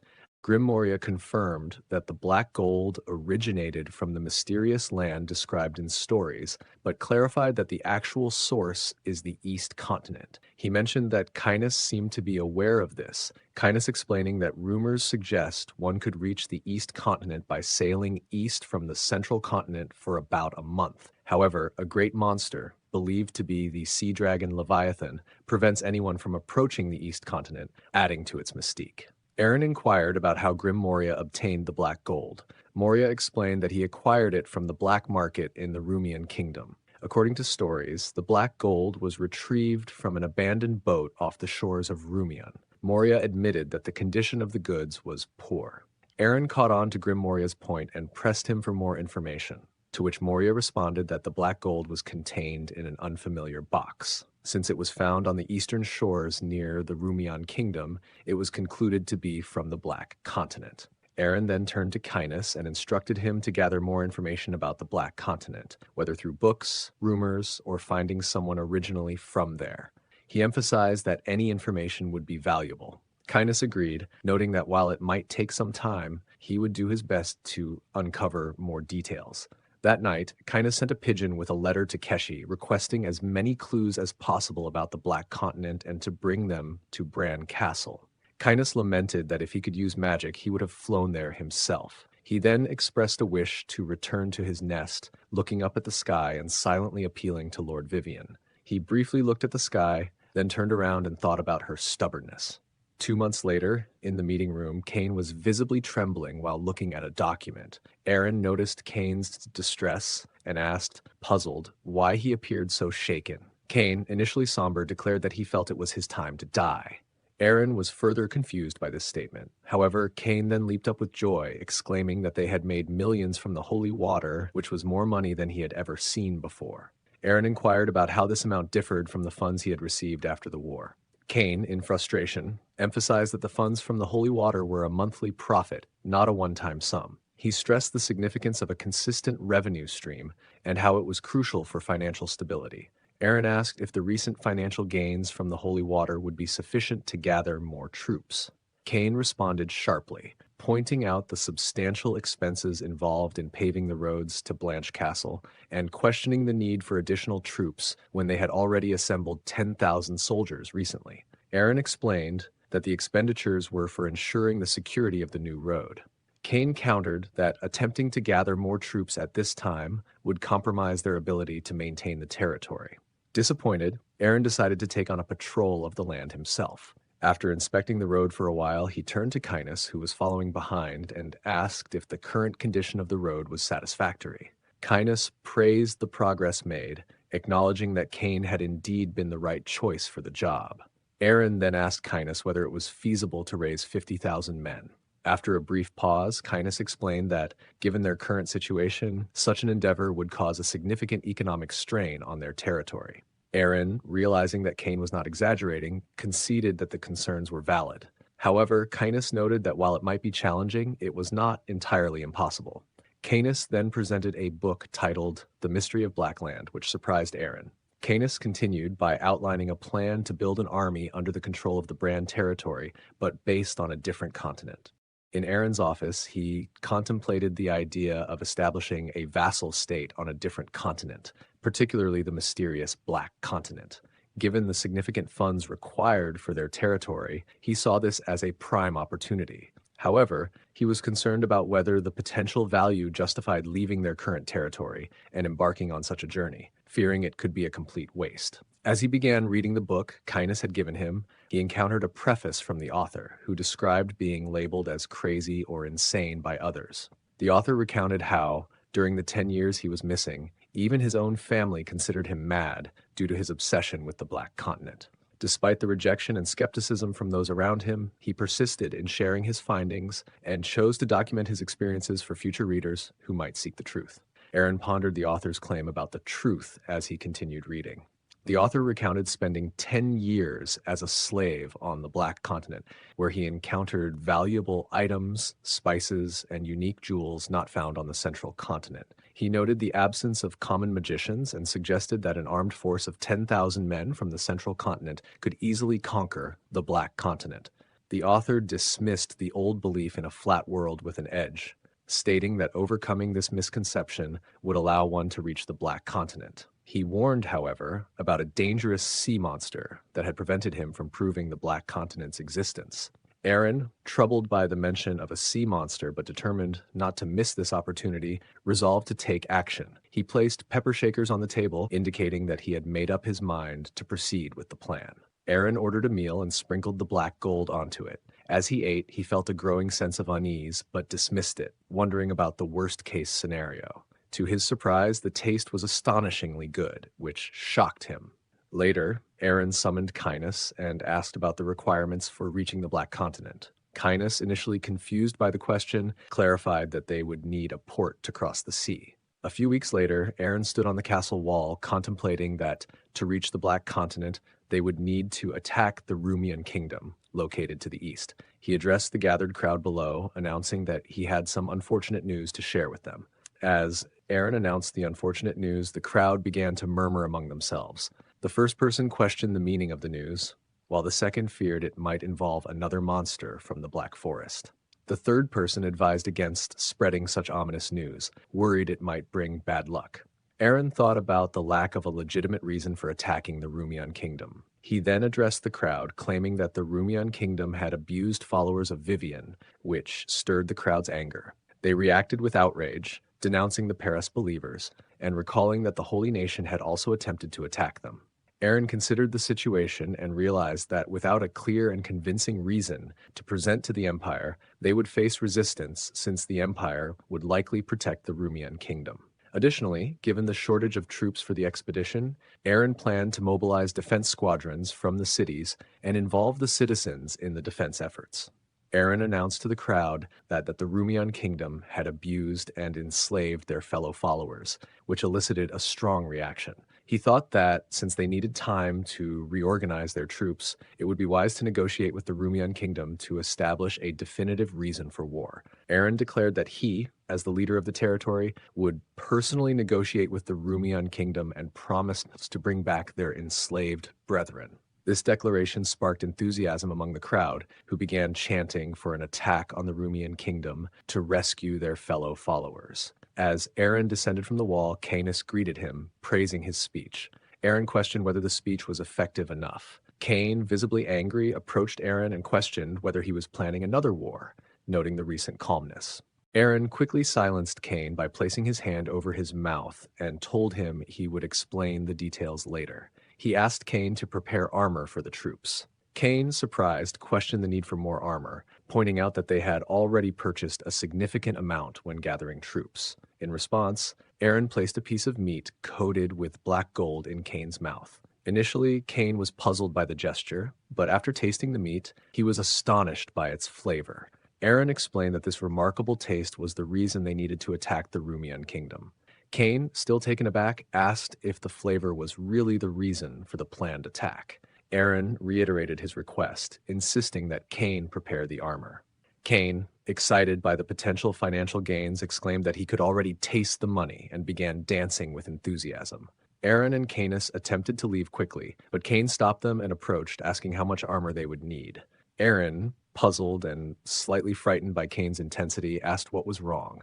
Cain responded by asking for the exact amount of armor required. He then provided context about the Rumian kingdom, describing it as a small kingdom on the eastern edge of the central continent and a dependent state of the empire. Despite its size, the kingdom has significant economic influence due to its control over much of the trade. He highlighted its wealth and the extravagant nature of its residents, noting that even the kingdom's dogs are reputed to wear gold. At that moment, a messenger arrived at the Rumian kingdom with a message announcing that the castle gates should be opened.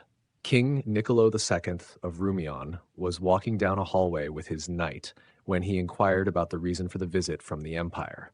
The knight explained that the visitors were not from the royal palace, but were sent by Duke Aaron. The king was surprised, recognizing Duke Aaron as the leader who had recently waged war against the Paris holy nation. He wondered why the duke himself was making the trip. The knight clarified that Duke Aaron's visit was to request the return of his subjects. The king was taken aback, questioning if they were holding the empire's subjects captive. The knight revealed that the subjects in question were followers of Vivian, some of whom were being prosecuted and had been forced into slavery. The duke's request was to have all these individuals returned to their homeland.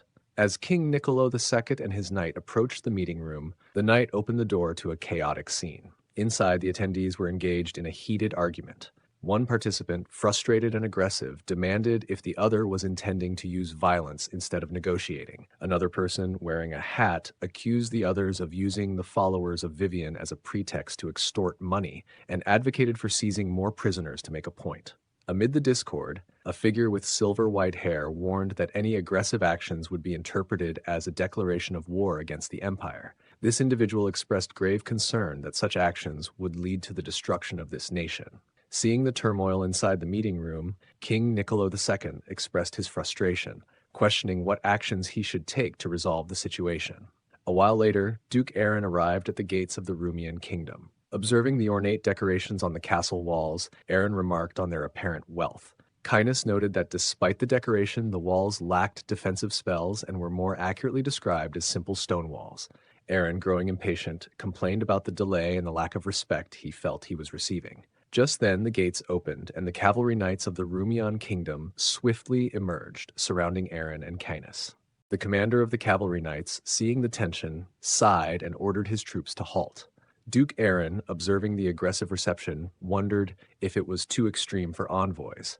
The commander then addressed Aaron, asking if he was indeed Duke Aaron of the Empire and Brahn territory. Aaron confirmed his identity. The commander requested Aaron to show his seal, which puzzled Aaron. The commander explained that Duke Aaron always carries a seal as proof of identity. Still confused, Aaron asked if he was supposed to carry a seal. The commander, realizing Aaron did not have the seal, accused him of impersonating Duke Aaron and trying to incite trouble between the Rumian kingdom and the empire. He then commanded his knights to draw their swords and clear Aaron and his party out.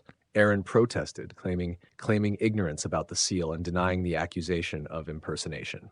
The commander, with a smirk, revealed that Duke Aaron had already passed through the kingdom's gates, leaving Aaron and Cainus stunned by the unexpected revelation. Soon after, Duke Aaron and Cainus found themselves locked in a prison cell by a knight.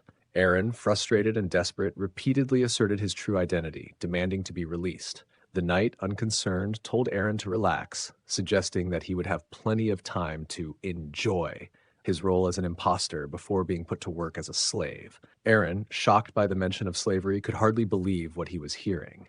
Meanwhile, in the meeting room, King Niccolo II expressed his gratitude for capturing the impostors, thanking Duke Aaron for his assistance. Rex, who was impersonating Duke Aaron, responded with false modesty, claiming the efforts were for the benefit of both the Empire and the Rumian kingdom. He shifted the credit to Cainus, who was also an imposter, highlighting his role in tracking down the false Duke Aaron. The fake Cainus added that it was the impostor's own fault for attempting to impersonate Duke Aaron without the proper seal, further solidifying their deception. King Niccolo II praised Rex and Cainus for their skills and humility, noting the advantage of working with someone so close to the throne. Rex then inquired about the fate of the impostors. The king explained that due to a shortage of labor, criminals in the Rumian kingdom are typically subjected to forced slave labor, which would likely be the impostor's fate. Rex, however, deemed slave labor too lenient for the crime of impersonating high-ranking figures from the empire and suggested execution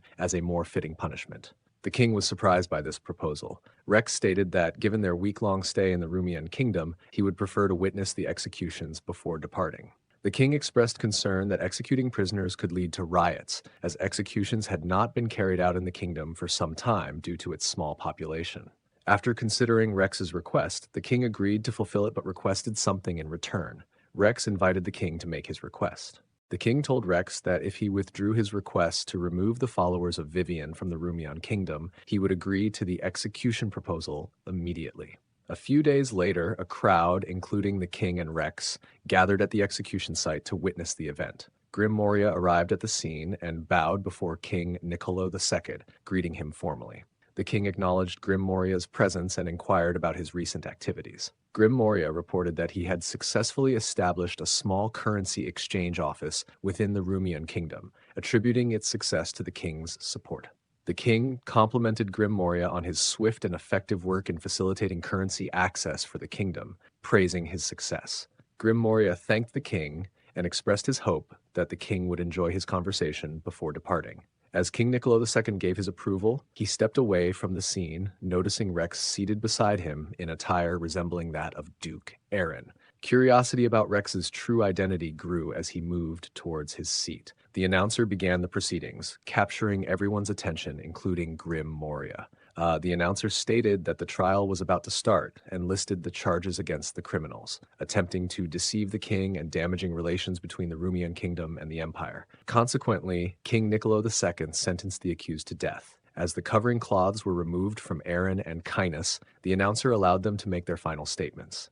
Aaron, looking up to the sky, proclaimed loudly, "I am a noble of the empire, the sole owner of the Brand territory. I am Duke Aaron." Upon hearing Aaron's declaration, Grim Moria was shocked to recognize that the person about to be executed was indeed Duke Aaron.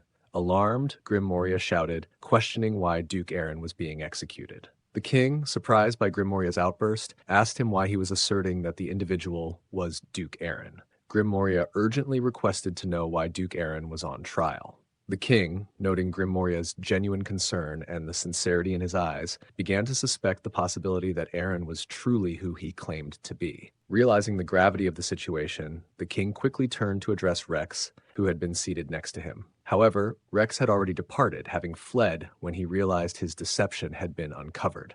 The king was left staring at an empty chair, puzzled by Rex's sudden disappearance.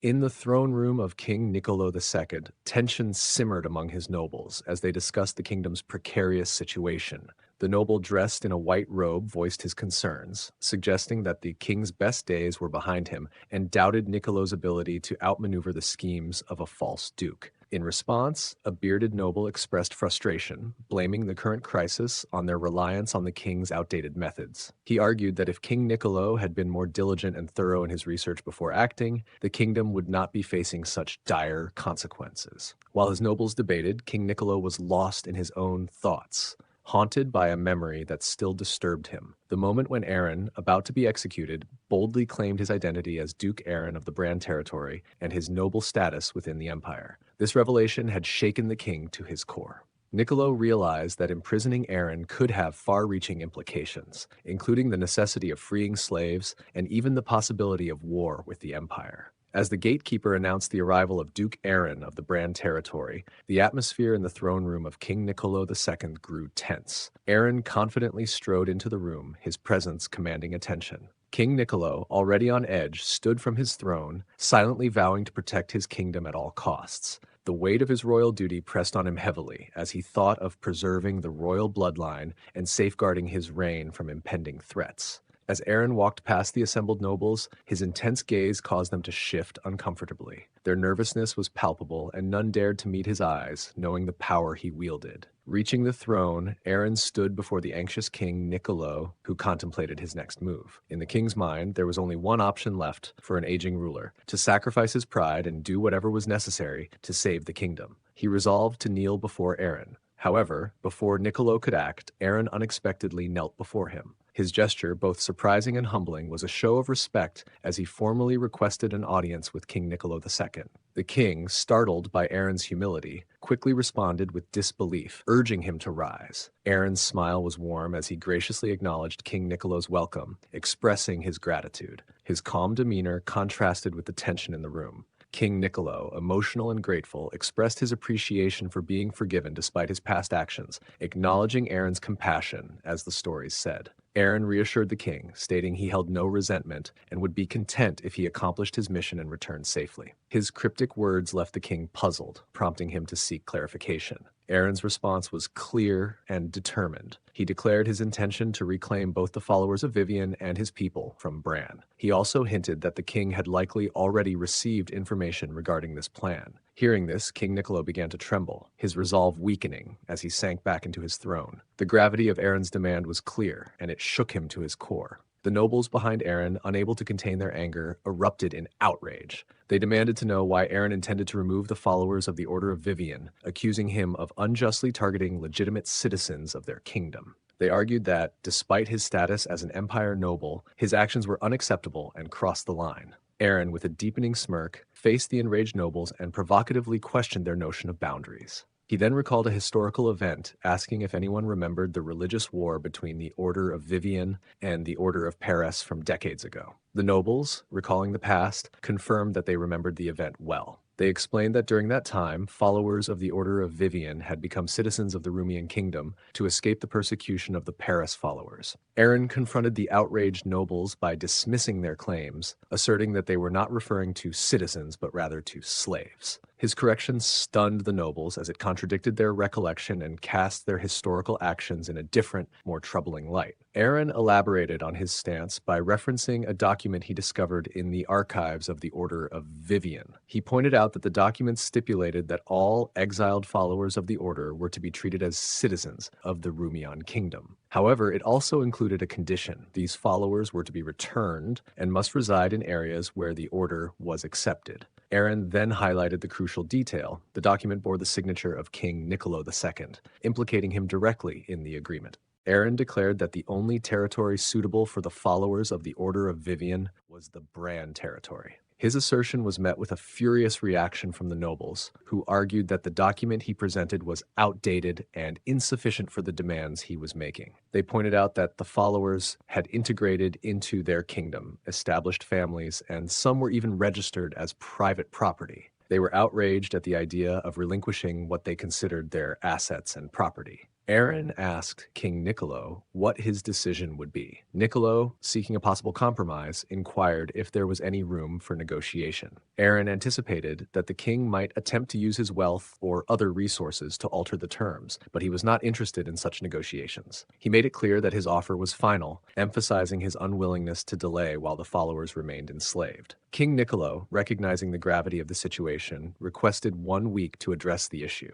He explained that the people of the kingdom, himself included, needed time to come to terms with the proposal. During this period, Niccolo sought to involve an envoy from the empire to mediate and potentially halt Aaron's demands. However, as negotiations with the envoy proceeded, rumors began circulating that Aaron intended to take 10,000 slaves from the Rumian kingdom. These rumors incited unrest among the populace, leading to a rebellion against the crown. In the town square, a rebellious crowd shouted at Duke Aaron, demanding that he leave. They insisted they would not relinquish their slaves, calling for him to stay away from their property and disparagingly referring to him and his followers as dogs of the empire. In the midst of the turmoil, a man was aggressively beating a child while shouting accusations of heresy. The child, desperately holding onto the man's leg and begging for forgiveness, was met with harsh rejection. The man furiously demanded that the child remove their hands and, continuing his assault, prepared to strike the child again.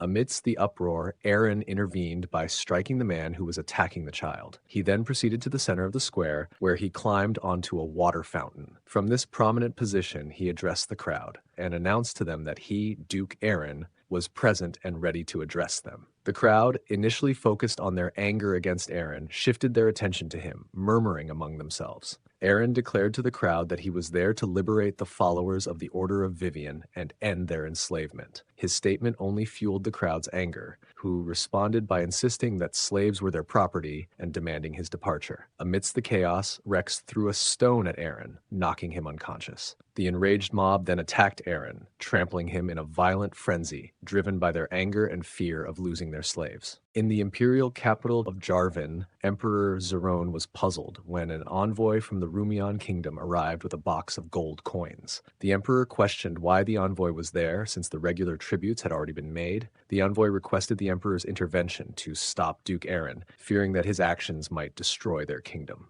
Emperor Zerone, taken aback, turned to Rhaenon, who was observing closely. His anger flared as he mentioned an incident where a noble from the Empire had nearly been executed in Rumian. The envoy, clearly distressed, clarified that this was a misunderstanding and that Duke Aaron was receiving appropriate treatment. Emperor Zerone, rising from his throne, expressed his frustration with the envoy's request. He questioned why he should overlook their kingdom's past actions just because the Duke was now receiving appropriate treatment. Zerone picked up a gold coin from the tribute box and criticized the envoy's logic, expressing his disbelief at the request. Trembling, the envoy tried to plead for help, but the emperor interrupted, angrily questioning why they should receive help when they aren't part of the empire. Zerone then offered the coin to the envoy, explaining that if the coin lands on the seal side when flipped, it would mean the empire would intervene. If the number side appears, the Rumian kingdom would have to resolve the issue on its own. The neutral faction members were taken aback by Emperor Zerone's response.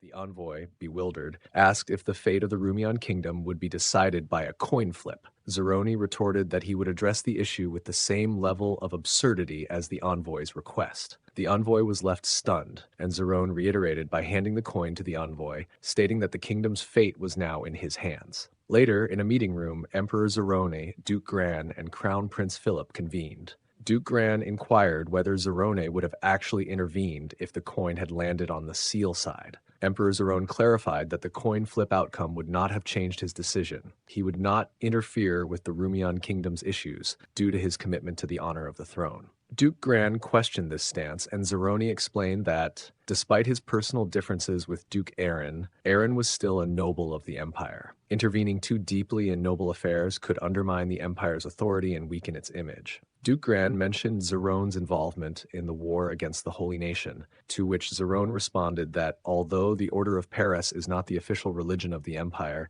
it is widely followed by the people. If the Holy Nation were destroyed, the public might blame the empire and use Duke Aaron's situation as a pretext. Zerone argued that Aaron's actions were justified since he was wronged by the Rumian king and was only seeking the return of his people, not raising an army. Thus, Zerone saw no reason to intervene. Duke Gran, impressed by Emperor Zerone's strategic insight, reflected on how Zerone seemed naturally suited to be emperor, skillfully using even minor incidents for political gain. Zerone, reminiscing about the earlier encounter with the envoy, laughed at the envoy's reaction, which also amused Duke Gran. At that moment, an old man knocked and entered the room. Zerone immediately asked for the purpose of his visit. The old man reported that Duke Aaron had been attacked in the streets of the Rumian kingdom and had been kidnapped. The shocking news left everyone in the meeting room stunned. Meanwhile, King Niccolo's butler informed him of Duke Aaron's attack and disappearance. King Niccolo, trembling with fear, speculated about the motives behind these events. He questioned whether it was a scheme by nobles or if it could be Duke Aaron's own plan to use the situation as a pretext for an attack on his kingdom. King Niccolo, overwhelmed by the realization of Duke Aaron's possible scheme, collapsed to the ground. His son, the prince, saw this as an opportunity to claim the throne. He quickly helped his father up, pleading with him not to abandon him. As King Niccolo regained consciousness, he issued a final command to his son, insisting that the kingdom's slaves must be protected at all costs. Shortly after, King Niccolo died in the prince's arms. The prince, relieved that his father was no longer a burden, pretended to mourn to maintain appearances with the nobles. Meanwhile, Duke Aaron, who was waiting in a chair, expressed his frustration with the inactivity and asked Rex when he could resume his activities. Rex informed him that he could leave whenever he wished, making Aaron's eyes light up with excitement. Rex informed Aaron that while he could leave any time, it would result in getting beaten up again. This comment caused Aaron to lose his enthusiasm, leading him to accept that he was stuck in this place. He then inquired about when Rex would return to Castle Bran, mentioning the need to meet with Rommel. Rex expressed his reluctance to see Rommel, criticizing him for assigning tasks like gathering information and causing conflicts, while also dictating how Rex should perform his duties. Aaron acknowledged Rex's grievances and apologized, noting that Rex was the only one capable of handling the current task effectively. Rex responded by suggesting that if Aaron recognized his skills, he should avoid giving him pointless tasks and consider increasing his pay. Aaron agreed to Rex's request, promising to address his concerns and offer better compensation in due time. Just then, Kynes burst into the room, prompting Aaron to ask if he had convinced Cheryl to participate. Kynes reported that while Cheryl had come, she refused to take part in the plan. Aaron questioned why Cheryl wouldn't act as if she had lost her brother and what their next steps should be. Meanwhile, Cheryl, along with the cavalry, was on her way to the Rumian kingdom. She found the plan unsettling and thought to herself how creepy it all felt. Prince Agulius, seated on the king's throne, angrily demanded to know why the knight commander had not yet located Duke Aaron, emphasizing that Aaron should be somewhere in the kingdom, whether dead or alive. The knight commander responded that despite their best efforts and the deployment of numerous troops, the search was being hindered by angry citizens. Prince Agulius erupted in frustration, blaming the citizens for obstructing the search despite being the cause of Aaron's disappearance. The knight commander explained that rumors about the potential release of the slaves had spread, which had incited the public's hostile reaction and complicated the search efforts. Prince Agulius, visibly trembling with frustration, was met with increasing vocal input from the nobles. One noble advised that they should quickly locate Aaron and agree to his demands, or otherwise clarify their position on the potential release of the slaves. Other nobles opposed this, questioning how they would manage the loss of labor if slaves were freed. The debate grew heated, with another noble suggesting they should wait for the empire's stance before making any decisions.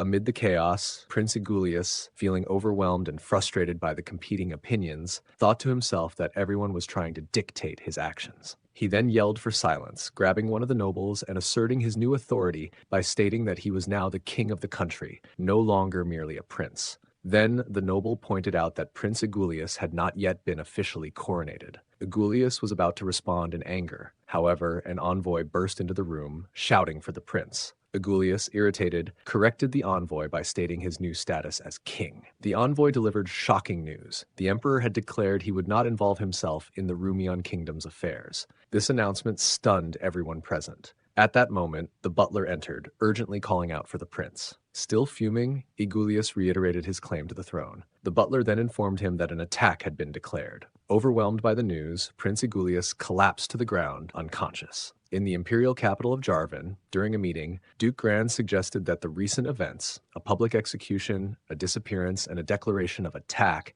seemed orchestrated by Duke Aaron to gain control of the Rumian kingdom. Emperor Zerone inquired if Aaron intended to use force to take over the Rumian kingdom, and if the situation had escalated to a point where the empire should intervene. Duke Gran agreed that, given the Rumian kingdom's importance to the empire, intervention was necessary. However, he cautioned that retracting the emperor's earlier stance might make the throne appear weak and indecisive. Emperor Zerone contemplated Duke Gran's concerns about the potential weakening of the throne. Prince Philip then suggested that if Duke Aaron expanded his territory, it would become part of the empire, allowing the empire to benefit from the Rumian kingdom's resources and increase tax revenue. This expansion could also provide the empire with a legitimate reason to apply financial pressure on Aaron. Emperor Zerone, intrigued by this strategy, ordered the central army to patrol the border near the Rumian kingdom, but instructed them to avoid direct involvement in any conflict. He pondered Aaron's next move, wondering if he would proceed with his plans despite the new conditions.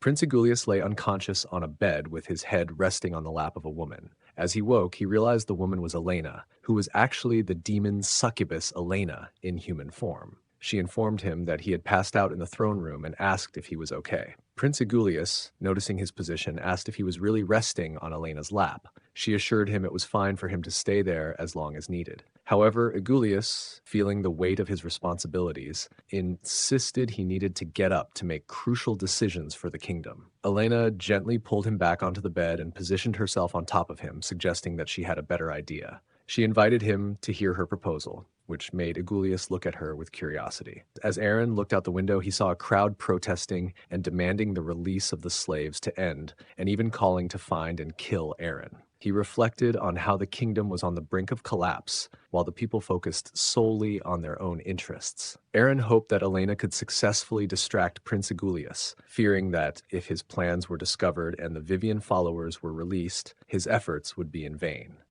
The Emperor might not recognize his control over the Rumian kingdom. Feeling overwhelmed, Aaron struggled with the complexity of the situation. At that moment, Rex entered the room and threw a bag at Aaron, striking him in the face. Aaron, startled and irritated, demanded to know what Rex was doing. Rex told Aaron that since he seemed bored, it was time for him to leave. Meanwhile, Cheryl arrived at the Rumian kingdom's gate with the cavalry. Rommel instructed her to cry, as that was the advice from the tactician. Cheryl was uncertain about how to do this effectively and questioned Rommel about it. He suggested considering how she would feel if the Lord were to die, although he admitted he didn't know the answer either. Cheryl, doubting the need to cry since the Lord was so powerful, wondered if she could just return to casting spells instead. Rommel insisted she stop questioning and proceed with the plan. Cheryl protested, saying she couldn't cry over something she couldn't even imagine. As she approached the castle gate, she announced herself as Duke Aaron's sister and demanded the return of her brother. The guards were confused and silent. Rommel, flustered by Cheryl's performance, thought she was not following instructions correctly. Embarrassed, Cheryl cursed Aaron for putting her in this position. She then started crying and shouted angrily at the guards, threatening them if they didn't return her brother. Rommel, relieved to see Cheryl finally crying, felt she had managed to meet the tactician's requirements. At that moment, Prince Igulius arrived and inquired about Cheryl's actions. He then ordered the release of the slaves. As the gate opened and the slaves began to be escorted out, Prince Igulius declared that if anyone did not leave immediately,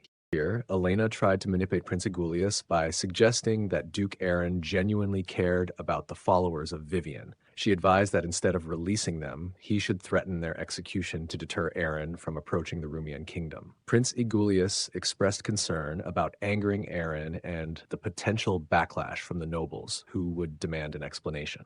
Elena reassured him that both the nobles and slaves were considered property of the Rumian kingdom, and as king, he had authority over this property. Agreeing with Elena, Prince Igulius embraced his role as king. Elena then hugged him and whispered, encouraging him to assert his authority as the rightful owner and king of Rumian. Under Elena's influence, he would execute them. Cheryl was shocked by this threat and questioned the possibility of such executions. Prince Igulius added that he was indifferent to Duke Aaron's fate and demanded that everyone leave his kingdom without further complaints. Angered by the prince's threats, Cheryl prepared to use her wand. Prince Igulius, satisfied with his firm stance, thought it was best not to negotiate and to have asserted his position from the beginning. His confidence was interrupted when a fireball struck the wall, causing chaos. The prince turned to his knights, who were urgently calling for the healing priests to help with the situation. Cheryl, preparing another fireball and smiling, commented that she should have taken such action from the start, instead of crying. Prince Igulius, alarmed by her threat, shouted that she was crazy and ordered his knights to execute the slaves immediately.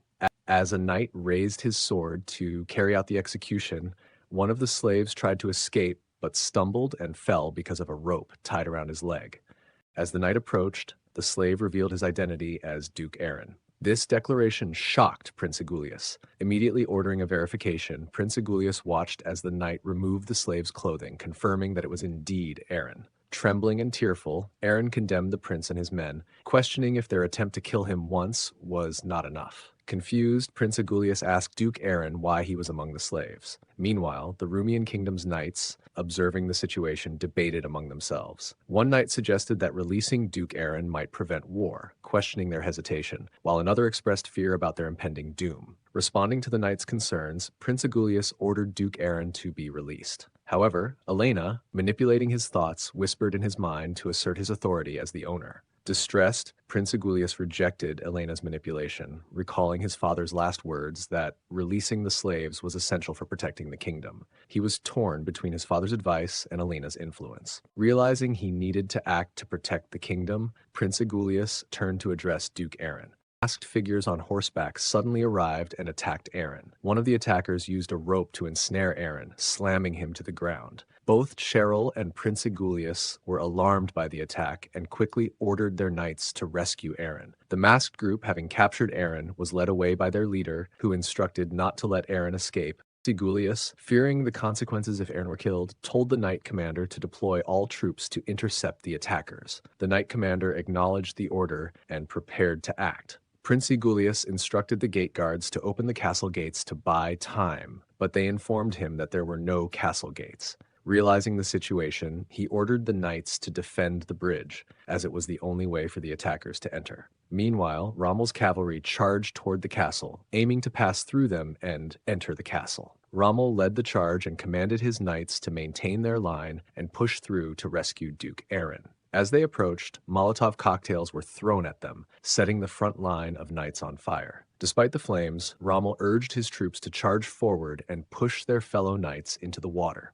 The burning knights were pushed into the water by their comrades, but when the next row of cavalry crossed the flames, they were shocked and called for a retreat. Confusion spread among the knights as they faced the flames and barriers. One knight rushed back to report that barriers had been set up and advised a fallback. Upon receiving the report, Rommel ordered his forces to stop and retreat. Prince Egulius shouted for his forces to remain vigilant, emphasizing that they should not relax until Duke Aaron was found and the castle was protected. Meanwhile, Cheryl, having summoned a fire spirit, intensified her assault on the castle wall by casting a boost spell to enhance the flames. The fire spirit's intensified flames attacked the wall with greater force, causing it to crack. As the castle wall began to show significant damage, Prince Egulius realized that it might not hold much longer and that surrender might be the only option before their forces were completely overwhelmed. He ordered his knights to descend from the wall. Despite their attempts to escape, the wall started to collapse, causing them to fall. Prince Egulius, still on top of the gate wall, grabbed a white flag to signal surrender. However, as he waved the flag, the wall beneath him gave way, causing him to fall.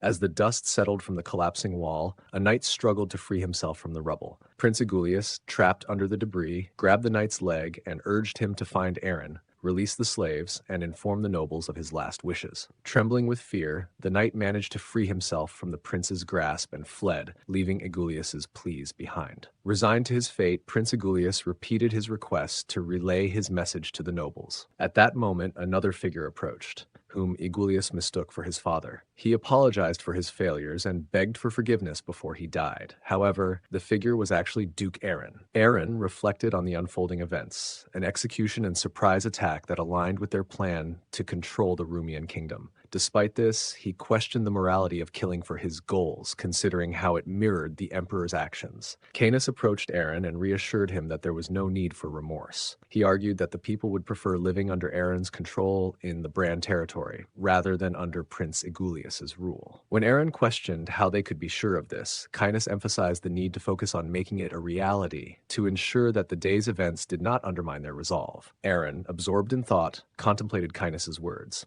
Canis warned that lacking the will to follow through would render their efforts futile and lead to unnecessary bloodshed. Aaron questioned the concept of will and continued to think deeply. Canis interrupted, noting that they didn't have much time. He suggested capturing and assembling the remaining nobles under the guise of searching for Aaron before the imperial troops arrived, and advised Aaron to go missing once again. With a sudden idea, Aaron turned to Canis and said he had a request before he left. As Rommel and his knights arrived at the inner castle gate, Cheryl questioned him about why they were not searching for the remaining nobles. At that moment, the cloth covering the cage on the bridge where the slaves were held was removed, and the slaves cried out for help, claiming they had been forced there by the nobles. As Rommel approached the cage to free the slaves, an arrow landed near his feet. A noble on the castle wall, flanked by archers, threatened that if Rommel and his knights advanced, they would not only kill the slaves on the bridge, but also burn the remaining slaves inside the castle walls alive. The slaves in the cage begged Rommel not to approach, expressing concern for their loved ones inside the castle. In response to the noble's threat, Rommel asked what the noble wanted.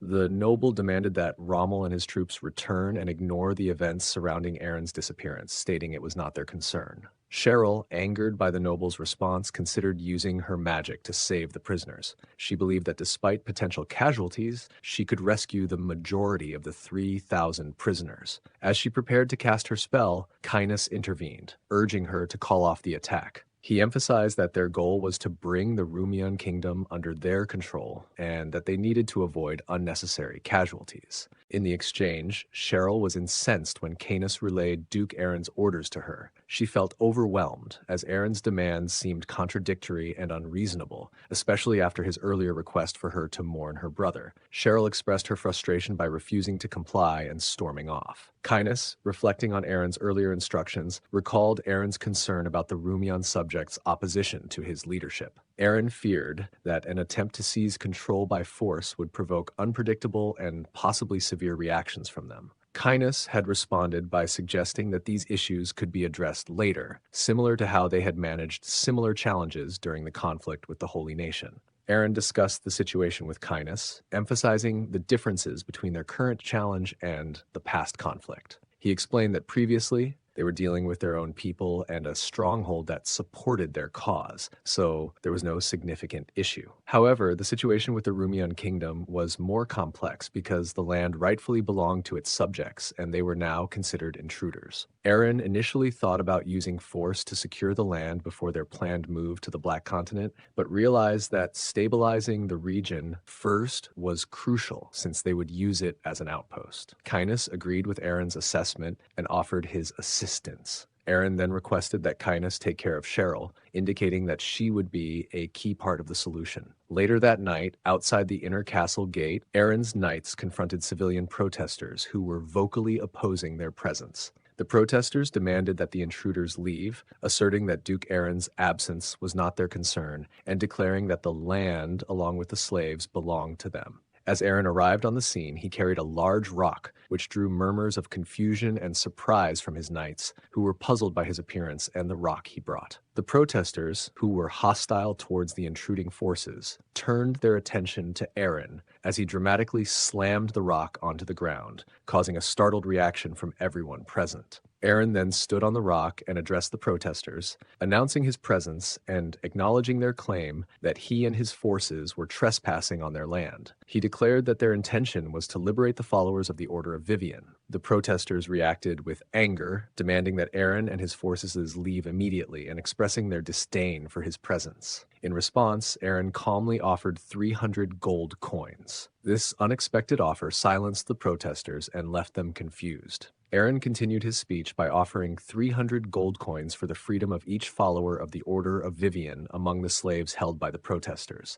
He asked those who had such slaves to raise their hands. The protesters exchanged nervous glances, but eventually one man with a Vivian child as a slave raised his hand. Aaron promptly threw him a bag of gold coins, leaving the man astonished by the sum. After freeing the first slave, Aaron declared that the child was now a subject of the Brahn territory and asked if anyone else wished to be rewarded. The crowd hesitated at first, but some began to raise their hands, indicating they also had followers of Vivian among their slaves. One protester pointed to a cage where his slaves were kept. Seizing the moment, Aaron redirected the crowd's anger by claiming that he did not control their property. Instead, it was the nobles inside the castle who were actually in control. He questioned whether it was he who was trying to take control or the nobles who had seized their property and isolated themselves in the castle. By doing this, Aaron effectively shifted the crowd's hostility away from himself and toward the Rumian kingdom's noble. The agreement to trade slaves for 300 gold each led to a shift in public anger from Aaron, who had trespassed, to the nobles who took the slaves from the citizens. The people protested vigorously, demanding the release of their slaves and calling the nobles to account.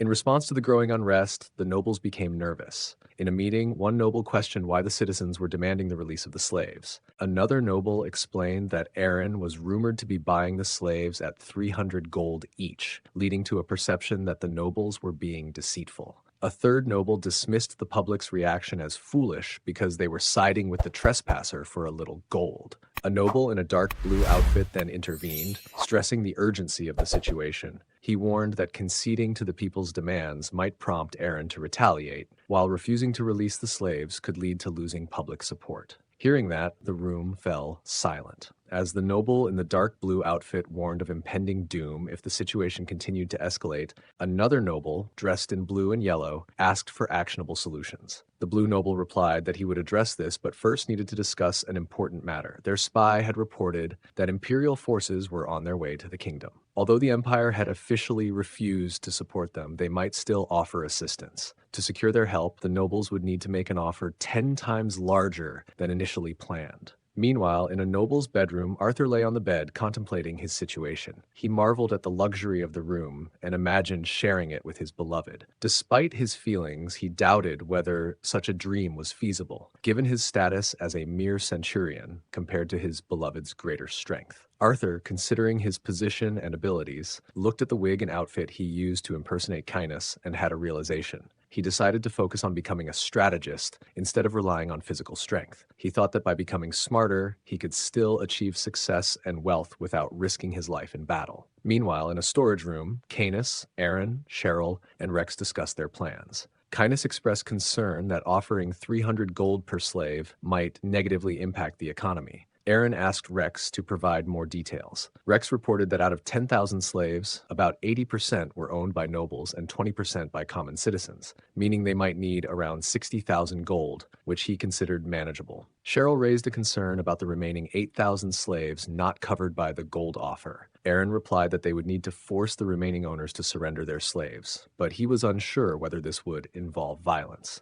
With the Imperial army approaching, Aaron felt pressed for time and regretted not having a chance to persuade the remaining slave owners peacefully. As the meeting progressed, Rommel entered and reported that they were running out of the funds allocated for the people. He asked if he should tell them to wait longer. Upon seeing Rex, Rommel excitedly greeted him as his brother. Rex, however, rejected Rommel's recognition, pushing him away and declaring he had no brother before storming out, leaving Rommel shocked and hurt. Meanwhile, Cainus heard a noise outside and discovered a bird carrying a letter from the dwarf Keshi. After reading it, Cainus turned pale, thinking the news could not be worse. Aaron, noticing Cainus's distress, inquired about it. Cainus tried to downplay the situation, hiding the letter and suggesting Aaron should keep a low profile for now. Just then, Arthur burst into the room, announcing his achievement. He dragged in a person bound by ropes and wearing a black cape, drawing everyone's attention. After torturing the captive in the black cape, Aaron confirmed that the nobles in the castle had reached out to the nobles outside for help from the Emperor. Realizing that time was running out and the Imperial army would arrive before they could locate and deal with all the nobles, Aaron contemplated drastic measures but dismissed them as impractical. An idea came to Aaron, and he began to laugh, unsettling everyone in the room. He instructed Rommel to organize the troops to prevent anyone from leaving the castle. Rommel complied. Aaron then directed Cheryl to inform the nobles inside that they could negotiate, but with a demand. They must pay 300 million gold to end the conflict and quell the riots. Cheryl was taken aback by an exorbitant amount, doubting they would agree to such terms. Aaron, however, was pleased with Cheryl's reaction, indicating that she was beginning to understand his strategic approach. Cheryl, frustrated by Aaron's demand, protested the possibility of having to act again. Aaron assured her that this time she only needed to inform the nobles they had 2 days to decide on the 300 million gold offer. Arthur saw an opportunity to prove himself as a strategist and asked if he could accompany Cheryl to manage the details and any difficult tasks. His request surprised both Aaron and Cheryl. Meanwhile, Cainus, riding towards his nest, reflected on a letter from the dwarf Keshi, which reported that humans had trespassed into the nest. Cainus cursed his situation, lamenting the timing of his magic being sealed, which prevented him from transforming into his true form. Recalling Lord Vivian's warning about the severe pain he would endure if he used magic, Cainus decided to investigate the situation anyway. He steered his horse off the road into the forest, considering the paradox of not being able to cause himself pain if he couldn't use magic. Once deep in the forest, Cainus attempted to revert to his true form. Initially, he felt no pain, but soon a violent, sharp force gripped his heart, causing him excruciating agony. His body thrashed uncontrollably, destroying the surroundings as he struggled to return to his previous state, overwhelmed by the unbearable pain. Cheryl and Arthur, as envoys from the Brahn territory, arrived at the inner castle gate to negotiate with the nobles. Cheryl noticed the heavy guard presence and thought that, while it was a strategic choice, they had underestimated her. She secretly summoned 2 spirits to discreetly monitor the guards.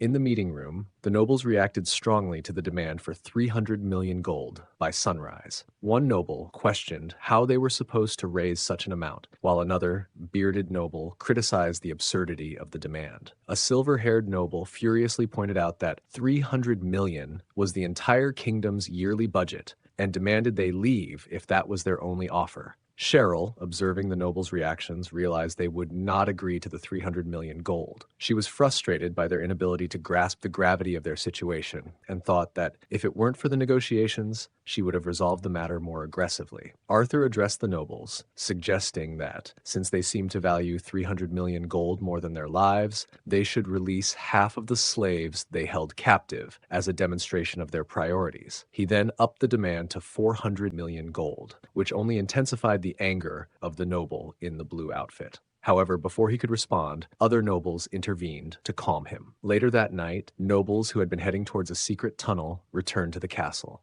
They conveyed a message to all nobles of the Rumian kingdom. Duke Aaron had demanded 300 million gold as a condition for a truce. The nobles in the castle had agreed to these terms, rather than waiting for the imperial army. They needed time to collect the funds and meet the demands. Nobles were instructed to enter the castle through the secret tunnel upon receiving the message, with a warning that ignoring this decree could result in being demoted to commoner status, as decided by the council. Rex reported to Aaron that all the nobles who had been heading for the secret tunnel had now entered the castle. Aaron then asked Rommel about the status of the nobles' houses, to which Rommel confirmed that they had thoroughly checked both the houses and all buildings within the castle walls. Satisfied, Aaron instructed Cheryl to leave. Cheryl, irritated, reminded him not to shout when she was close by. In the throne room, the nobles were in a heated debate about how to gather the 300 million gold. One noble complained about not having 10 million gold, while another suggested using funds from a shipwreck sale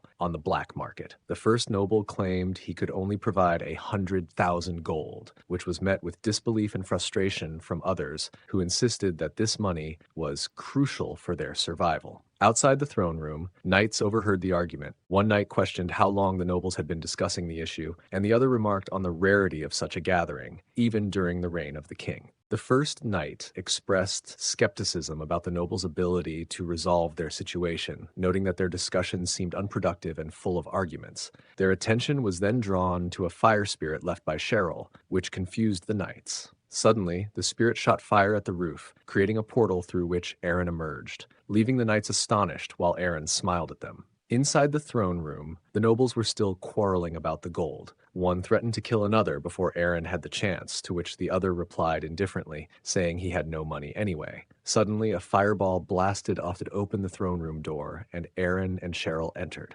Shocked, the noble in the blue outfit asked how Aaron had gained entry. Aaron smirked and reminded them of the 300 million gold demand, reiterating the deadline of sunrise. One noble protested that it was still dark and suggested waiting until sunrise. Aaron, realizing he might have been premature, laughed at the comment. Cheryl, flustered, quickly used a water spell to clear the dust cloud blocking the sunlight. As the dust settled, sunlight flooded into the room, leaving the nobles stunned. Aaron, observing that the sun had risen, feigned apology and asked if the negotiations were now over, as the enraged nobles charged at him with the intent to kill. He smiled and braced himself for the confrontation. Meanwhile, in the forest, Cainus, having successfully reverted to his true form, regained consciousness and attempted to fly back to his nest. Despite the initial success, he was struck by intense pain in his heart and fell to the ground. After a brief struggle, he managed to continue flying and crashed into his nest. Upon arriving, Cainus discovered numerous dead dwarf bodies scattered around. The dwarf Keshi, in tears, approached Cainus and asked why he had arrived so late. Cainus inquired about the cause of the destruction, and Keshi, still crying, revealed that the giants of the north were responsible.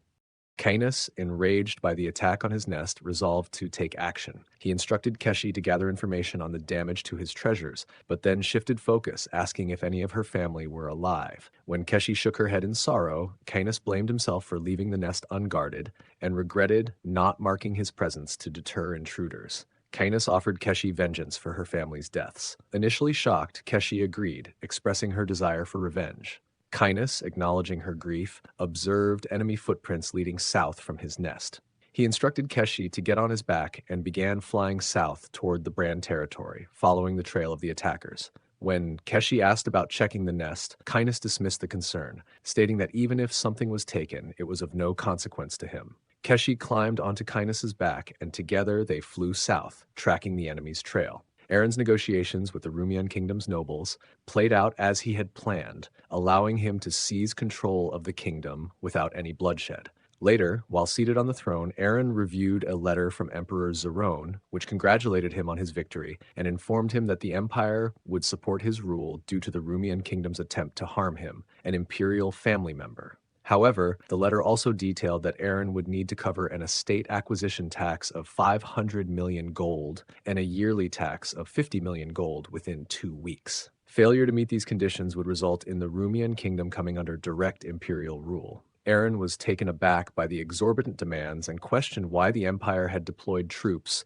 if their real intention was simply to facilitate his control. He wondered why the imperial forces hadn't crossed into Rumian's borders if they truly aimed to prevent his takeover. Aaron, realizing the true intent behind the imperial troops' deployment, began to laugh, recognizing that the empire had manipulated him. Their plan was to impose a steep estate acquisition tax if he succeeded in taking control and maintain ties with the Rumian kingdom if he failed. The troops had served to distract him from the financial demands, ensuring his focus was solely on the takeover. Determined to make the kingdom part of his territory, Aaron resolved to navigate the situation despite the empire's cunning strategy. 1 week later, Aaron, exhausted and resting his head on the table, lamented that, despite gathering all the nobles' wealth and property, he had only amassed 200 million gold. He turned to Cheryl for suggestions, but she had none. When Aaron asked Cheryl to repay some of the money she had borrowed, she angrily protested her lack of funds.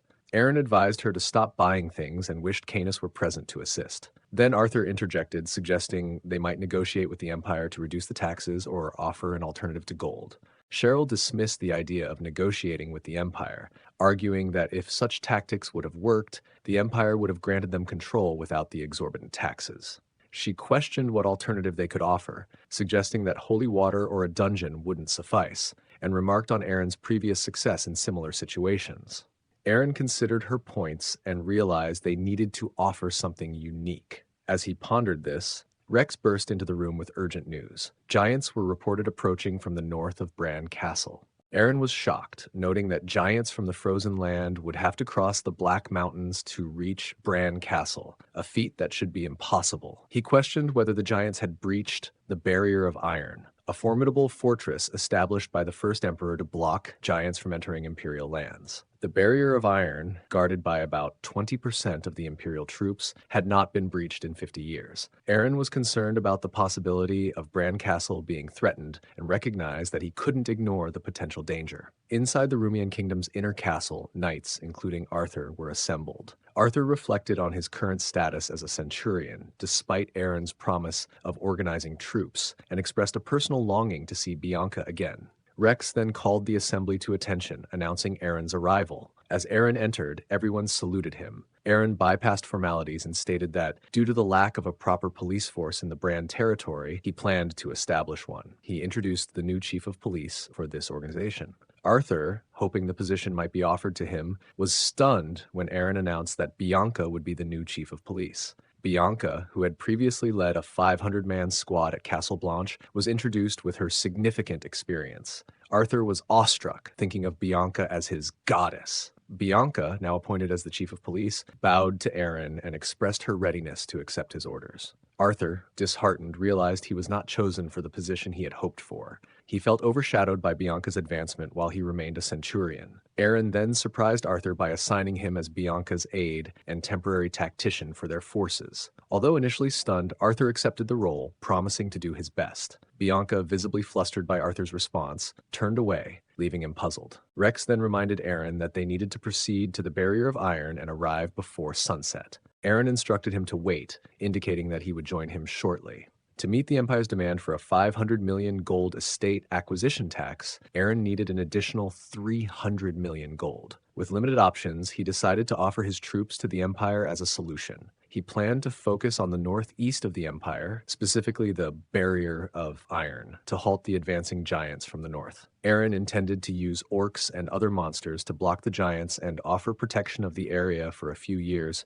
in exchange for 200 million gold, hoping the empire would view this as a favorable deal. As Eren was preparing to leave, Rex suddenly stopped and pointed toward the port, noticing smoke and suggesting an attack might be underway. At the port, Vice Captain Miller of the Blue Hammer Pirates was causing destruction. He was destroying warehouses and mocking the Rumian kingdom for becoming submissive to the Empire. Miller attempted to set fire to the ships as a final gesture, but his efforts were thwarted by the Miller captain, who deflected the burning wood. Vice Captain Miller questioned the need to spare the ships, noting that the Rumian kingdom had already surrendered to the Empire. Jacqueline, the Blue Hammer Pirates' captain, insisted on preserving the ships and expressed frustration at Miller's disregard for this instruction. Despite Jacqueline's orders, Miller, who saw no reason to follow the directive since the ships were not theirs, asked his captain for permission to continue his destruction. But Jacqueline was adamant about leaving the ships untouched. Another pirate informed them about the approaching Imperial forces, and Jacqueline urged Miller to stop causing havoc and leave with her immediately.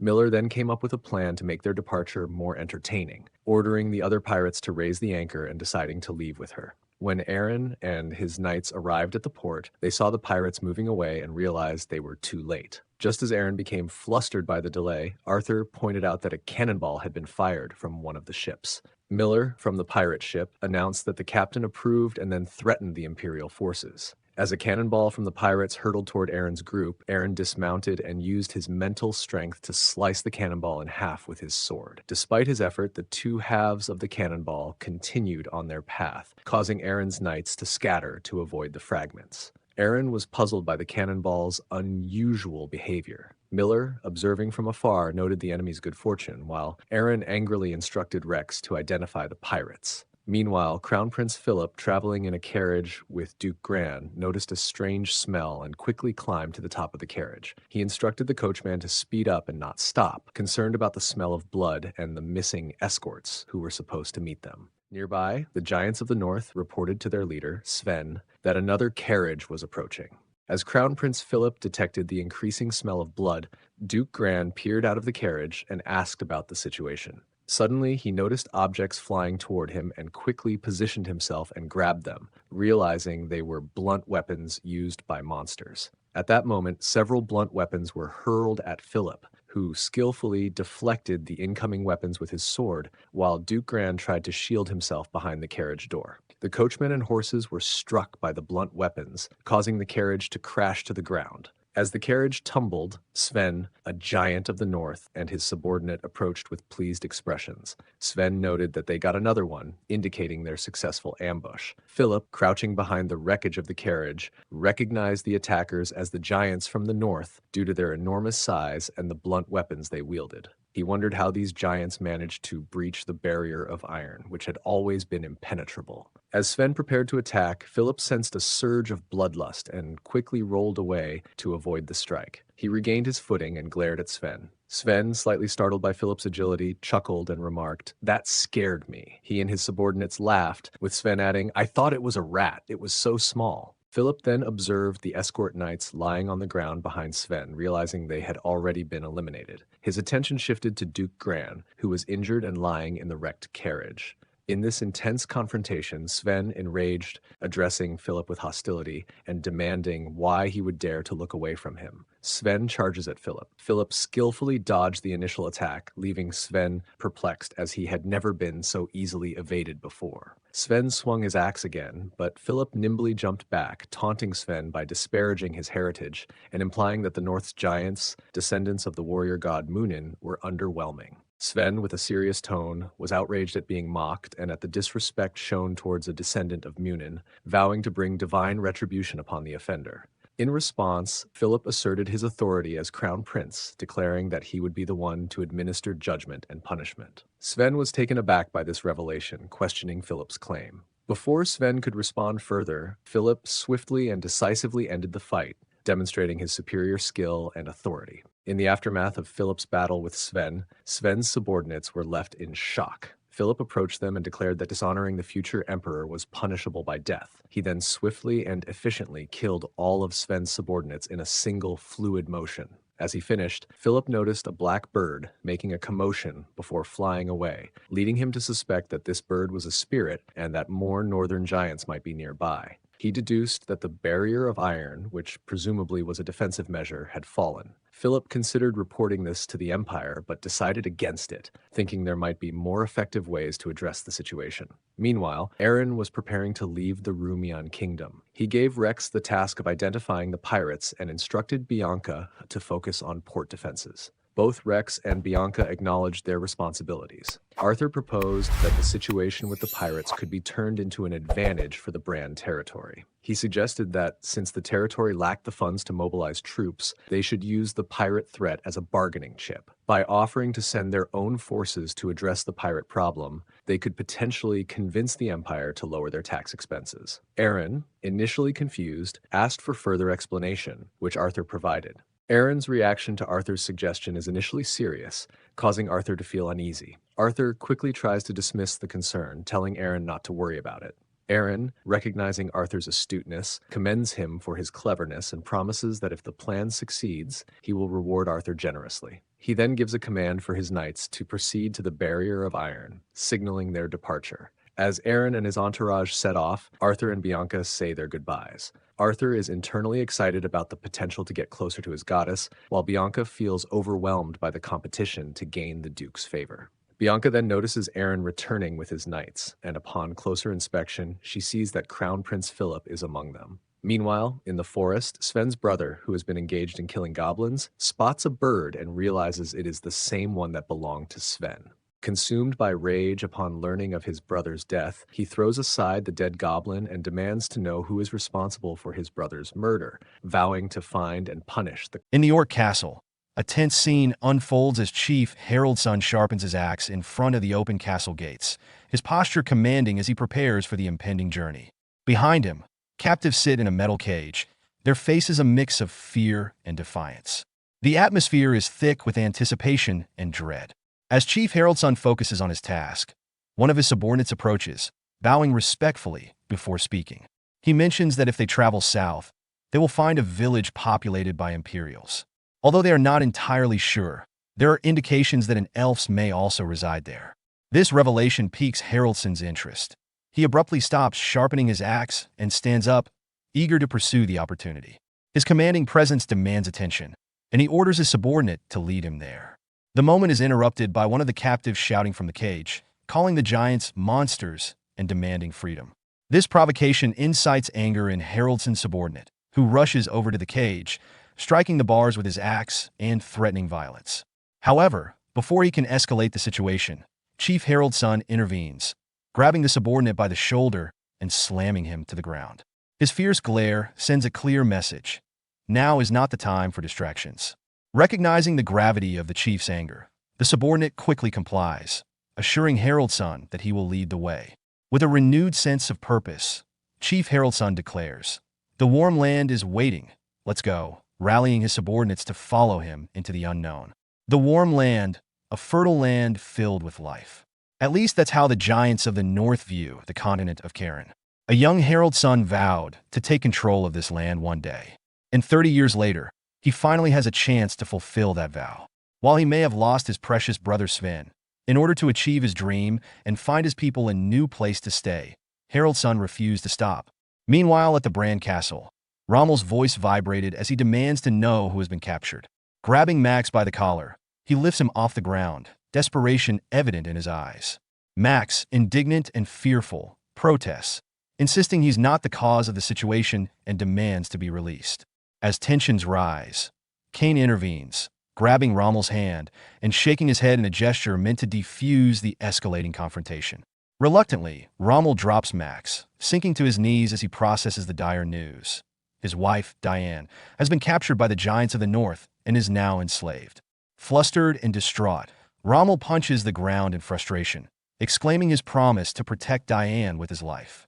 His thoughts quickly shift to his children. He urgently asks if his son and daughter are safe. Kane's nervous shake of his head confirms his worst fears. His daughter is safe, but his son doesn't. The danger hangs heavy in the air, deepening Rommel's shock. Cheryl steps forward, her demeanor urgent as she addresses Max. She seeks confirmation about the situation, clarifying that the giants attacked the orcs and that the citizens of Brahn are being held hostage in the orc castle. Max affirms her understanding, adding that approximately 2 hours have passed since they received the information. Cheryl quickly follows up, asking if reinforcements have been sent. Max replies that they had prepared reinforcements and dispatched scouts upon hearing that Cheryl's group was on the way. He then mentions Kirok, revealing that he has already taken a couple of orcs to the orc castle. At this moment, a scout arrives, calling out to Max and dismounting to show respect to Cheryl. However, Cheryl quickly urges him to skip the formalities and report the news. The scout conveys that visibility was poor in the dark, making it difficult to confirm details. Nevertheless, he notes the eerie quiet of the forest, suggesting that the giants planned to spend the night within the castle. They had checked the paths leading to Castle Brahn, but found no signs of movement. Cheryl assesses the critical situation around her, contemplating their available options. She articulates a decisive plan. She firmly plants her wand on the ground, establishing her authority. Cheryl then instructs the soldiers to deploy, directing that the cavalry and half of the infantry accompany her and Rommel to the orc castle, while the remaining troops stay behind to protect their current position. The soldiers respond promptly and cohesively, affirming their understanding of her orders. Cheryl notices Rommel still kneeling in despair and decides to intervene.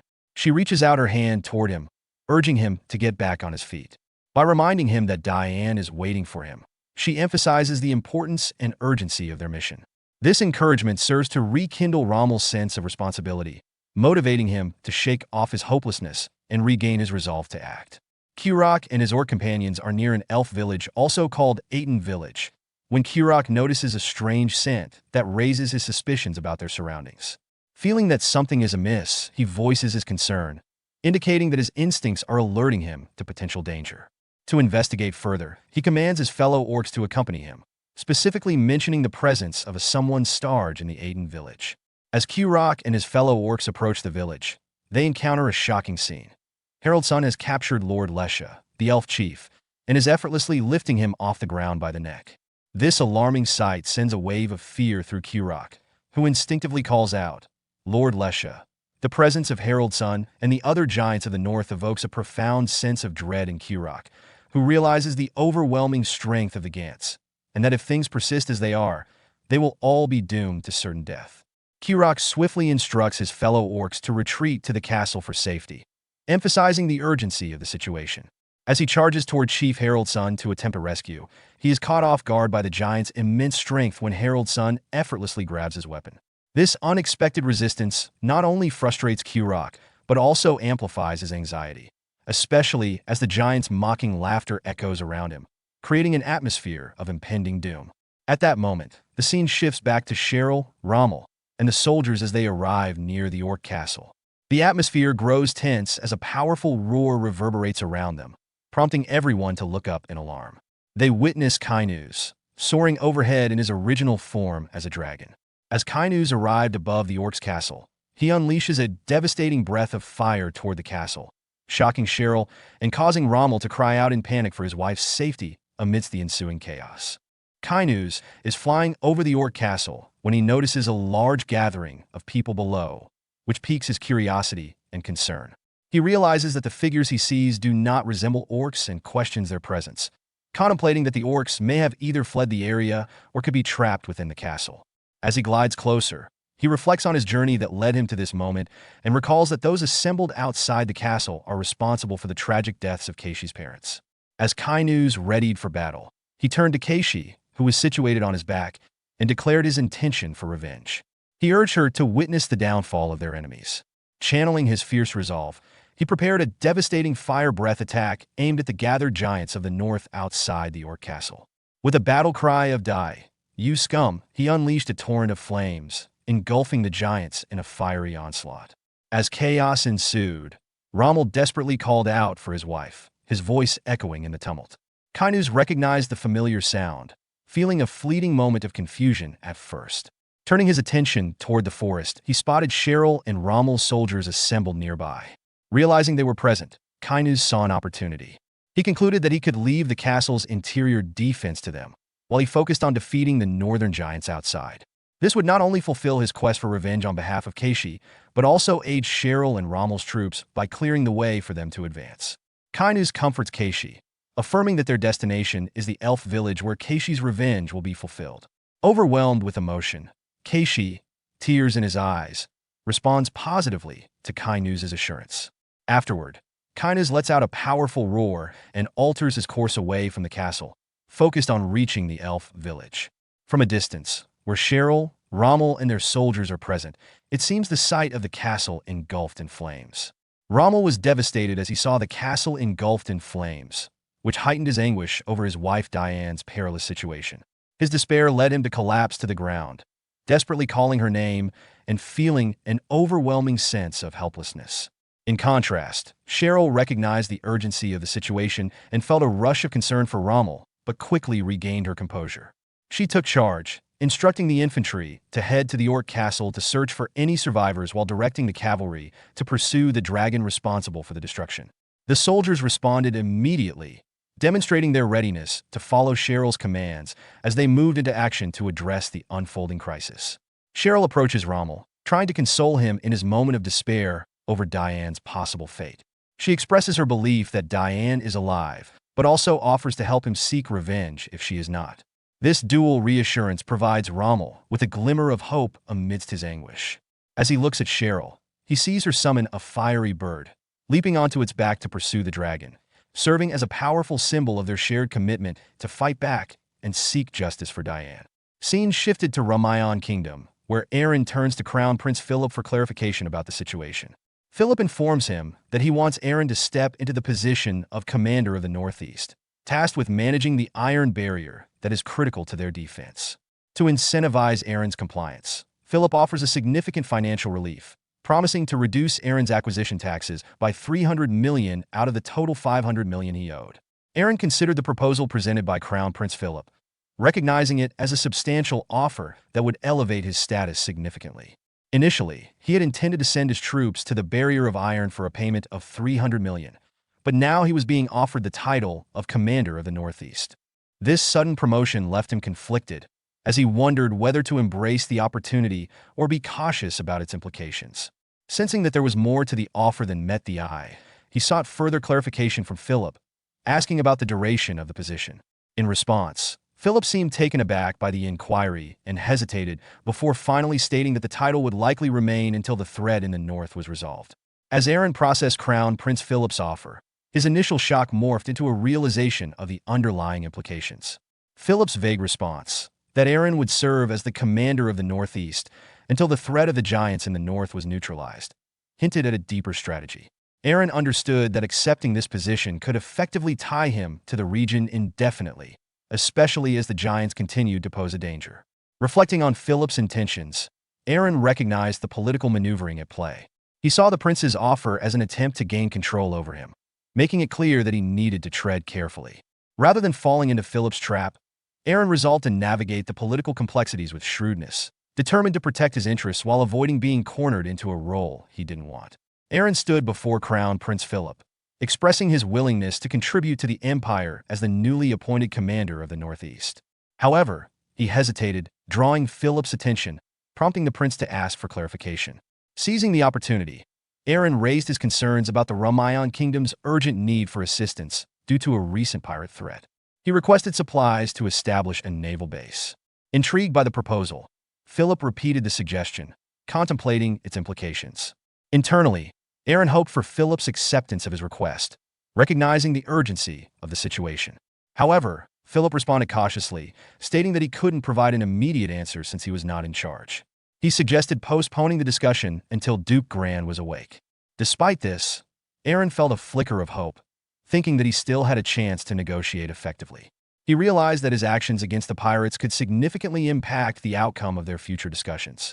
Philip reflected on Aaron's situation with a mix of sympathy and skepticism. He recognized that Aaron was willing to accept the title of Commander of the Northeast, indicating his ambition for territorial expansion. However, Philip also wondered if Aaron possessed the capability to manage the formidable challenges that lay ahead, specifically the threats posed by both the giants of the north and the rising problem of pirates. Rex sat alone at the bar, feeling disheartened as he reflected on his fruitless day without any sight of the notorious Blue Hammer pirates. He found it odd that there were no pirates around in a place like this. Just as he pondered this, Princess Livia entered the scene, laughing as she made her way down the stairs. She was accompanied by Miller, the vice captain of the Blue Hammer pirates. Rex's confusion deepened at their unexpected appearance. He wondered why the princess was there and what it meant for his plans. As Livia and Miller exited the bar together, Rex was taken aback by their unexpected presence and wondered about the implications of their visit. Feeling a sense of urgency, Rex slammed his drink on the table, prompting his subordinates that are sitting on nearby tables to pursue Livia and Miller as they left the bar. He couldn't shake the oddity of a princess associating with a pirate. Just then, an explosion erupted outside, cutting off his train of thought and adding to the chaos of the moment. Just then, his injured subordinate stumbled into the bar, gasping that they had been attacked. Alarmed, Rex rushed outside, where he saw several other of his subordinates wounded on the ground. In a panic, he demanded to know the whereabouts of the attackers. One of his injured subordinate pointed in a direction, and Rex took off toward it, determined to confront the threat. Rex raced toward the docks, desperate to stop Miller and Queen Livia from escaping. As he yelled for them to halt, Miller expressed his frustration, noting how he always seemed to attract trouble whenever he was on land. In a defensive move, he retaliated against Rex by throwing gunpowder at him. In retaliation, Rex threw a dagger at Miller, but the pirate skillfully dodged it. Acknowledging Livia with a slight bow, Miller then grabbed a fire torch from her hands. He deliberately waited for Rex to reach the spot where he had spread the gunpowder on the ground. With a wicked grin, he tossed the torch onto the explosive substance. As the torch ignited the gunpowder, he shouted, "You should burn!" The resulting explosion engulfed the area where Rex was standing, throwing him backward and causing severe injuries. The scene shifts to a medical facility where Rex subordinates are recuperating from injuries sustained in a recent attack. Aaron, clearly anxious and worried, bursts into the room, calling out for Rex. His sudden entrance startles the people resting on their beds. From a nearby partitioned area, Rex responds dryly, assuring Aaron that he is still alive and urges him to calm down. Once Aaron reaches Rex's side, he envelopes him in a tight embrace, which Rex finds uncomfortable and tries to escape. After the initial emotional outburst, Aaron settles down, and Rex begins to recount the details of the incident. Aaron learns that a pirate was seen accompanying Princess Livia, prompting a mix of disbelief and concern. Rex confirms that their meeting was not coincidental and suggests a pre-existing relationship between the two. Aaron expresses skepticism regarding Princess Livia's motives, emphasizing her strategic nature and questioning why she would associate with an enemy. Rex counters this by pointing out that if they had ulterior motives, they wouldn't have spared the injured and allowed Rex's men to survive the attack, crediting Livia for their escape. As the conversation unfolds, Aaron finds the situation increasingly complex. Rex, wanting to shift the focus, tosses Aaron a letter with urgent implications. He advises Aaron to read it discreetly, mindful of their surroundings, as other people are present. The letter reveals alarming news. Approximately 500 giants from the north have taken control of an orc castle and captured numerous hostages, including the wife and child of the knight commander. Aaron reflects on the current situation, feeling reassured by the presence of Cheryl and Rommel, who are presumably dealing with the northern giants' takeover of the orc castle. However, he realizes that, as the newly appointed commander of the Northeast, he must consider a response to this new threat. He resolves to head to the castle to address the situation directly. His thoughts are interrupted when Rex, still recovering from his injuries, rises from his bed and asserts his intention to go in Aaron's place. Aaron protests vehemently, concerned for Rex's well-being given his injuries. Rex's determination stems from a personal crisis. Diane, a woman he has deep feelings for, has been captured. Aaron recalls Diane, a beauty known to have received marriage proposals from most men in the Brand territory. Rex was one of those individuals, but due to the fact that she had feelings for his brother, Rommel, he had no choice but to hide his feelings and stay away. Rex decided to let go of his feelings for Diane. He thought he could congratulate the marriage between Diane and his brother Rommel as a friend. When he found out that he couldn't suppress the feelings he still had for her, he decided to take extreme measures. As a means to prevent hurting Diane's feelings, he decided to leave the Brand territory. After that, Rex spent years traveling between territories, dedicating his life as a spy for the Brand territory, hoping to keep his feelings at bay. Understanding Rex's motivations, Aaron reluctantly agrees to let him go, but not without a warning to be cautious. Rex expresses gratitude for Aaron's support before he prepares to leave. Just before departing, Rex suggests that Aaron should simplify matters by asking Princess Livia directly about the pirates. Shortly after, Aaron summons Princess Livia to discuss the situation regarding the pirates. When he inquires about their involvement, Livia reveals that the pirates are her customers.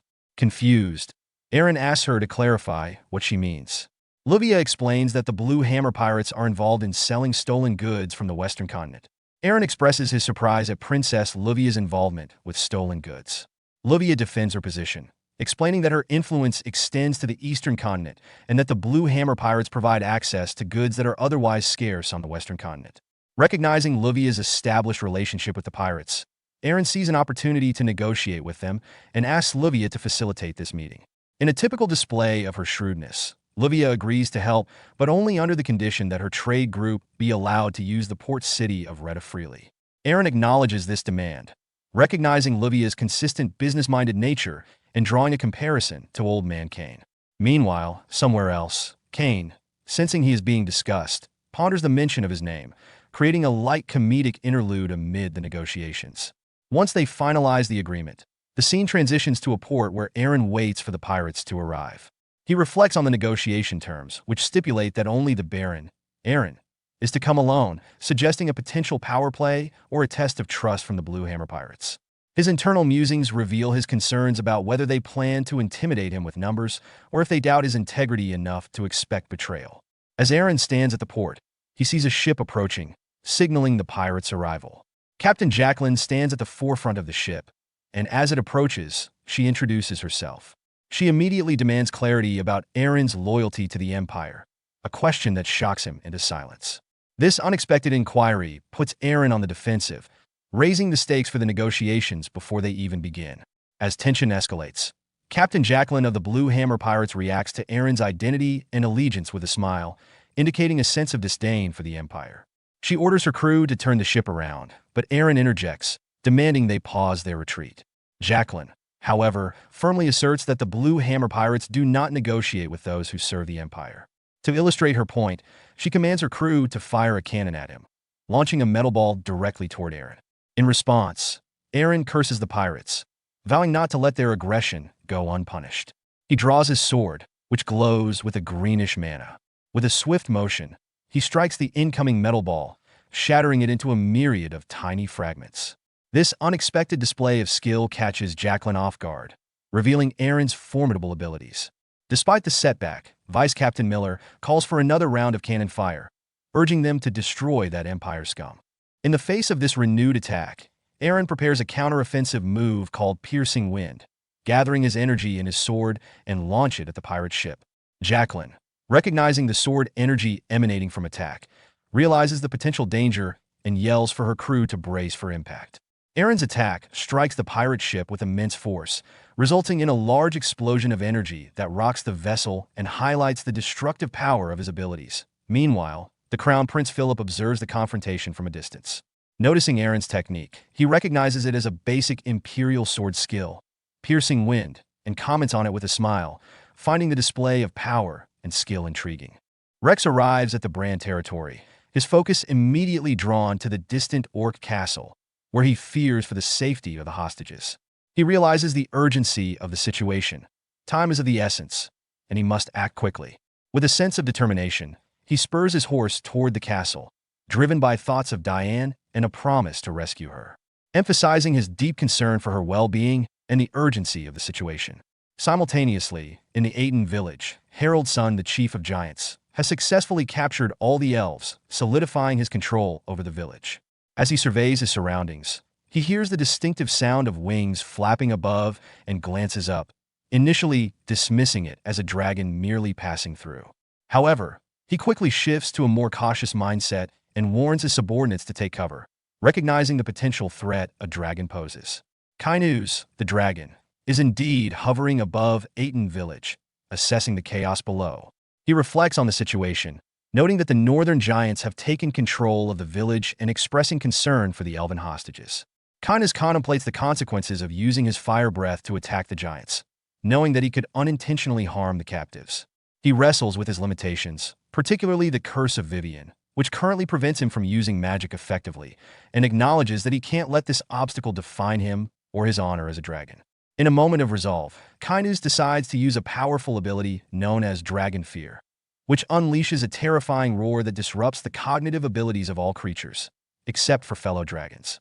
This ability will incapacitate the giants and any other foes, providing a strategic advantage without directly harming the hostages. As he focuses on this attack, Kainuz thinks of Keishi, a personal motivation tied to his actions.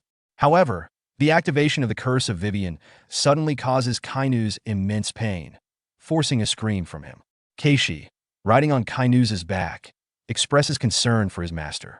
Despite the pain, Kainuz pushes through, fueled by anger at the curse and a fierce determination to get revenge and help those in danger. As the scene unfolds, Kainuz, the dragon, suddenly finds himself struck by a fire attack, causing his companion Keishi to tumble from his back. The unexpected assault comes from Cheryl, who is glaring at Kainuz with anger, her fierce demeanor clear. As Keishi falls, Cheryl calls out to him, prompting him to fly toward her, where she manages to grab onto him for safety. Kainuz, concerned about Keishi's well-being, asks if she is okay. Keishi reassures him, saying, "Yes, I am fine." However, Kainuz quickly assesses his own condition, realizing where Cheryl's attack has landed. He reflects on the experience of being hit without a mana shield for the first time in a long while, noting the discomfort in his abdomen. Recognizing that he cannot continue the fight effectively, Kainuz turns to Keishi and informs her that he will have to leave the remaining tasks of vengeance to the humans. Keishi expresses her gratitude for his willingness to assist her, emphasizing that his support means a lot to her, particularly given her circumstances. Kainuz acknowledges her understanding and decides that returning to his nest to recuperate is the best course of action. With a final affirmation from Keishi, he takes to the sky, leaving Cheryl flustered. Fueled by her determination to seek revenge for Diane, she confidently vows not to miss her target the next time an opportunity arises. Meanwhile, in Aiden Village, Harold's son, the giant leader, grapples with the effects of Kainuz's Dragon Fear, which has incapacitated his fellow giants and left them immobilized. Recognizing the threat posed by the approaching cavalry, he becomes increasingly frantic. In a moment of desperation, he bashes his head against a nearby wall, trying to shake off the effects of fear, the need to intervene and prevent any further harm, driven by his desire to protect those he cares about. The blood trickling down his face, and with his physical pain, he regained control of his body. As the cavalry draws closer, Harold's son acts quickly, making a desperate attempt to close the village door before they can reach it. The cavalrymen, seeing the door beginning to close, rush toward the village at full speed, but their efforts prove futile. Harold's son manages to shut the door just in time, successfully blocking their entrance and further solidifying his hold over the village. The cavalry captain commands his troops to halt and await Lady Cheryl's orders. Meanwhile, inside the village of Aiden, Harold's son, determined to shake his fellow giants out of the debilitating effects of Kainuz's Dragon Fear, takes a direct approach. He begins to slap 3 giants one after another, striking them on the face to snap them back to their senses.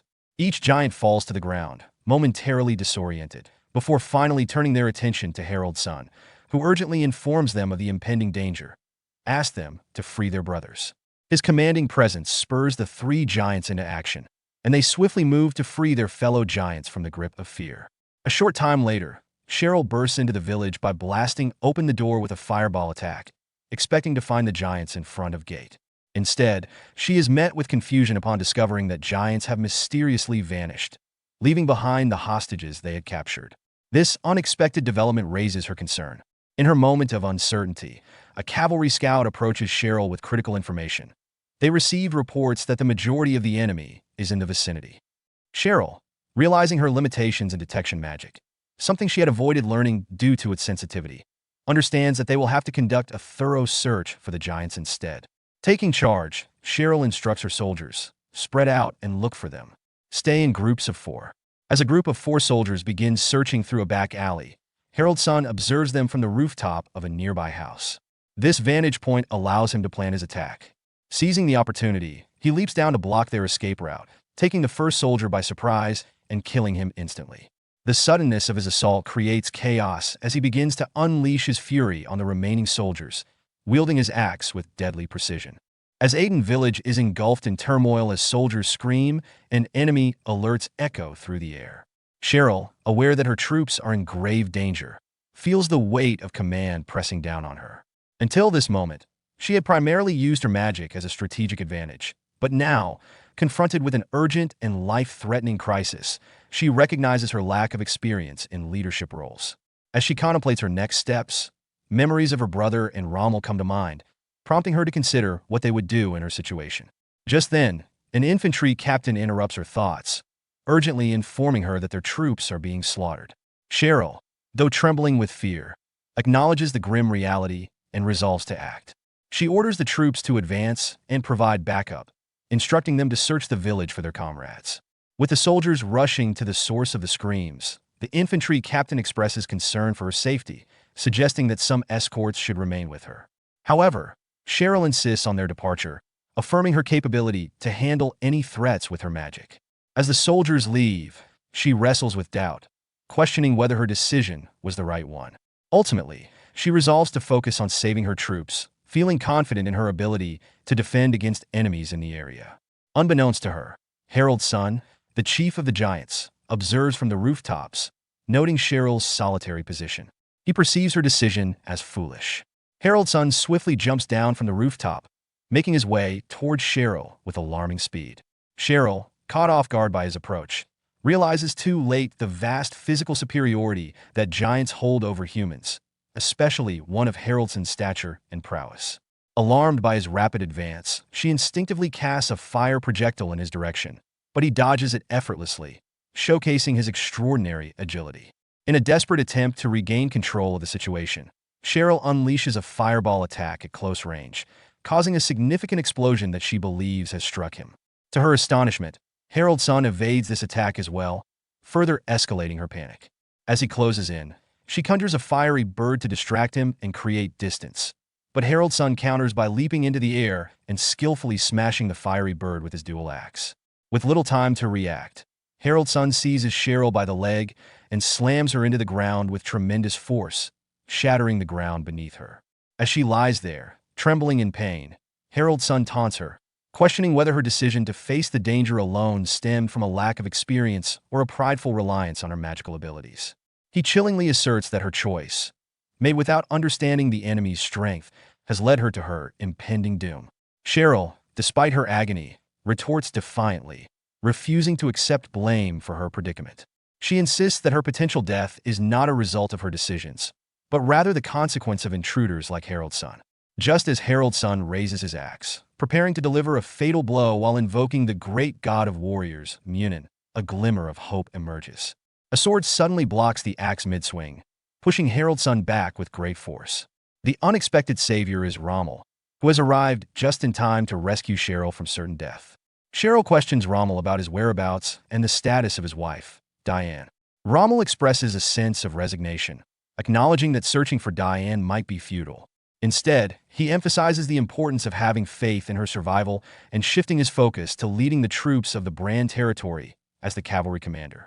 After making this determination, he dismounts his horse, urging Cheryl to rest while he takes charge of the situation. Harold's son, the giant, casually cracked his neck while taunting Rommel, asking if he planned to face him. But before Rommel could react, Harold's son abruptly disappeared from view, showcasing his immense speed and power, leaving Rommel in a state of shock and uncertainty. Then reappears above Rommel, ready to strike him with his axe. Rommel, reacting with greater footwork, dodges the vertical strike. He then assumes a fighting stance, enveloping himself in mana, which surprises Cheryl, who watches from the sidelines.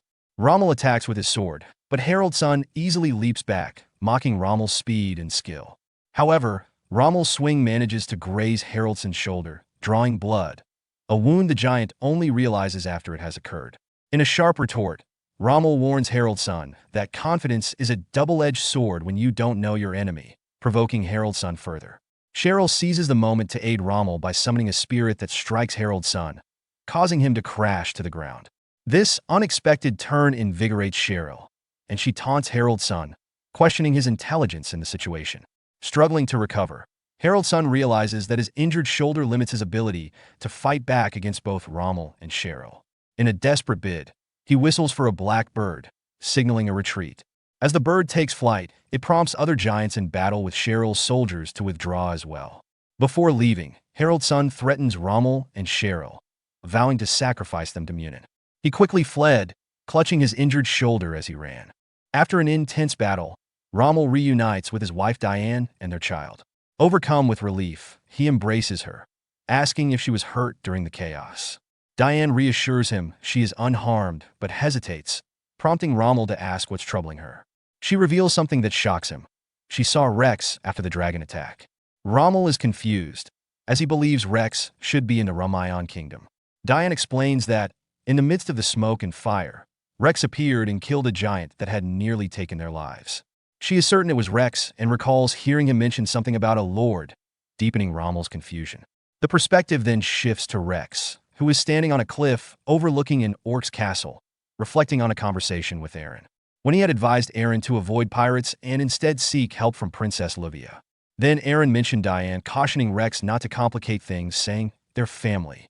Rex was left puzzled by this, not understanding what Aaron meant by that. Aaron had also suggesting that if he don't have much to communicate, he should simply declare he is here to save her by the orders of the Lord. In the present, Rex regrets how that conversation had unfolded. He feels he bungled his chance to speak clearly, replaying the moment in his mind with frustration. Then the scene shifts to the Ramayan kingdom, where Aaron faces a new crisis. The people are rioting against his order to shut down the port of Retta. Aaron learns from Arthur that the people are so desperate they'd rather be robbed by pirates than face starvation. Aaron is exasperated, realizing they don't understand the long-term consequences of their demands, but he is at a loss for how to make them see reason. Arthur respectfully expresses his opinion to Aaron regarding the decision to close the port city of Retta to isolate the pirates. He acknowledges Aaron's strategy of eliminating anything the pirates could steal, but warns that this would also cut off the citizens from essential supplies and support. Instead, Arthur proposes a surprise attack on the pirates, suggesting that addressing the root of the problem might be a more effective solution than isolation. He argues that a direct confrontation could yield better results since reaching a peace agreement seems unlikely. Aaron considers this suggestion and realizes the merit in Arthur's plan. He instructs Arthur to communicate to the rioters that the port closure will only be temporary, lasting a few days, during which the government will provide financial support for their losses. Arthur promptly agrees and prepares to implement this strategy. As the conversation continues, Aaron elaborates on his plan. He tells Arthur to get ready for an offensive against the pirates' base while the port is closed. Arthur, initially confused, asks about the need for troops. In a surprising turn, Aaron insists that it will only be the two of them who will go on this ambush. Arthur is shocked, exclaiming disbelief at the idea of tackling such a dangerous mission without a larger force. Days later, after closing the port city, Arthur and Aaron manage to secretly board one of the pirate ships docked at Retta. They set off toward the headquarters of the Blue Hammer Pirates, their plan unfolding. Upon arriving at the port city of Retta, they witness the vibrant market scene. Shopkeepers enthusiastically shout out their wares: salted fish, tender meat from the Empire, and various types of alcohol, including stomach fire rum. Arthur expresses his surprise, noting that despite the island's reputation, it seems to be populated by normal people living their daily lives amidst the pirate presence. As Aaron surveys the bustling pirate port city, he reflects on the complexities of their mission. Initially, he believed that simply eliminating the pirates would resolve the problem. However, considering the people who live there, he realizes that their actions may have broader implications, potentially necessitating the acceptance of the inhabitants into their territory. Amid his thoughts, Aaron hears a loud noise and turns to Arthur, inquiring about its source. Arthur points to a nearby area, indicating that it appears they are constructing a boat. Intrigued, Aaron suggests they investigate further, contemplating the potential benefits of collaborating with these pirates. He muses that if the pirates possess the skills to sail to the Black Continent, perhaps they could be persuaded to build boats for their own use. Suddenly, a stranger grabs Aaron's shoulder and demands to know their identities. The atmosphere shifts as the surrounding crowd begins to glare at them, clearly hostile to outsiders in this pirate city. In a bid to defuse the situation, Arthur hastily claims they are new pirates who have recently joined. However, Aaron quickly intervenes, covering Arthur's mouth and insisting they abandon that ruse. He removes his face cloth and demanding to see the captain and announcing his presence boldly. However, Captain Jacqueline interrupts him, asserting her own authority as she reveals herself. She has been listening to Aaron and immediately makes it clear that she has no interest in negotiating with him, referring to him as imperial scum. Undeterred, Aaron shifts tactics and proposes an alternative. If negotiations are off the table, perhaps they can strike a deal instead. Curious, Jacqueline challenges him, asking for the terms of this proposed deal. Aaron outlines their offer. Permission for the pirates to freely access the port city of Retta, along with a year's supply of food, in exchange for something he hopes to obtain from them. Jacqueline scoffs at the offer, asserting that pirates have no need for permission and dismissing the food as unnecessary. Aaron confronts Captain Jacqueline and her crew with a sharp critique of their situation. He points out that while they claim to be self-sufficient, their dependence on stolen goods like salted fish, imperial meat, and alcohol contradicts their assertion of independence. He notes that their recent arrival in Retta coincided with an empty port, emphasizing his authority as the ruler of the Ramayan kingdom, and now as part of the Brand territory. Aaron asserts that he has the power to close the port and eliminate the pirates with a single command, showcasing his leverage in the negotiation. The tension escalates when Vice Captain Miller, unable to contain his anger at Aaron's threats, lunges at him with a short sword. Aaron effortlessly dodges the attack and counters, striking Miller's hand and forcing him to drop the weapon. The other pirates are taken aback by Aaron's skill and shocked by his boldness in the face of aggression. Miller, furious, insults Aaron, calling him imperial trash, and retaliates by throwing gunpowder at him, preparing to ignite it with a fire torch while threatening to kill him. Just as the situation seems poised to explode into violence, Captain Jacqueline intervenes. She throws a bucket of water at Miller, extinguishing the torch and admonishing him for his reckless behavior, reminding him that they could all be in danger if he acted thoughtlessly. After quelling the immediate threat, Jacqueline turns back to Aaron, her demeanor shifting to one of cautious negotiation. She asks him what he truly wants from them. Aaron seizes the opportunity and straightforwardly demands that they attack the Ramayan kingdom. This bold request shocks both Vice Captain Miller and Captain Jacqueline, as well as Arthur.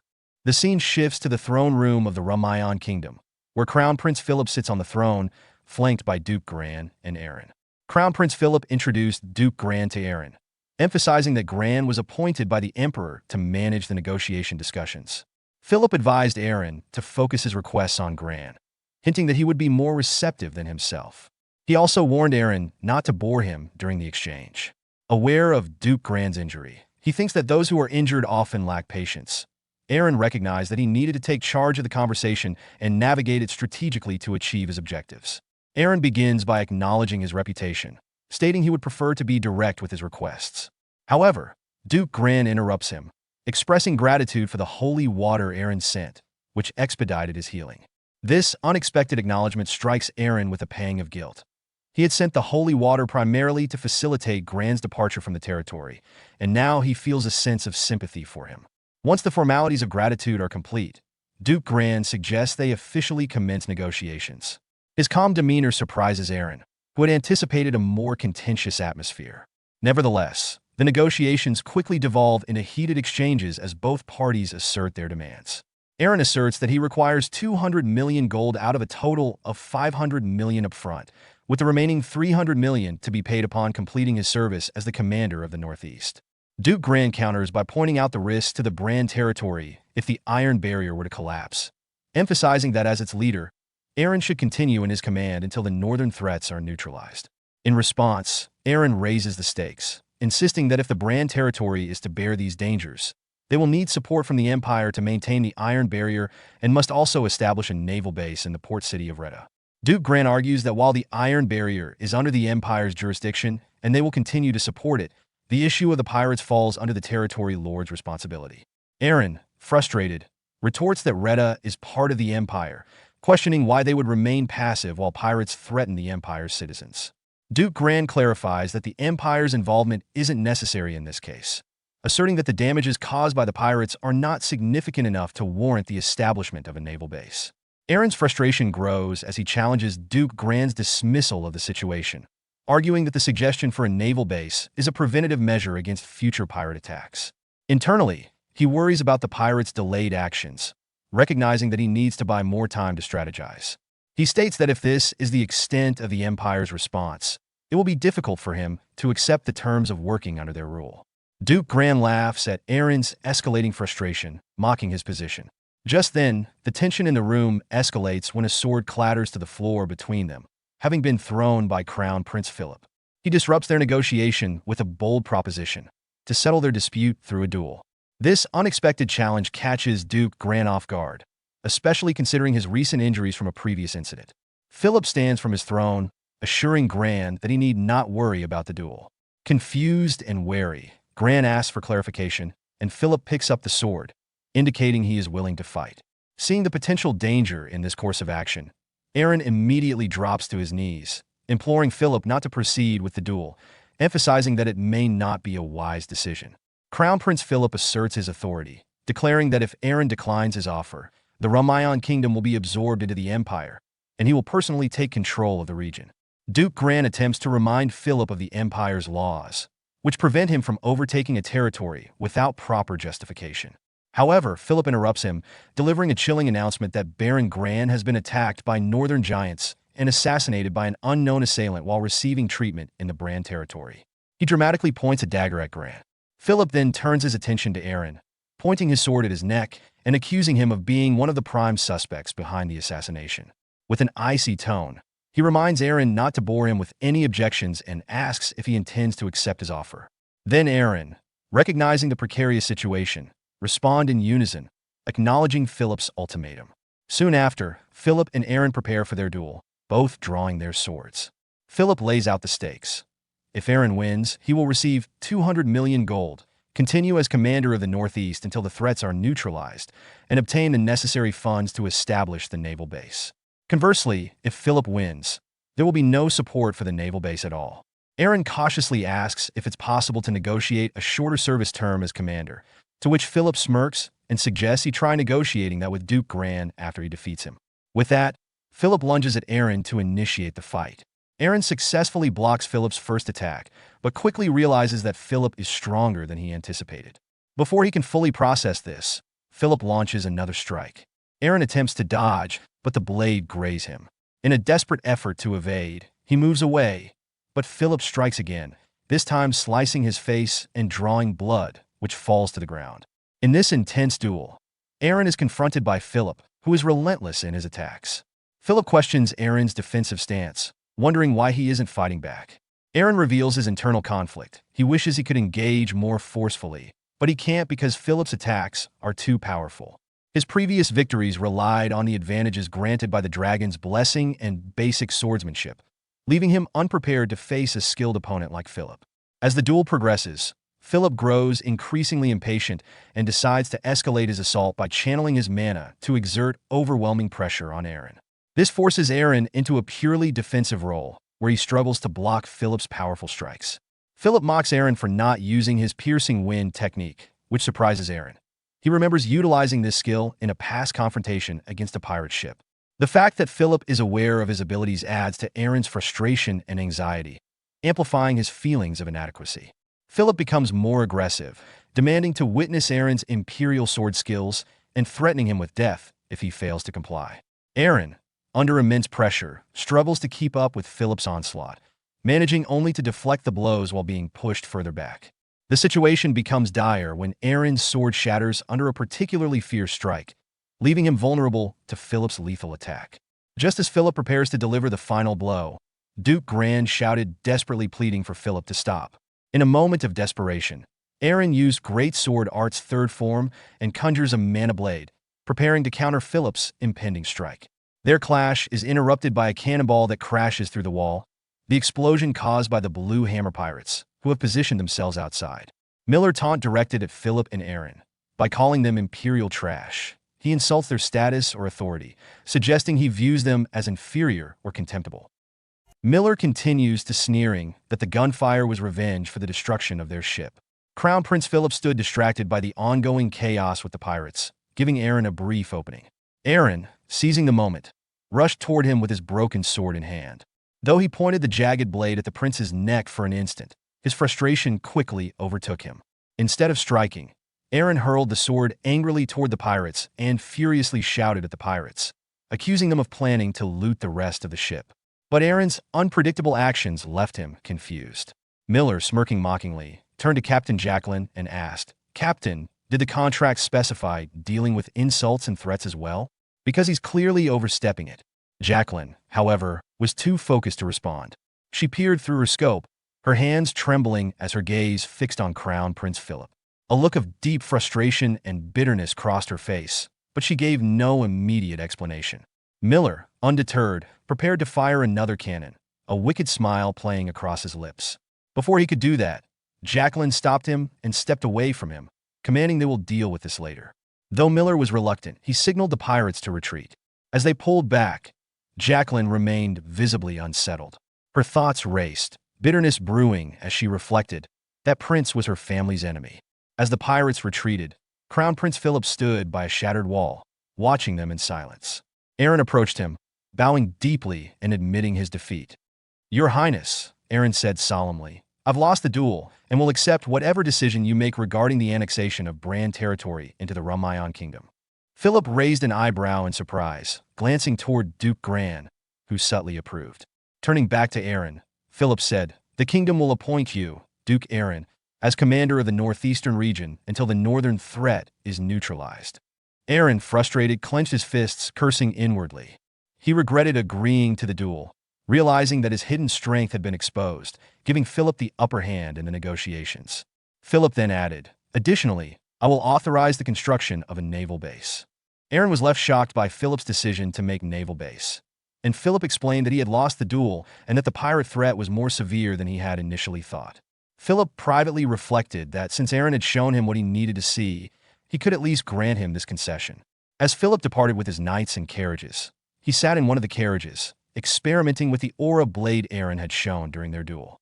After several attempts, he finally succeeded in materializing an aura blade, laughing in satisfaction as he muttered, "So that's how it's done."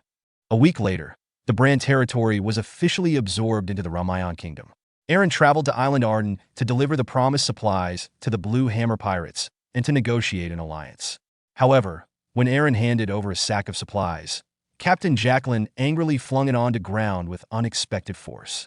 Startled, Aaron asked about it. Jacqueline, furious, confronted Aaron, asking why didn't he tell her? Aaron, confused, replied, "Tell her what?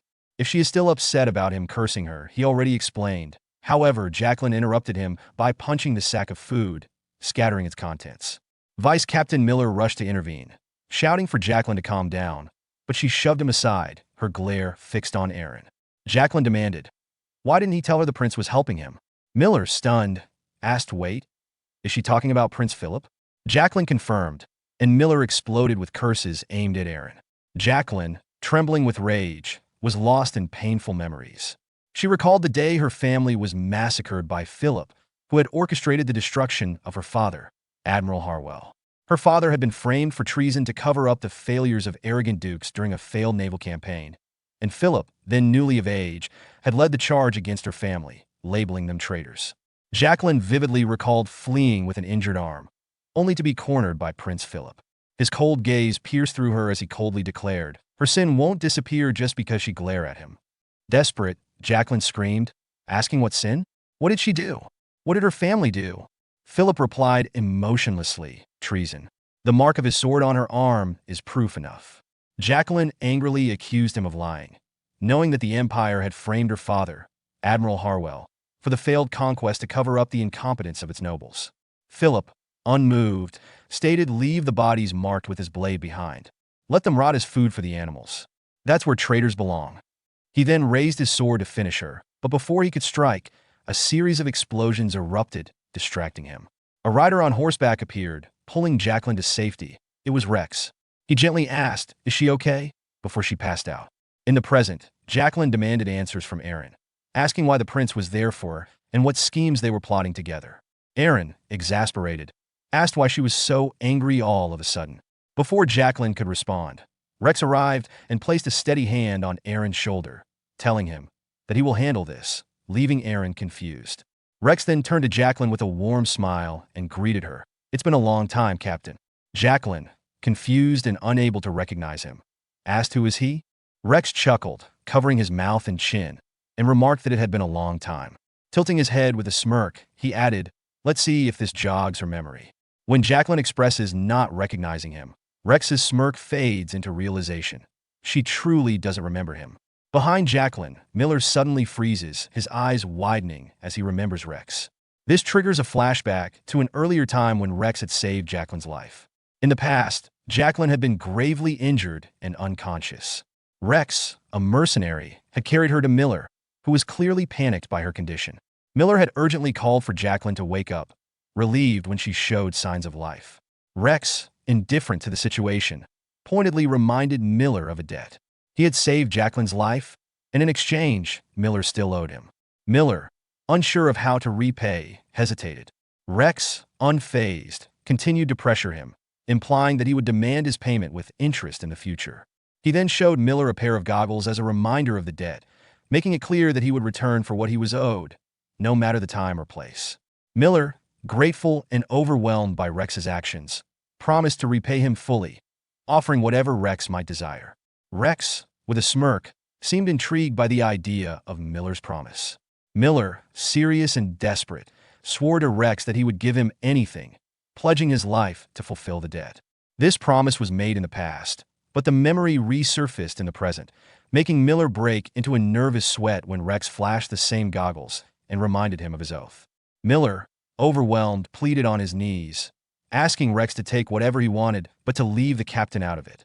Rex, with a dramatic sigh, agreed but demanded a pen, parchment, and scissors. Miller, trembling, hesitated and asked why Rex needed the scissors. Rex pointed to his own partially shaved chin, grinning mischievously, implying he would take something personal from Miller in return for the debt being settled. True to his word, Rex proceeded to cut off Miller's beard, easing the tension between the two sides, but also exacting a light-hearted, albeit embarrassing, price. The evening ended with the pirates celebrating around a campfire, dancing and laughing. Jacqueline, smiling for the first time in a while, watched the festivities from a distance. Aaron, noticing her, approached and sat beside her. Aaron asked Jacqueline what her plan was now, to which she replied uncertainly, saying she was open to whatever the future held, but speculating that the enemies of the Crown Prince and Aaron's family might be preparing for revenge. Aaron, intrigued by the mention of revenge, asked if she wanted his help with that. Jacqueline, confused, asked for clarification, and Aaron proposed a deal. He would assist her in seeking revenge, and in return, she would help him with something in the future. Jacqueline hesitated, feeling she had already received much help and had little to offer in return. However, Aaron smirked and assured her they could help each other in ways she might not expect, even referencing her ships. After a brief moment of contemplation, Jacqueline agreed with a chuckle, accepting whatever the deal might entail. A month later, with a peace agreement now secured, Aaron led his forces to the Iron Wall, a fortress held by the Northern Giants. After a few days of the horde of skeletons are fighting, the Northern Giants both engaged in a fierce battle. Despite their overwhelming strength, the Giants were struggling to fend off an unrelenting assault from an army of skeletons. Giant Chief Harold's son, observing the chaos, became frustrated by the delayed arrival of Aaron's forces, which he had hoped would help turn the tide. He struck the fortress wall in anger and cursed their tardiness. As he scanned the battlefield, his eyes fixed on the necromancer leading the skeleton horde, none other than Elena, a demon succubus, flanked by Cheryl and Rommel. Harold's son knew that if he could take her down, the battle would be won.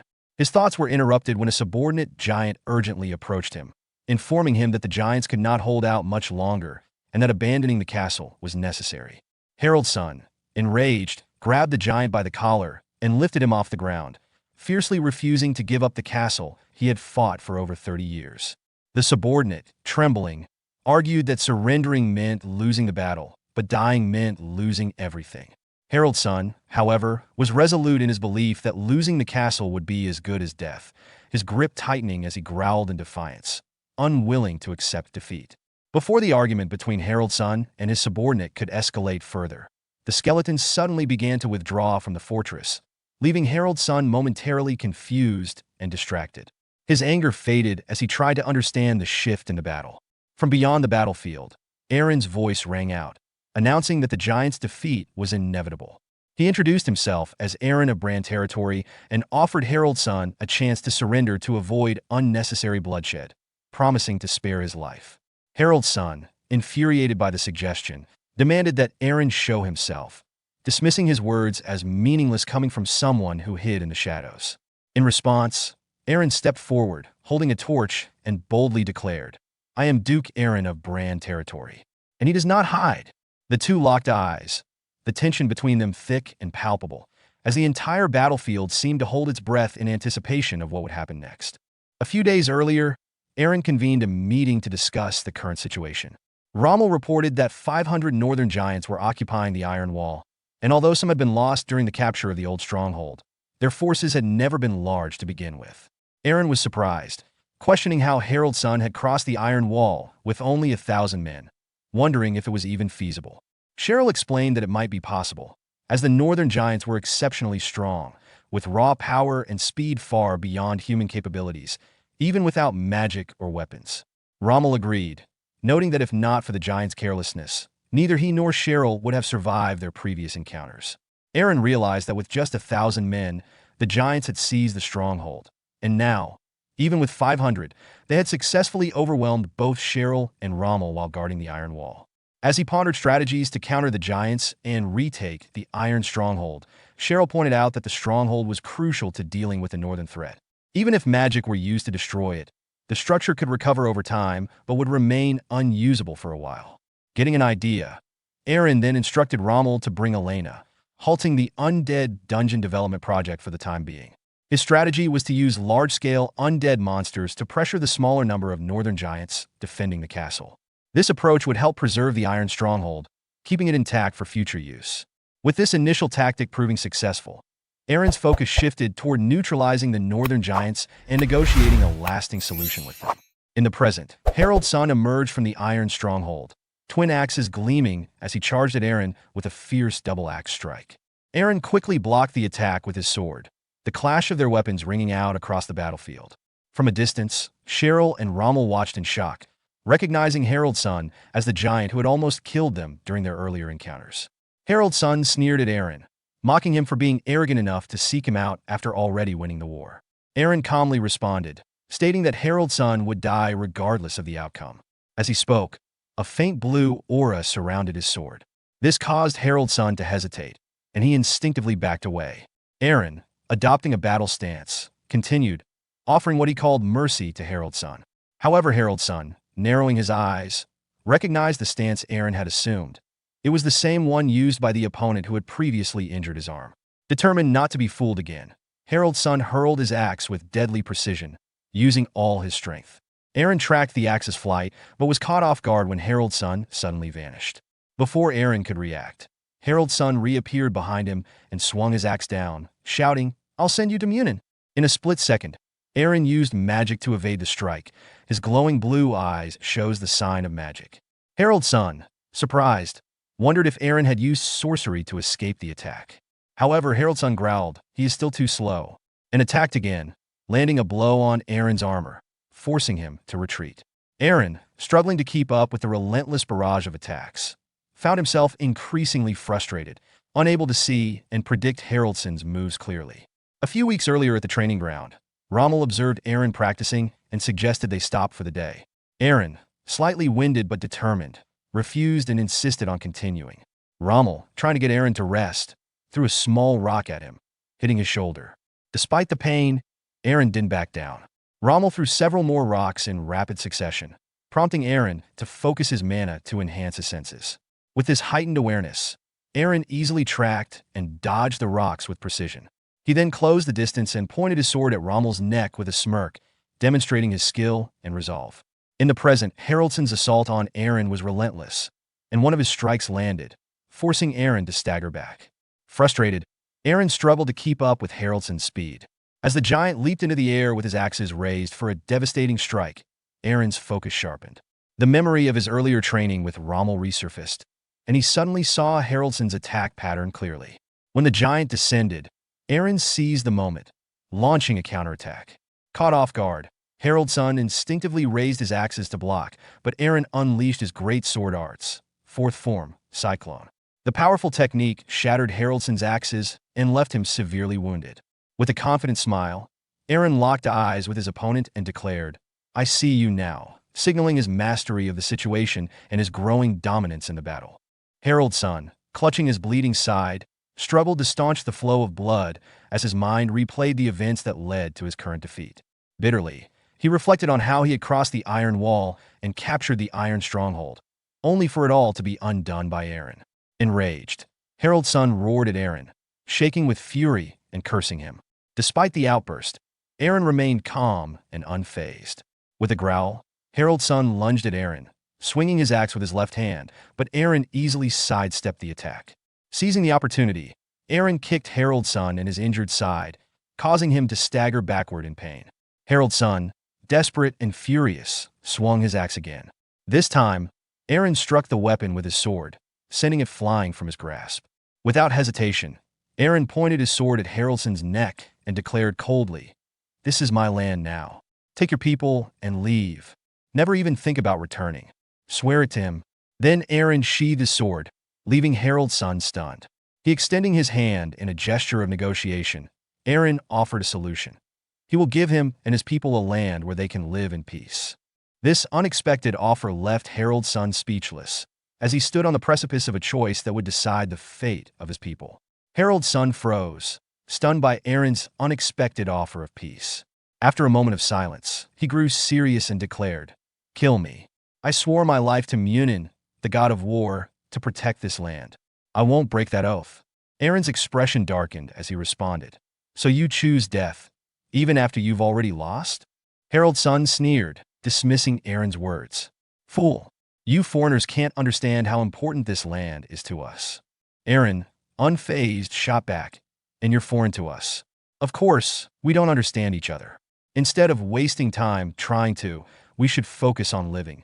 Me on my land, and you on the land I'm offering you." Herald's son studied Aaron for a moment before chuckling grimly. "En alliance? I sense your sincerity, but you don't understand. My brothers and I follow Munin, the god of war. To die on the battlefield is the ultimate blessing for us. Killing us is granting our wish." Aaron frowned, confused by Heraldson's words, but Herald's son continued, his voice resolute. "If you truly want an alliance with our kind, there's something you must do." From a distance, Cheryl watched the exchange, muttering under her breath, "This truce talk is dragging on." Rommel, standing beside Cheryl, commented on the Northern Giants' pride as warriors, acknowledging that negotiating with them would be challenging. At that moment, Aaron suddenly beheaded Herald's son, silencing the chief permanently. Cheryl and Rommel gasped in shock, calling out to Aaron in disbelief. Aaron raised his bloodied sword and declared, "I, Aaron, Duke of Brahn, have slain the enemy's chief."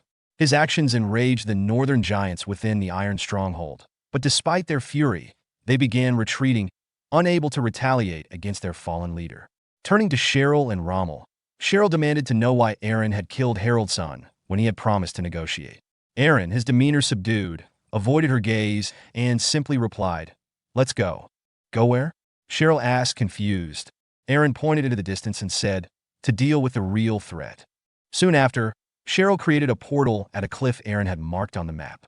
The three emerged through the portal on horseback, the cold air biting at their skin. Aaron's mind replayed Heraldson's final words.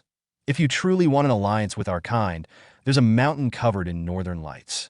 Looking up at the sky, Aaron whispered, "Aurora Borealis." Before he could continue, Cheryl called his attention to a small village below the mountain. As Aaron, Cheryl, and Rommel approached the village, Cheryl asked if they were about to meet Heraldson's cousin. Aaron nodded, recalling that Herald's son had mentioned his cousin, Eric the Dwarf, as someone they needed to talk to. Rommel scanned the area warily, questioning if it was safe. Aaron recalled another warning from Herald's son. "That blind crow already knows you're coming. Bring a gift of goodwill." Soon, they encountered Eric. The dwarf eyed them suspiciously and stated that if they sought an alliance, they first needed to prove their goodwill. Aaron pointed to the bags on their horses, but Eric wasn't impressed. After a brief hesitation, Aaron retrieved a bottle of holy water, offering it as a gift. He explained this will extend your lifespan. Eric recognition and acknowledged the gift with a nod. He said this is what he saw in his dream, and he accepting it. In return, Eric offered a prophecy of Munin. Aaron, confused, asked about it. Eric began to recite. "The body blessed by the dragon's gift. A ruler who has walked with a dragon. A stranger who opposes the dragon. An existence that lights the path ahead." As Eric spoke, Aaron's vision was overwhelmed with a dazzling array of stars, their light shimmering in the dark sky. Cheryl, noticing Aaron's distracted state, called out, tapping his shoulder, and asked what's wrong with him. The conversation had ended, and Eric was heading out. Aaron, in a confused state, asked if Eric had sprinkled stars in the sky. Cheryl, frustrated by Aaron's question, scolded him for his fanciful thinking. reminding him that it was simply a starry night and that Eric couldn't have literally scattered stars across the sky. Before his expedition to the Black Continent, Aaron formed an alliance with the northern giant, Eric, to eliminate remaining external threats. As he traveled across the kingdom, preparing for the final mission, he met with Cain. During their handshake, Cain squeezed Aaron's hand painfully, prompting Aaron to pull back, complaining of the pain. Cain, visibly upset, criticized Aaron for giving rations and holy water to the barbarians, questioning how Aaron could have made such a promise. Aaron calmly explained that, should they face an unknown attack while on the Black Continent, the situation would worsen if they ignored potential threats. Cain, frustrated, slammed his hand and scratched his head, still clearly troubled. Aaron asked if his actions had been hasty, to which Cain reluctantly admitted that, although Aaron had made a sound decision, the kingdom's dire situation was exacerbated by their support of the barbarians. Cain expressed concern that this would lead to more suffering for their people, especially since the production of holy water had been cut in half. Aaron, confused, inquired about the reduction in production, and Cain explained that it was due to a lack of holy power, mentioning Cecilia in passing. Aaron immediately moved away to meet Cecilia, saying they would continue their discussion later. As Aaron left, Cain muttered wistfully, wishing Kainus were present to help with the situation. Cecilia journeyed up a freezing mountain toward the old temple of the goddess Vivian, using her diminishing holy power to combat the cold. As she climbed, she realized her prayers were not being answered and decided to take more drastic action. Upon reaching the temple, she dismounted her horse and knelt before the sacred structure, praying for guidance from Lady Vivian. After some time, when Cecilia opened her eyes, she was deeply troubled to find that the holy power still did not respond. Her heart sank as she faced the realization that even in the presence of the temple, her prayers were unanswered. Just then, a powerful gust of wind struck her, throwing her toward a cliff's edge. The wind then lifted her into the air, leaving her suspended and terrified. Believing that she would fall to her death, she closed her eyes and called out to the goddess in desperation. At that moment, Kainus appeared in his dragon form, catching her midair. He gently landed on the mountainside and set her down. Trembling with gratitude, Cecilia thanked him for saving her. Kainus, however, seemed distracted, thinking to himself about how even Vivian hadn't responded to Cecilia's prayers, reflecting on her laziness. As Cecilia stood up without kneeling, Kainus, surprised, remarked on her boldness, teasing her for not showing proper reverence. Cecilia met Kainus's gaze firmly and explained that, though it was her first time encountering a dragon up close, she was Lady Vivian Sanus and would kneel to no one but her goddess. Kainus chuckled, calling her an oddity for still defending a god who didn't respond to her prayers. His irritation grew as he wondered why Vivian had made mana unusable. Cecilia interrupted his thoughts, stepping closer and calmly saying she could sense Vivian's presence. She pointed to a spot behind the temple and then pressed her hand against Kainus' chest, claiming the goddess's presence was there as well. Kainus, taken aback, asked what she was doing, but Cecilia explained that a chain of light was blocking the mana. When Kainus asked if she could break it, Cecilia regretfully shook her head, stating it was impossible in its current state. Kainus silently cursed Vivian, frustrated by the situation. However, Cecilia suggested that if Vivian's strength were restored, the chain might be broken, but Kainus would need to return to the place where he was originally chained. Kainus fell silent, reflecting on when he was in his human form the chain was placed on his heart. Finally, he spoke, trusting Cecilia to keep a secret. Surprised, Cecilia asked how he knew her name, but Kainus didn't answer. Instead, he unleashed a powerful roar, creating a whirlwind of mana and dust. Once the dust cleared, Kainus lying on the ground before her in his human form. Cecilia hesitated, then asked why is he here, and at this place? In the capital of the empire, Zabin, a secret gathering took place in the underground canals, with masked individuals lining up to enter a concealed chamber one at a time. Cheryl, part of the crowd, stood with her hood drawn low over her face, observing her surroundings. She felt uneasy, questioning if this was truly the home of the sage, as the large number of people made it seem suspiciously obvious. As she scanned the line ahead of her, Cheryl's attention was suddenly caught by a woman entering the line. Her heart stopped when she recognized the woman. Without a doubt, it was her mother. Isabel, disguised under a hood, patiently waited in a line to meet a sage renowned for his ability to foresee the future. When her turn arrived, she entered a dimly lit room where the sage sat with a glowing magical crystal ball in front of him. A guard pushed her closer to the sage, and though she hesitated, she eventually sat down. The sage asked what she wished to know, and Isabel firmly replied that she wanted to know the future of her children. The sage explained that knowing the future required a steep price, prompting Isabel to place a heavy bag of coins on the table without hesitation. He warned her that the present continuously shaped the future, making it a fragile subject to reveal. Still, she insisted, saying she would wait as long as necessary. When asked for her children's names, she replied, Aaron Karen and Cheryl Karen. At that moment, the sage froze in shock, and his silence unsettled her. She asked if something was wrong, but he avoided answering directly. Instead, he requested her to remove her hood and place her hand on the crystal ball. Reluctantly, Isabel revealed her face. The sage immediately recognized her. It was Isabel, the mother of Aaron and Cheryl, who was presumed to be dead. She placed her hand on the glowing crystal ball, and a burst of golden light filled the room. After a long pause, the sage announced that he had seen the vision she sought. Desperately, Isabel demanded to know when and how her children would die. Her question shocked the sage, who darkly remarked that she wasn't interested in their lives, only their deaths. Despite his disapproval, Isabel insisted, placing another bag of coins on the table. Reluctantly, the sage revealed that, in about 20 years, Aaron and Cheryl would die at the hands of Emperor Zerone. As Isabel left, the sage called a guard and whispered instructions for him to follow her and report everything about her life. Once she was gone, the sage removed his own hood, revealing himself to be Gayle, a philosopher of the Zaban Empire, and the soul that inhabited Aaron's body. Gayle was shocked, questioning how Isabel was alive since he believed she had died before his father was dethroned. Gayle's backstory revealed that, after being rejected by Duke Rhinon in his quest for revenge, he had started from nothing. Using his knowledge of the future, he gained fame as a fortune teller. His predictions earned him the titles the Sage of the Future and the Philosopher of Zaban, eventually leading Isabel to seek him out. Yet, her reason for wanting to know the exact moment of her children's deaths puzzled him. Meanwhile, Isabel, now aware of her children's grim fate, sensed someone following her as she walked through the streets. Reacting instinctively, she drew a hidden dagger and fled. However, a hand suddenly grabbed her shoulder, and she prepared to strike, only to stop when she realized it was Cheryl. Cheryl, overwhelmed with emotion, hugged Isabel and tearfully demanded to know why she had disappeared from their lives. Isabel, her face hidden beneath her hood, tried to convince Cheryl that she was mistaken, but Cheryl's heartfelt cries broke through her resolve. When Cheryl begged her mother for answers, Isabel cryptically explained that she had stayed away to ensure their safety.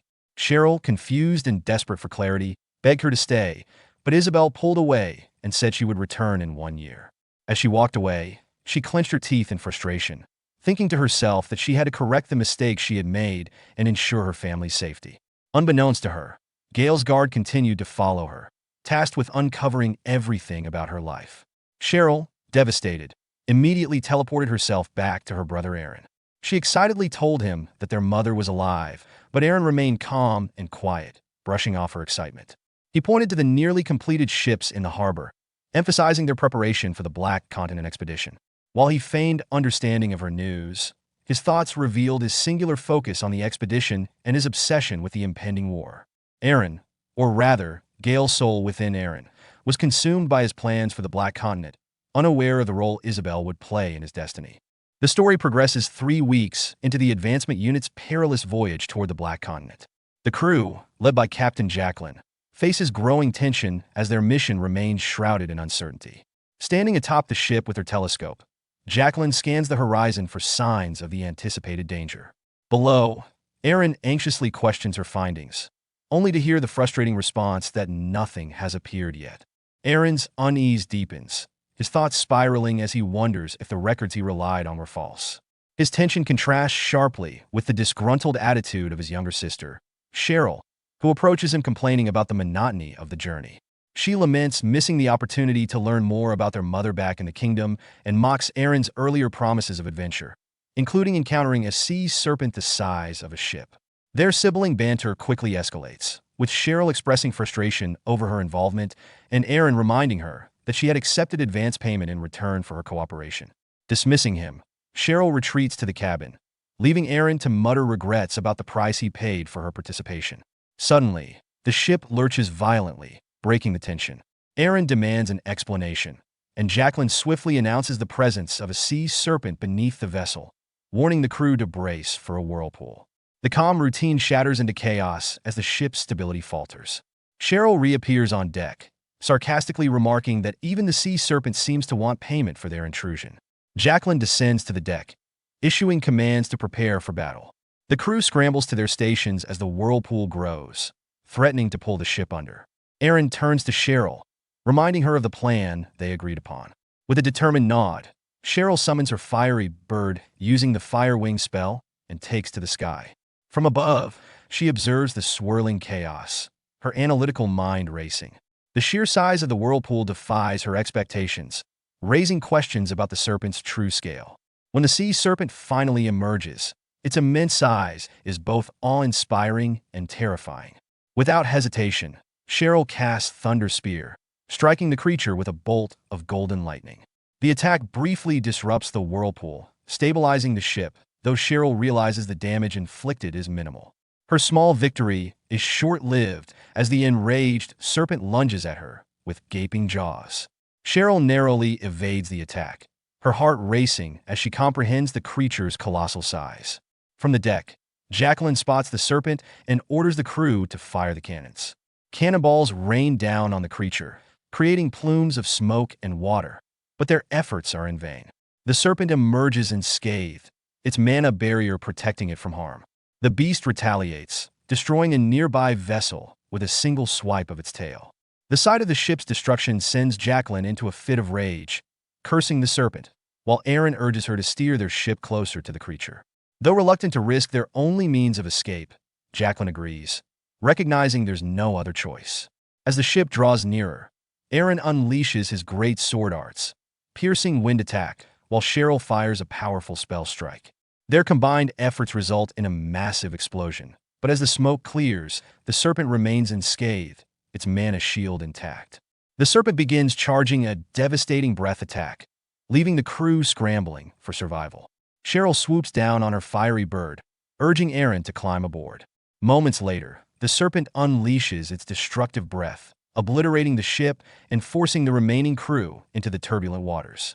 As the serpent prepares to attack again, Aaron shouts at Cheryl to ascend, but she remains frozen, her face pale with shock. When Aaron demands an explanation, Cheryl finally speaks, her voice trembling. She reveals the source of her fear. Another threat has arrived. Aaron turns his gaze to the sky and is met with a sight more terrifying than the sea serpent. A dragon, its massive wings casting a shadow over the chaos below, descending toward them. Kainuz, in his dragon form, appeared suddenly, flying toward Cheryl and Aaron. Cheryl immediately warned Aaron and began preparing a fire spell. However, before she could cast it, Kainuz zipped past them with remarkable speed, heading straight for Leviathan, the sea serpent. Cheryl noticed a burn mark on Kainuz and realized he was the same dragon she had fought at the old castle. Kainuz engaged Leviathan, sinking his razor-sharp teeth into the sea serpent, causing it to cry out in pain. Kainuz then attempted to communicate with Leviathan telepathically, urging it to regain control. But instead of responding, Leviathan charged a breath attack aimed at Kainuz, who swiftly dodged and remarked telepathically on Leviathan's loss of reason and reliance on instincts. The battle escalated as Kainuz skillfully dodged multiple breath attacks from Leviathan. He launched his own breath attack in return. Meanwhile, Aaron, witnessing the fierce fight, wondered why Kainuz was fighting the sea serpent. Cheryl quickly recognized the opportunity and urged Aaron to act, suggesting they save as many people as they could while Kainuz and Leviathan were distracted. Aaron, determined to act, agreed despite Cheryl's concerns about the sea serpent's overwhelming strength. Cheryl summoned a firebird to carry them closer to the action, while Aaron worried about how to penetrate Leviathan's mana shield with his sword. Leviathan, coiling its tail around Kainuz, began to crush him, but Kainuz fought back, slashing at Leviathan's eye, causing it to bleed. Aaron, spotting the opening, instructed Cheryl to get them closer to Leviathan's eye. Kainuz and Leviathan continued their battle, with breath attacks colliding in violent clashes. Kainuz thought to himself about the increasing power of Leviathan's magic. He dodged another attack, then darted forward, delivering a claw strike to Leviathan. In retaliation, Leviathan tried to bite Kainuz but missed, and Kainuz bit into Leviathan's neck, causing it to scream in pain. Seeing an opening, Aaron and Cheryl arrived at the scene. Kainuz, noticing them, released Leviathan to focus its attention on the pair. Aaron leaped from the Firebird, plunging his sword into Leviathan's eye, twisting it to inflict more pain, and shouting for the rampaging to stop. Leviathan thrashed, and Aaron called to Cheryl, who guided the Firebird closer, so Aaron could jump back onto it. Meanwhile, Kainu's prepared a final, devastating attack. He unleashed a massive fire breath attack that hit Leviathan square in the face, beginning the process of melting it. Aaron, seeing Leviathan's body start to melt, urgently warned Cheryl that it was about to explode. Cheryl, pushing her summon to its limits, tried to speed up their escape. Just as they were about to leave, Leviathan's body erupted in a huge explosion, knocking Cheryl unconscious and causing her summon to disappear, sending both Aaron and Cheryl plummeting into the ocean. Aaron, before losing consciousness, smiled faintly, thinking, "We did it." Later, Aaron awoke on the beach, coughing seawater. As he regained his bearings, he saw the others who had been with them scattered on the shore, all unconscious. Spotting Cheryl, he rushed to her side, shouting for her to wake up. She stirred at his voice, and Aaron, relieved, thanked the heavens. Cheryl, groggy, asked him to let go of her, but before they could speak further, a voice called out, "Good to see you." Startled, Aaron turned to find Kainus standing nearby. With a smirk, Kainus greeted them, saying, "Welcome to the Black Continent." Kainus explains his arrival to Aaron, who sarcastically remarks on his great timing, considering Kainus came late but still managed to rescue them from the sea. After briefly contemplating how challenging it must have been to search for them, Aaron focuses on the fact that they survived thanks to Kainus. He asks if Kainus knows anything about the land they're on, to which Kainus reveals that most of the continent is covered by forests and mines, but there is a castle deep within. Aaron, puzzled, wonders if a castle implies a king, but records suggest there isn't one. This makes Aaron reconsider the ease of their mission, suspecting that tribes could be under a king's rule, complicating their conquest. He decides to have his team scout the area and gives the order to split into groups of 3. One group consists of Cheryl, Miller, and Captain Jacqueline. While scouting, Cheryl grumbles about having to work in the woods while the Lord gets to visit the castle, and she demands a break. Miller, amused, comments on her temper, while Jacqueline, irritated, reminds Cheryl that she lost a ship and should be more understanding. As the conversation escalates, Cheryl and Jacqueline argue about the complexities of setting up a portal, with Cheryl expressing doubts about its feasibility in such an unstable magical environment. Suddenly, Cheryl senses someone behind them. She casts a binding spell to restrain the person, revealing an old man. The old man, who had been casting a spell, announces that the prophecy has come true, which surprises the group. Cheryl decides to hear him out. The old man claims that the prophecy foretells a liberator who will free the slaves of the continent. Meanwhile, he becomes distracted by a butterfly, rolling around like a child when it escapes. Cheryl, unsure whether to trust him, approaches and asks about the prophecy in more detail. The old man describes a warrior with a special sword, the relic of the ruins, who will defeat the master of the continent. He insists they must find the ancient ruins, as the Slayer resides there. The group is skeptical, with Cheryl dismissing him as just a crazy guy. Despite her doubts, Captain Jacqueline suggests they continue their mission. In a nearby castle, a woman watches Kainus, Aaron, and Rex through a magic crystal ball. She chuckles, intrigued by Kainus' fearlessness, and notices the dragon's blessing on Aaron. The woman orders her subordinate, Logan, to invite them to the castle.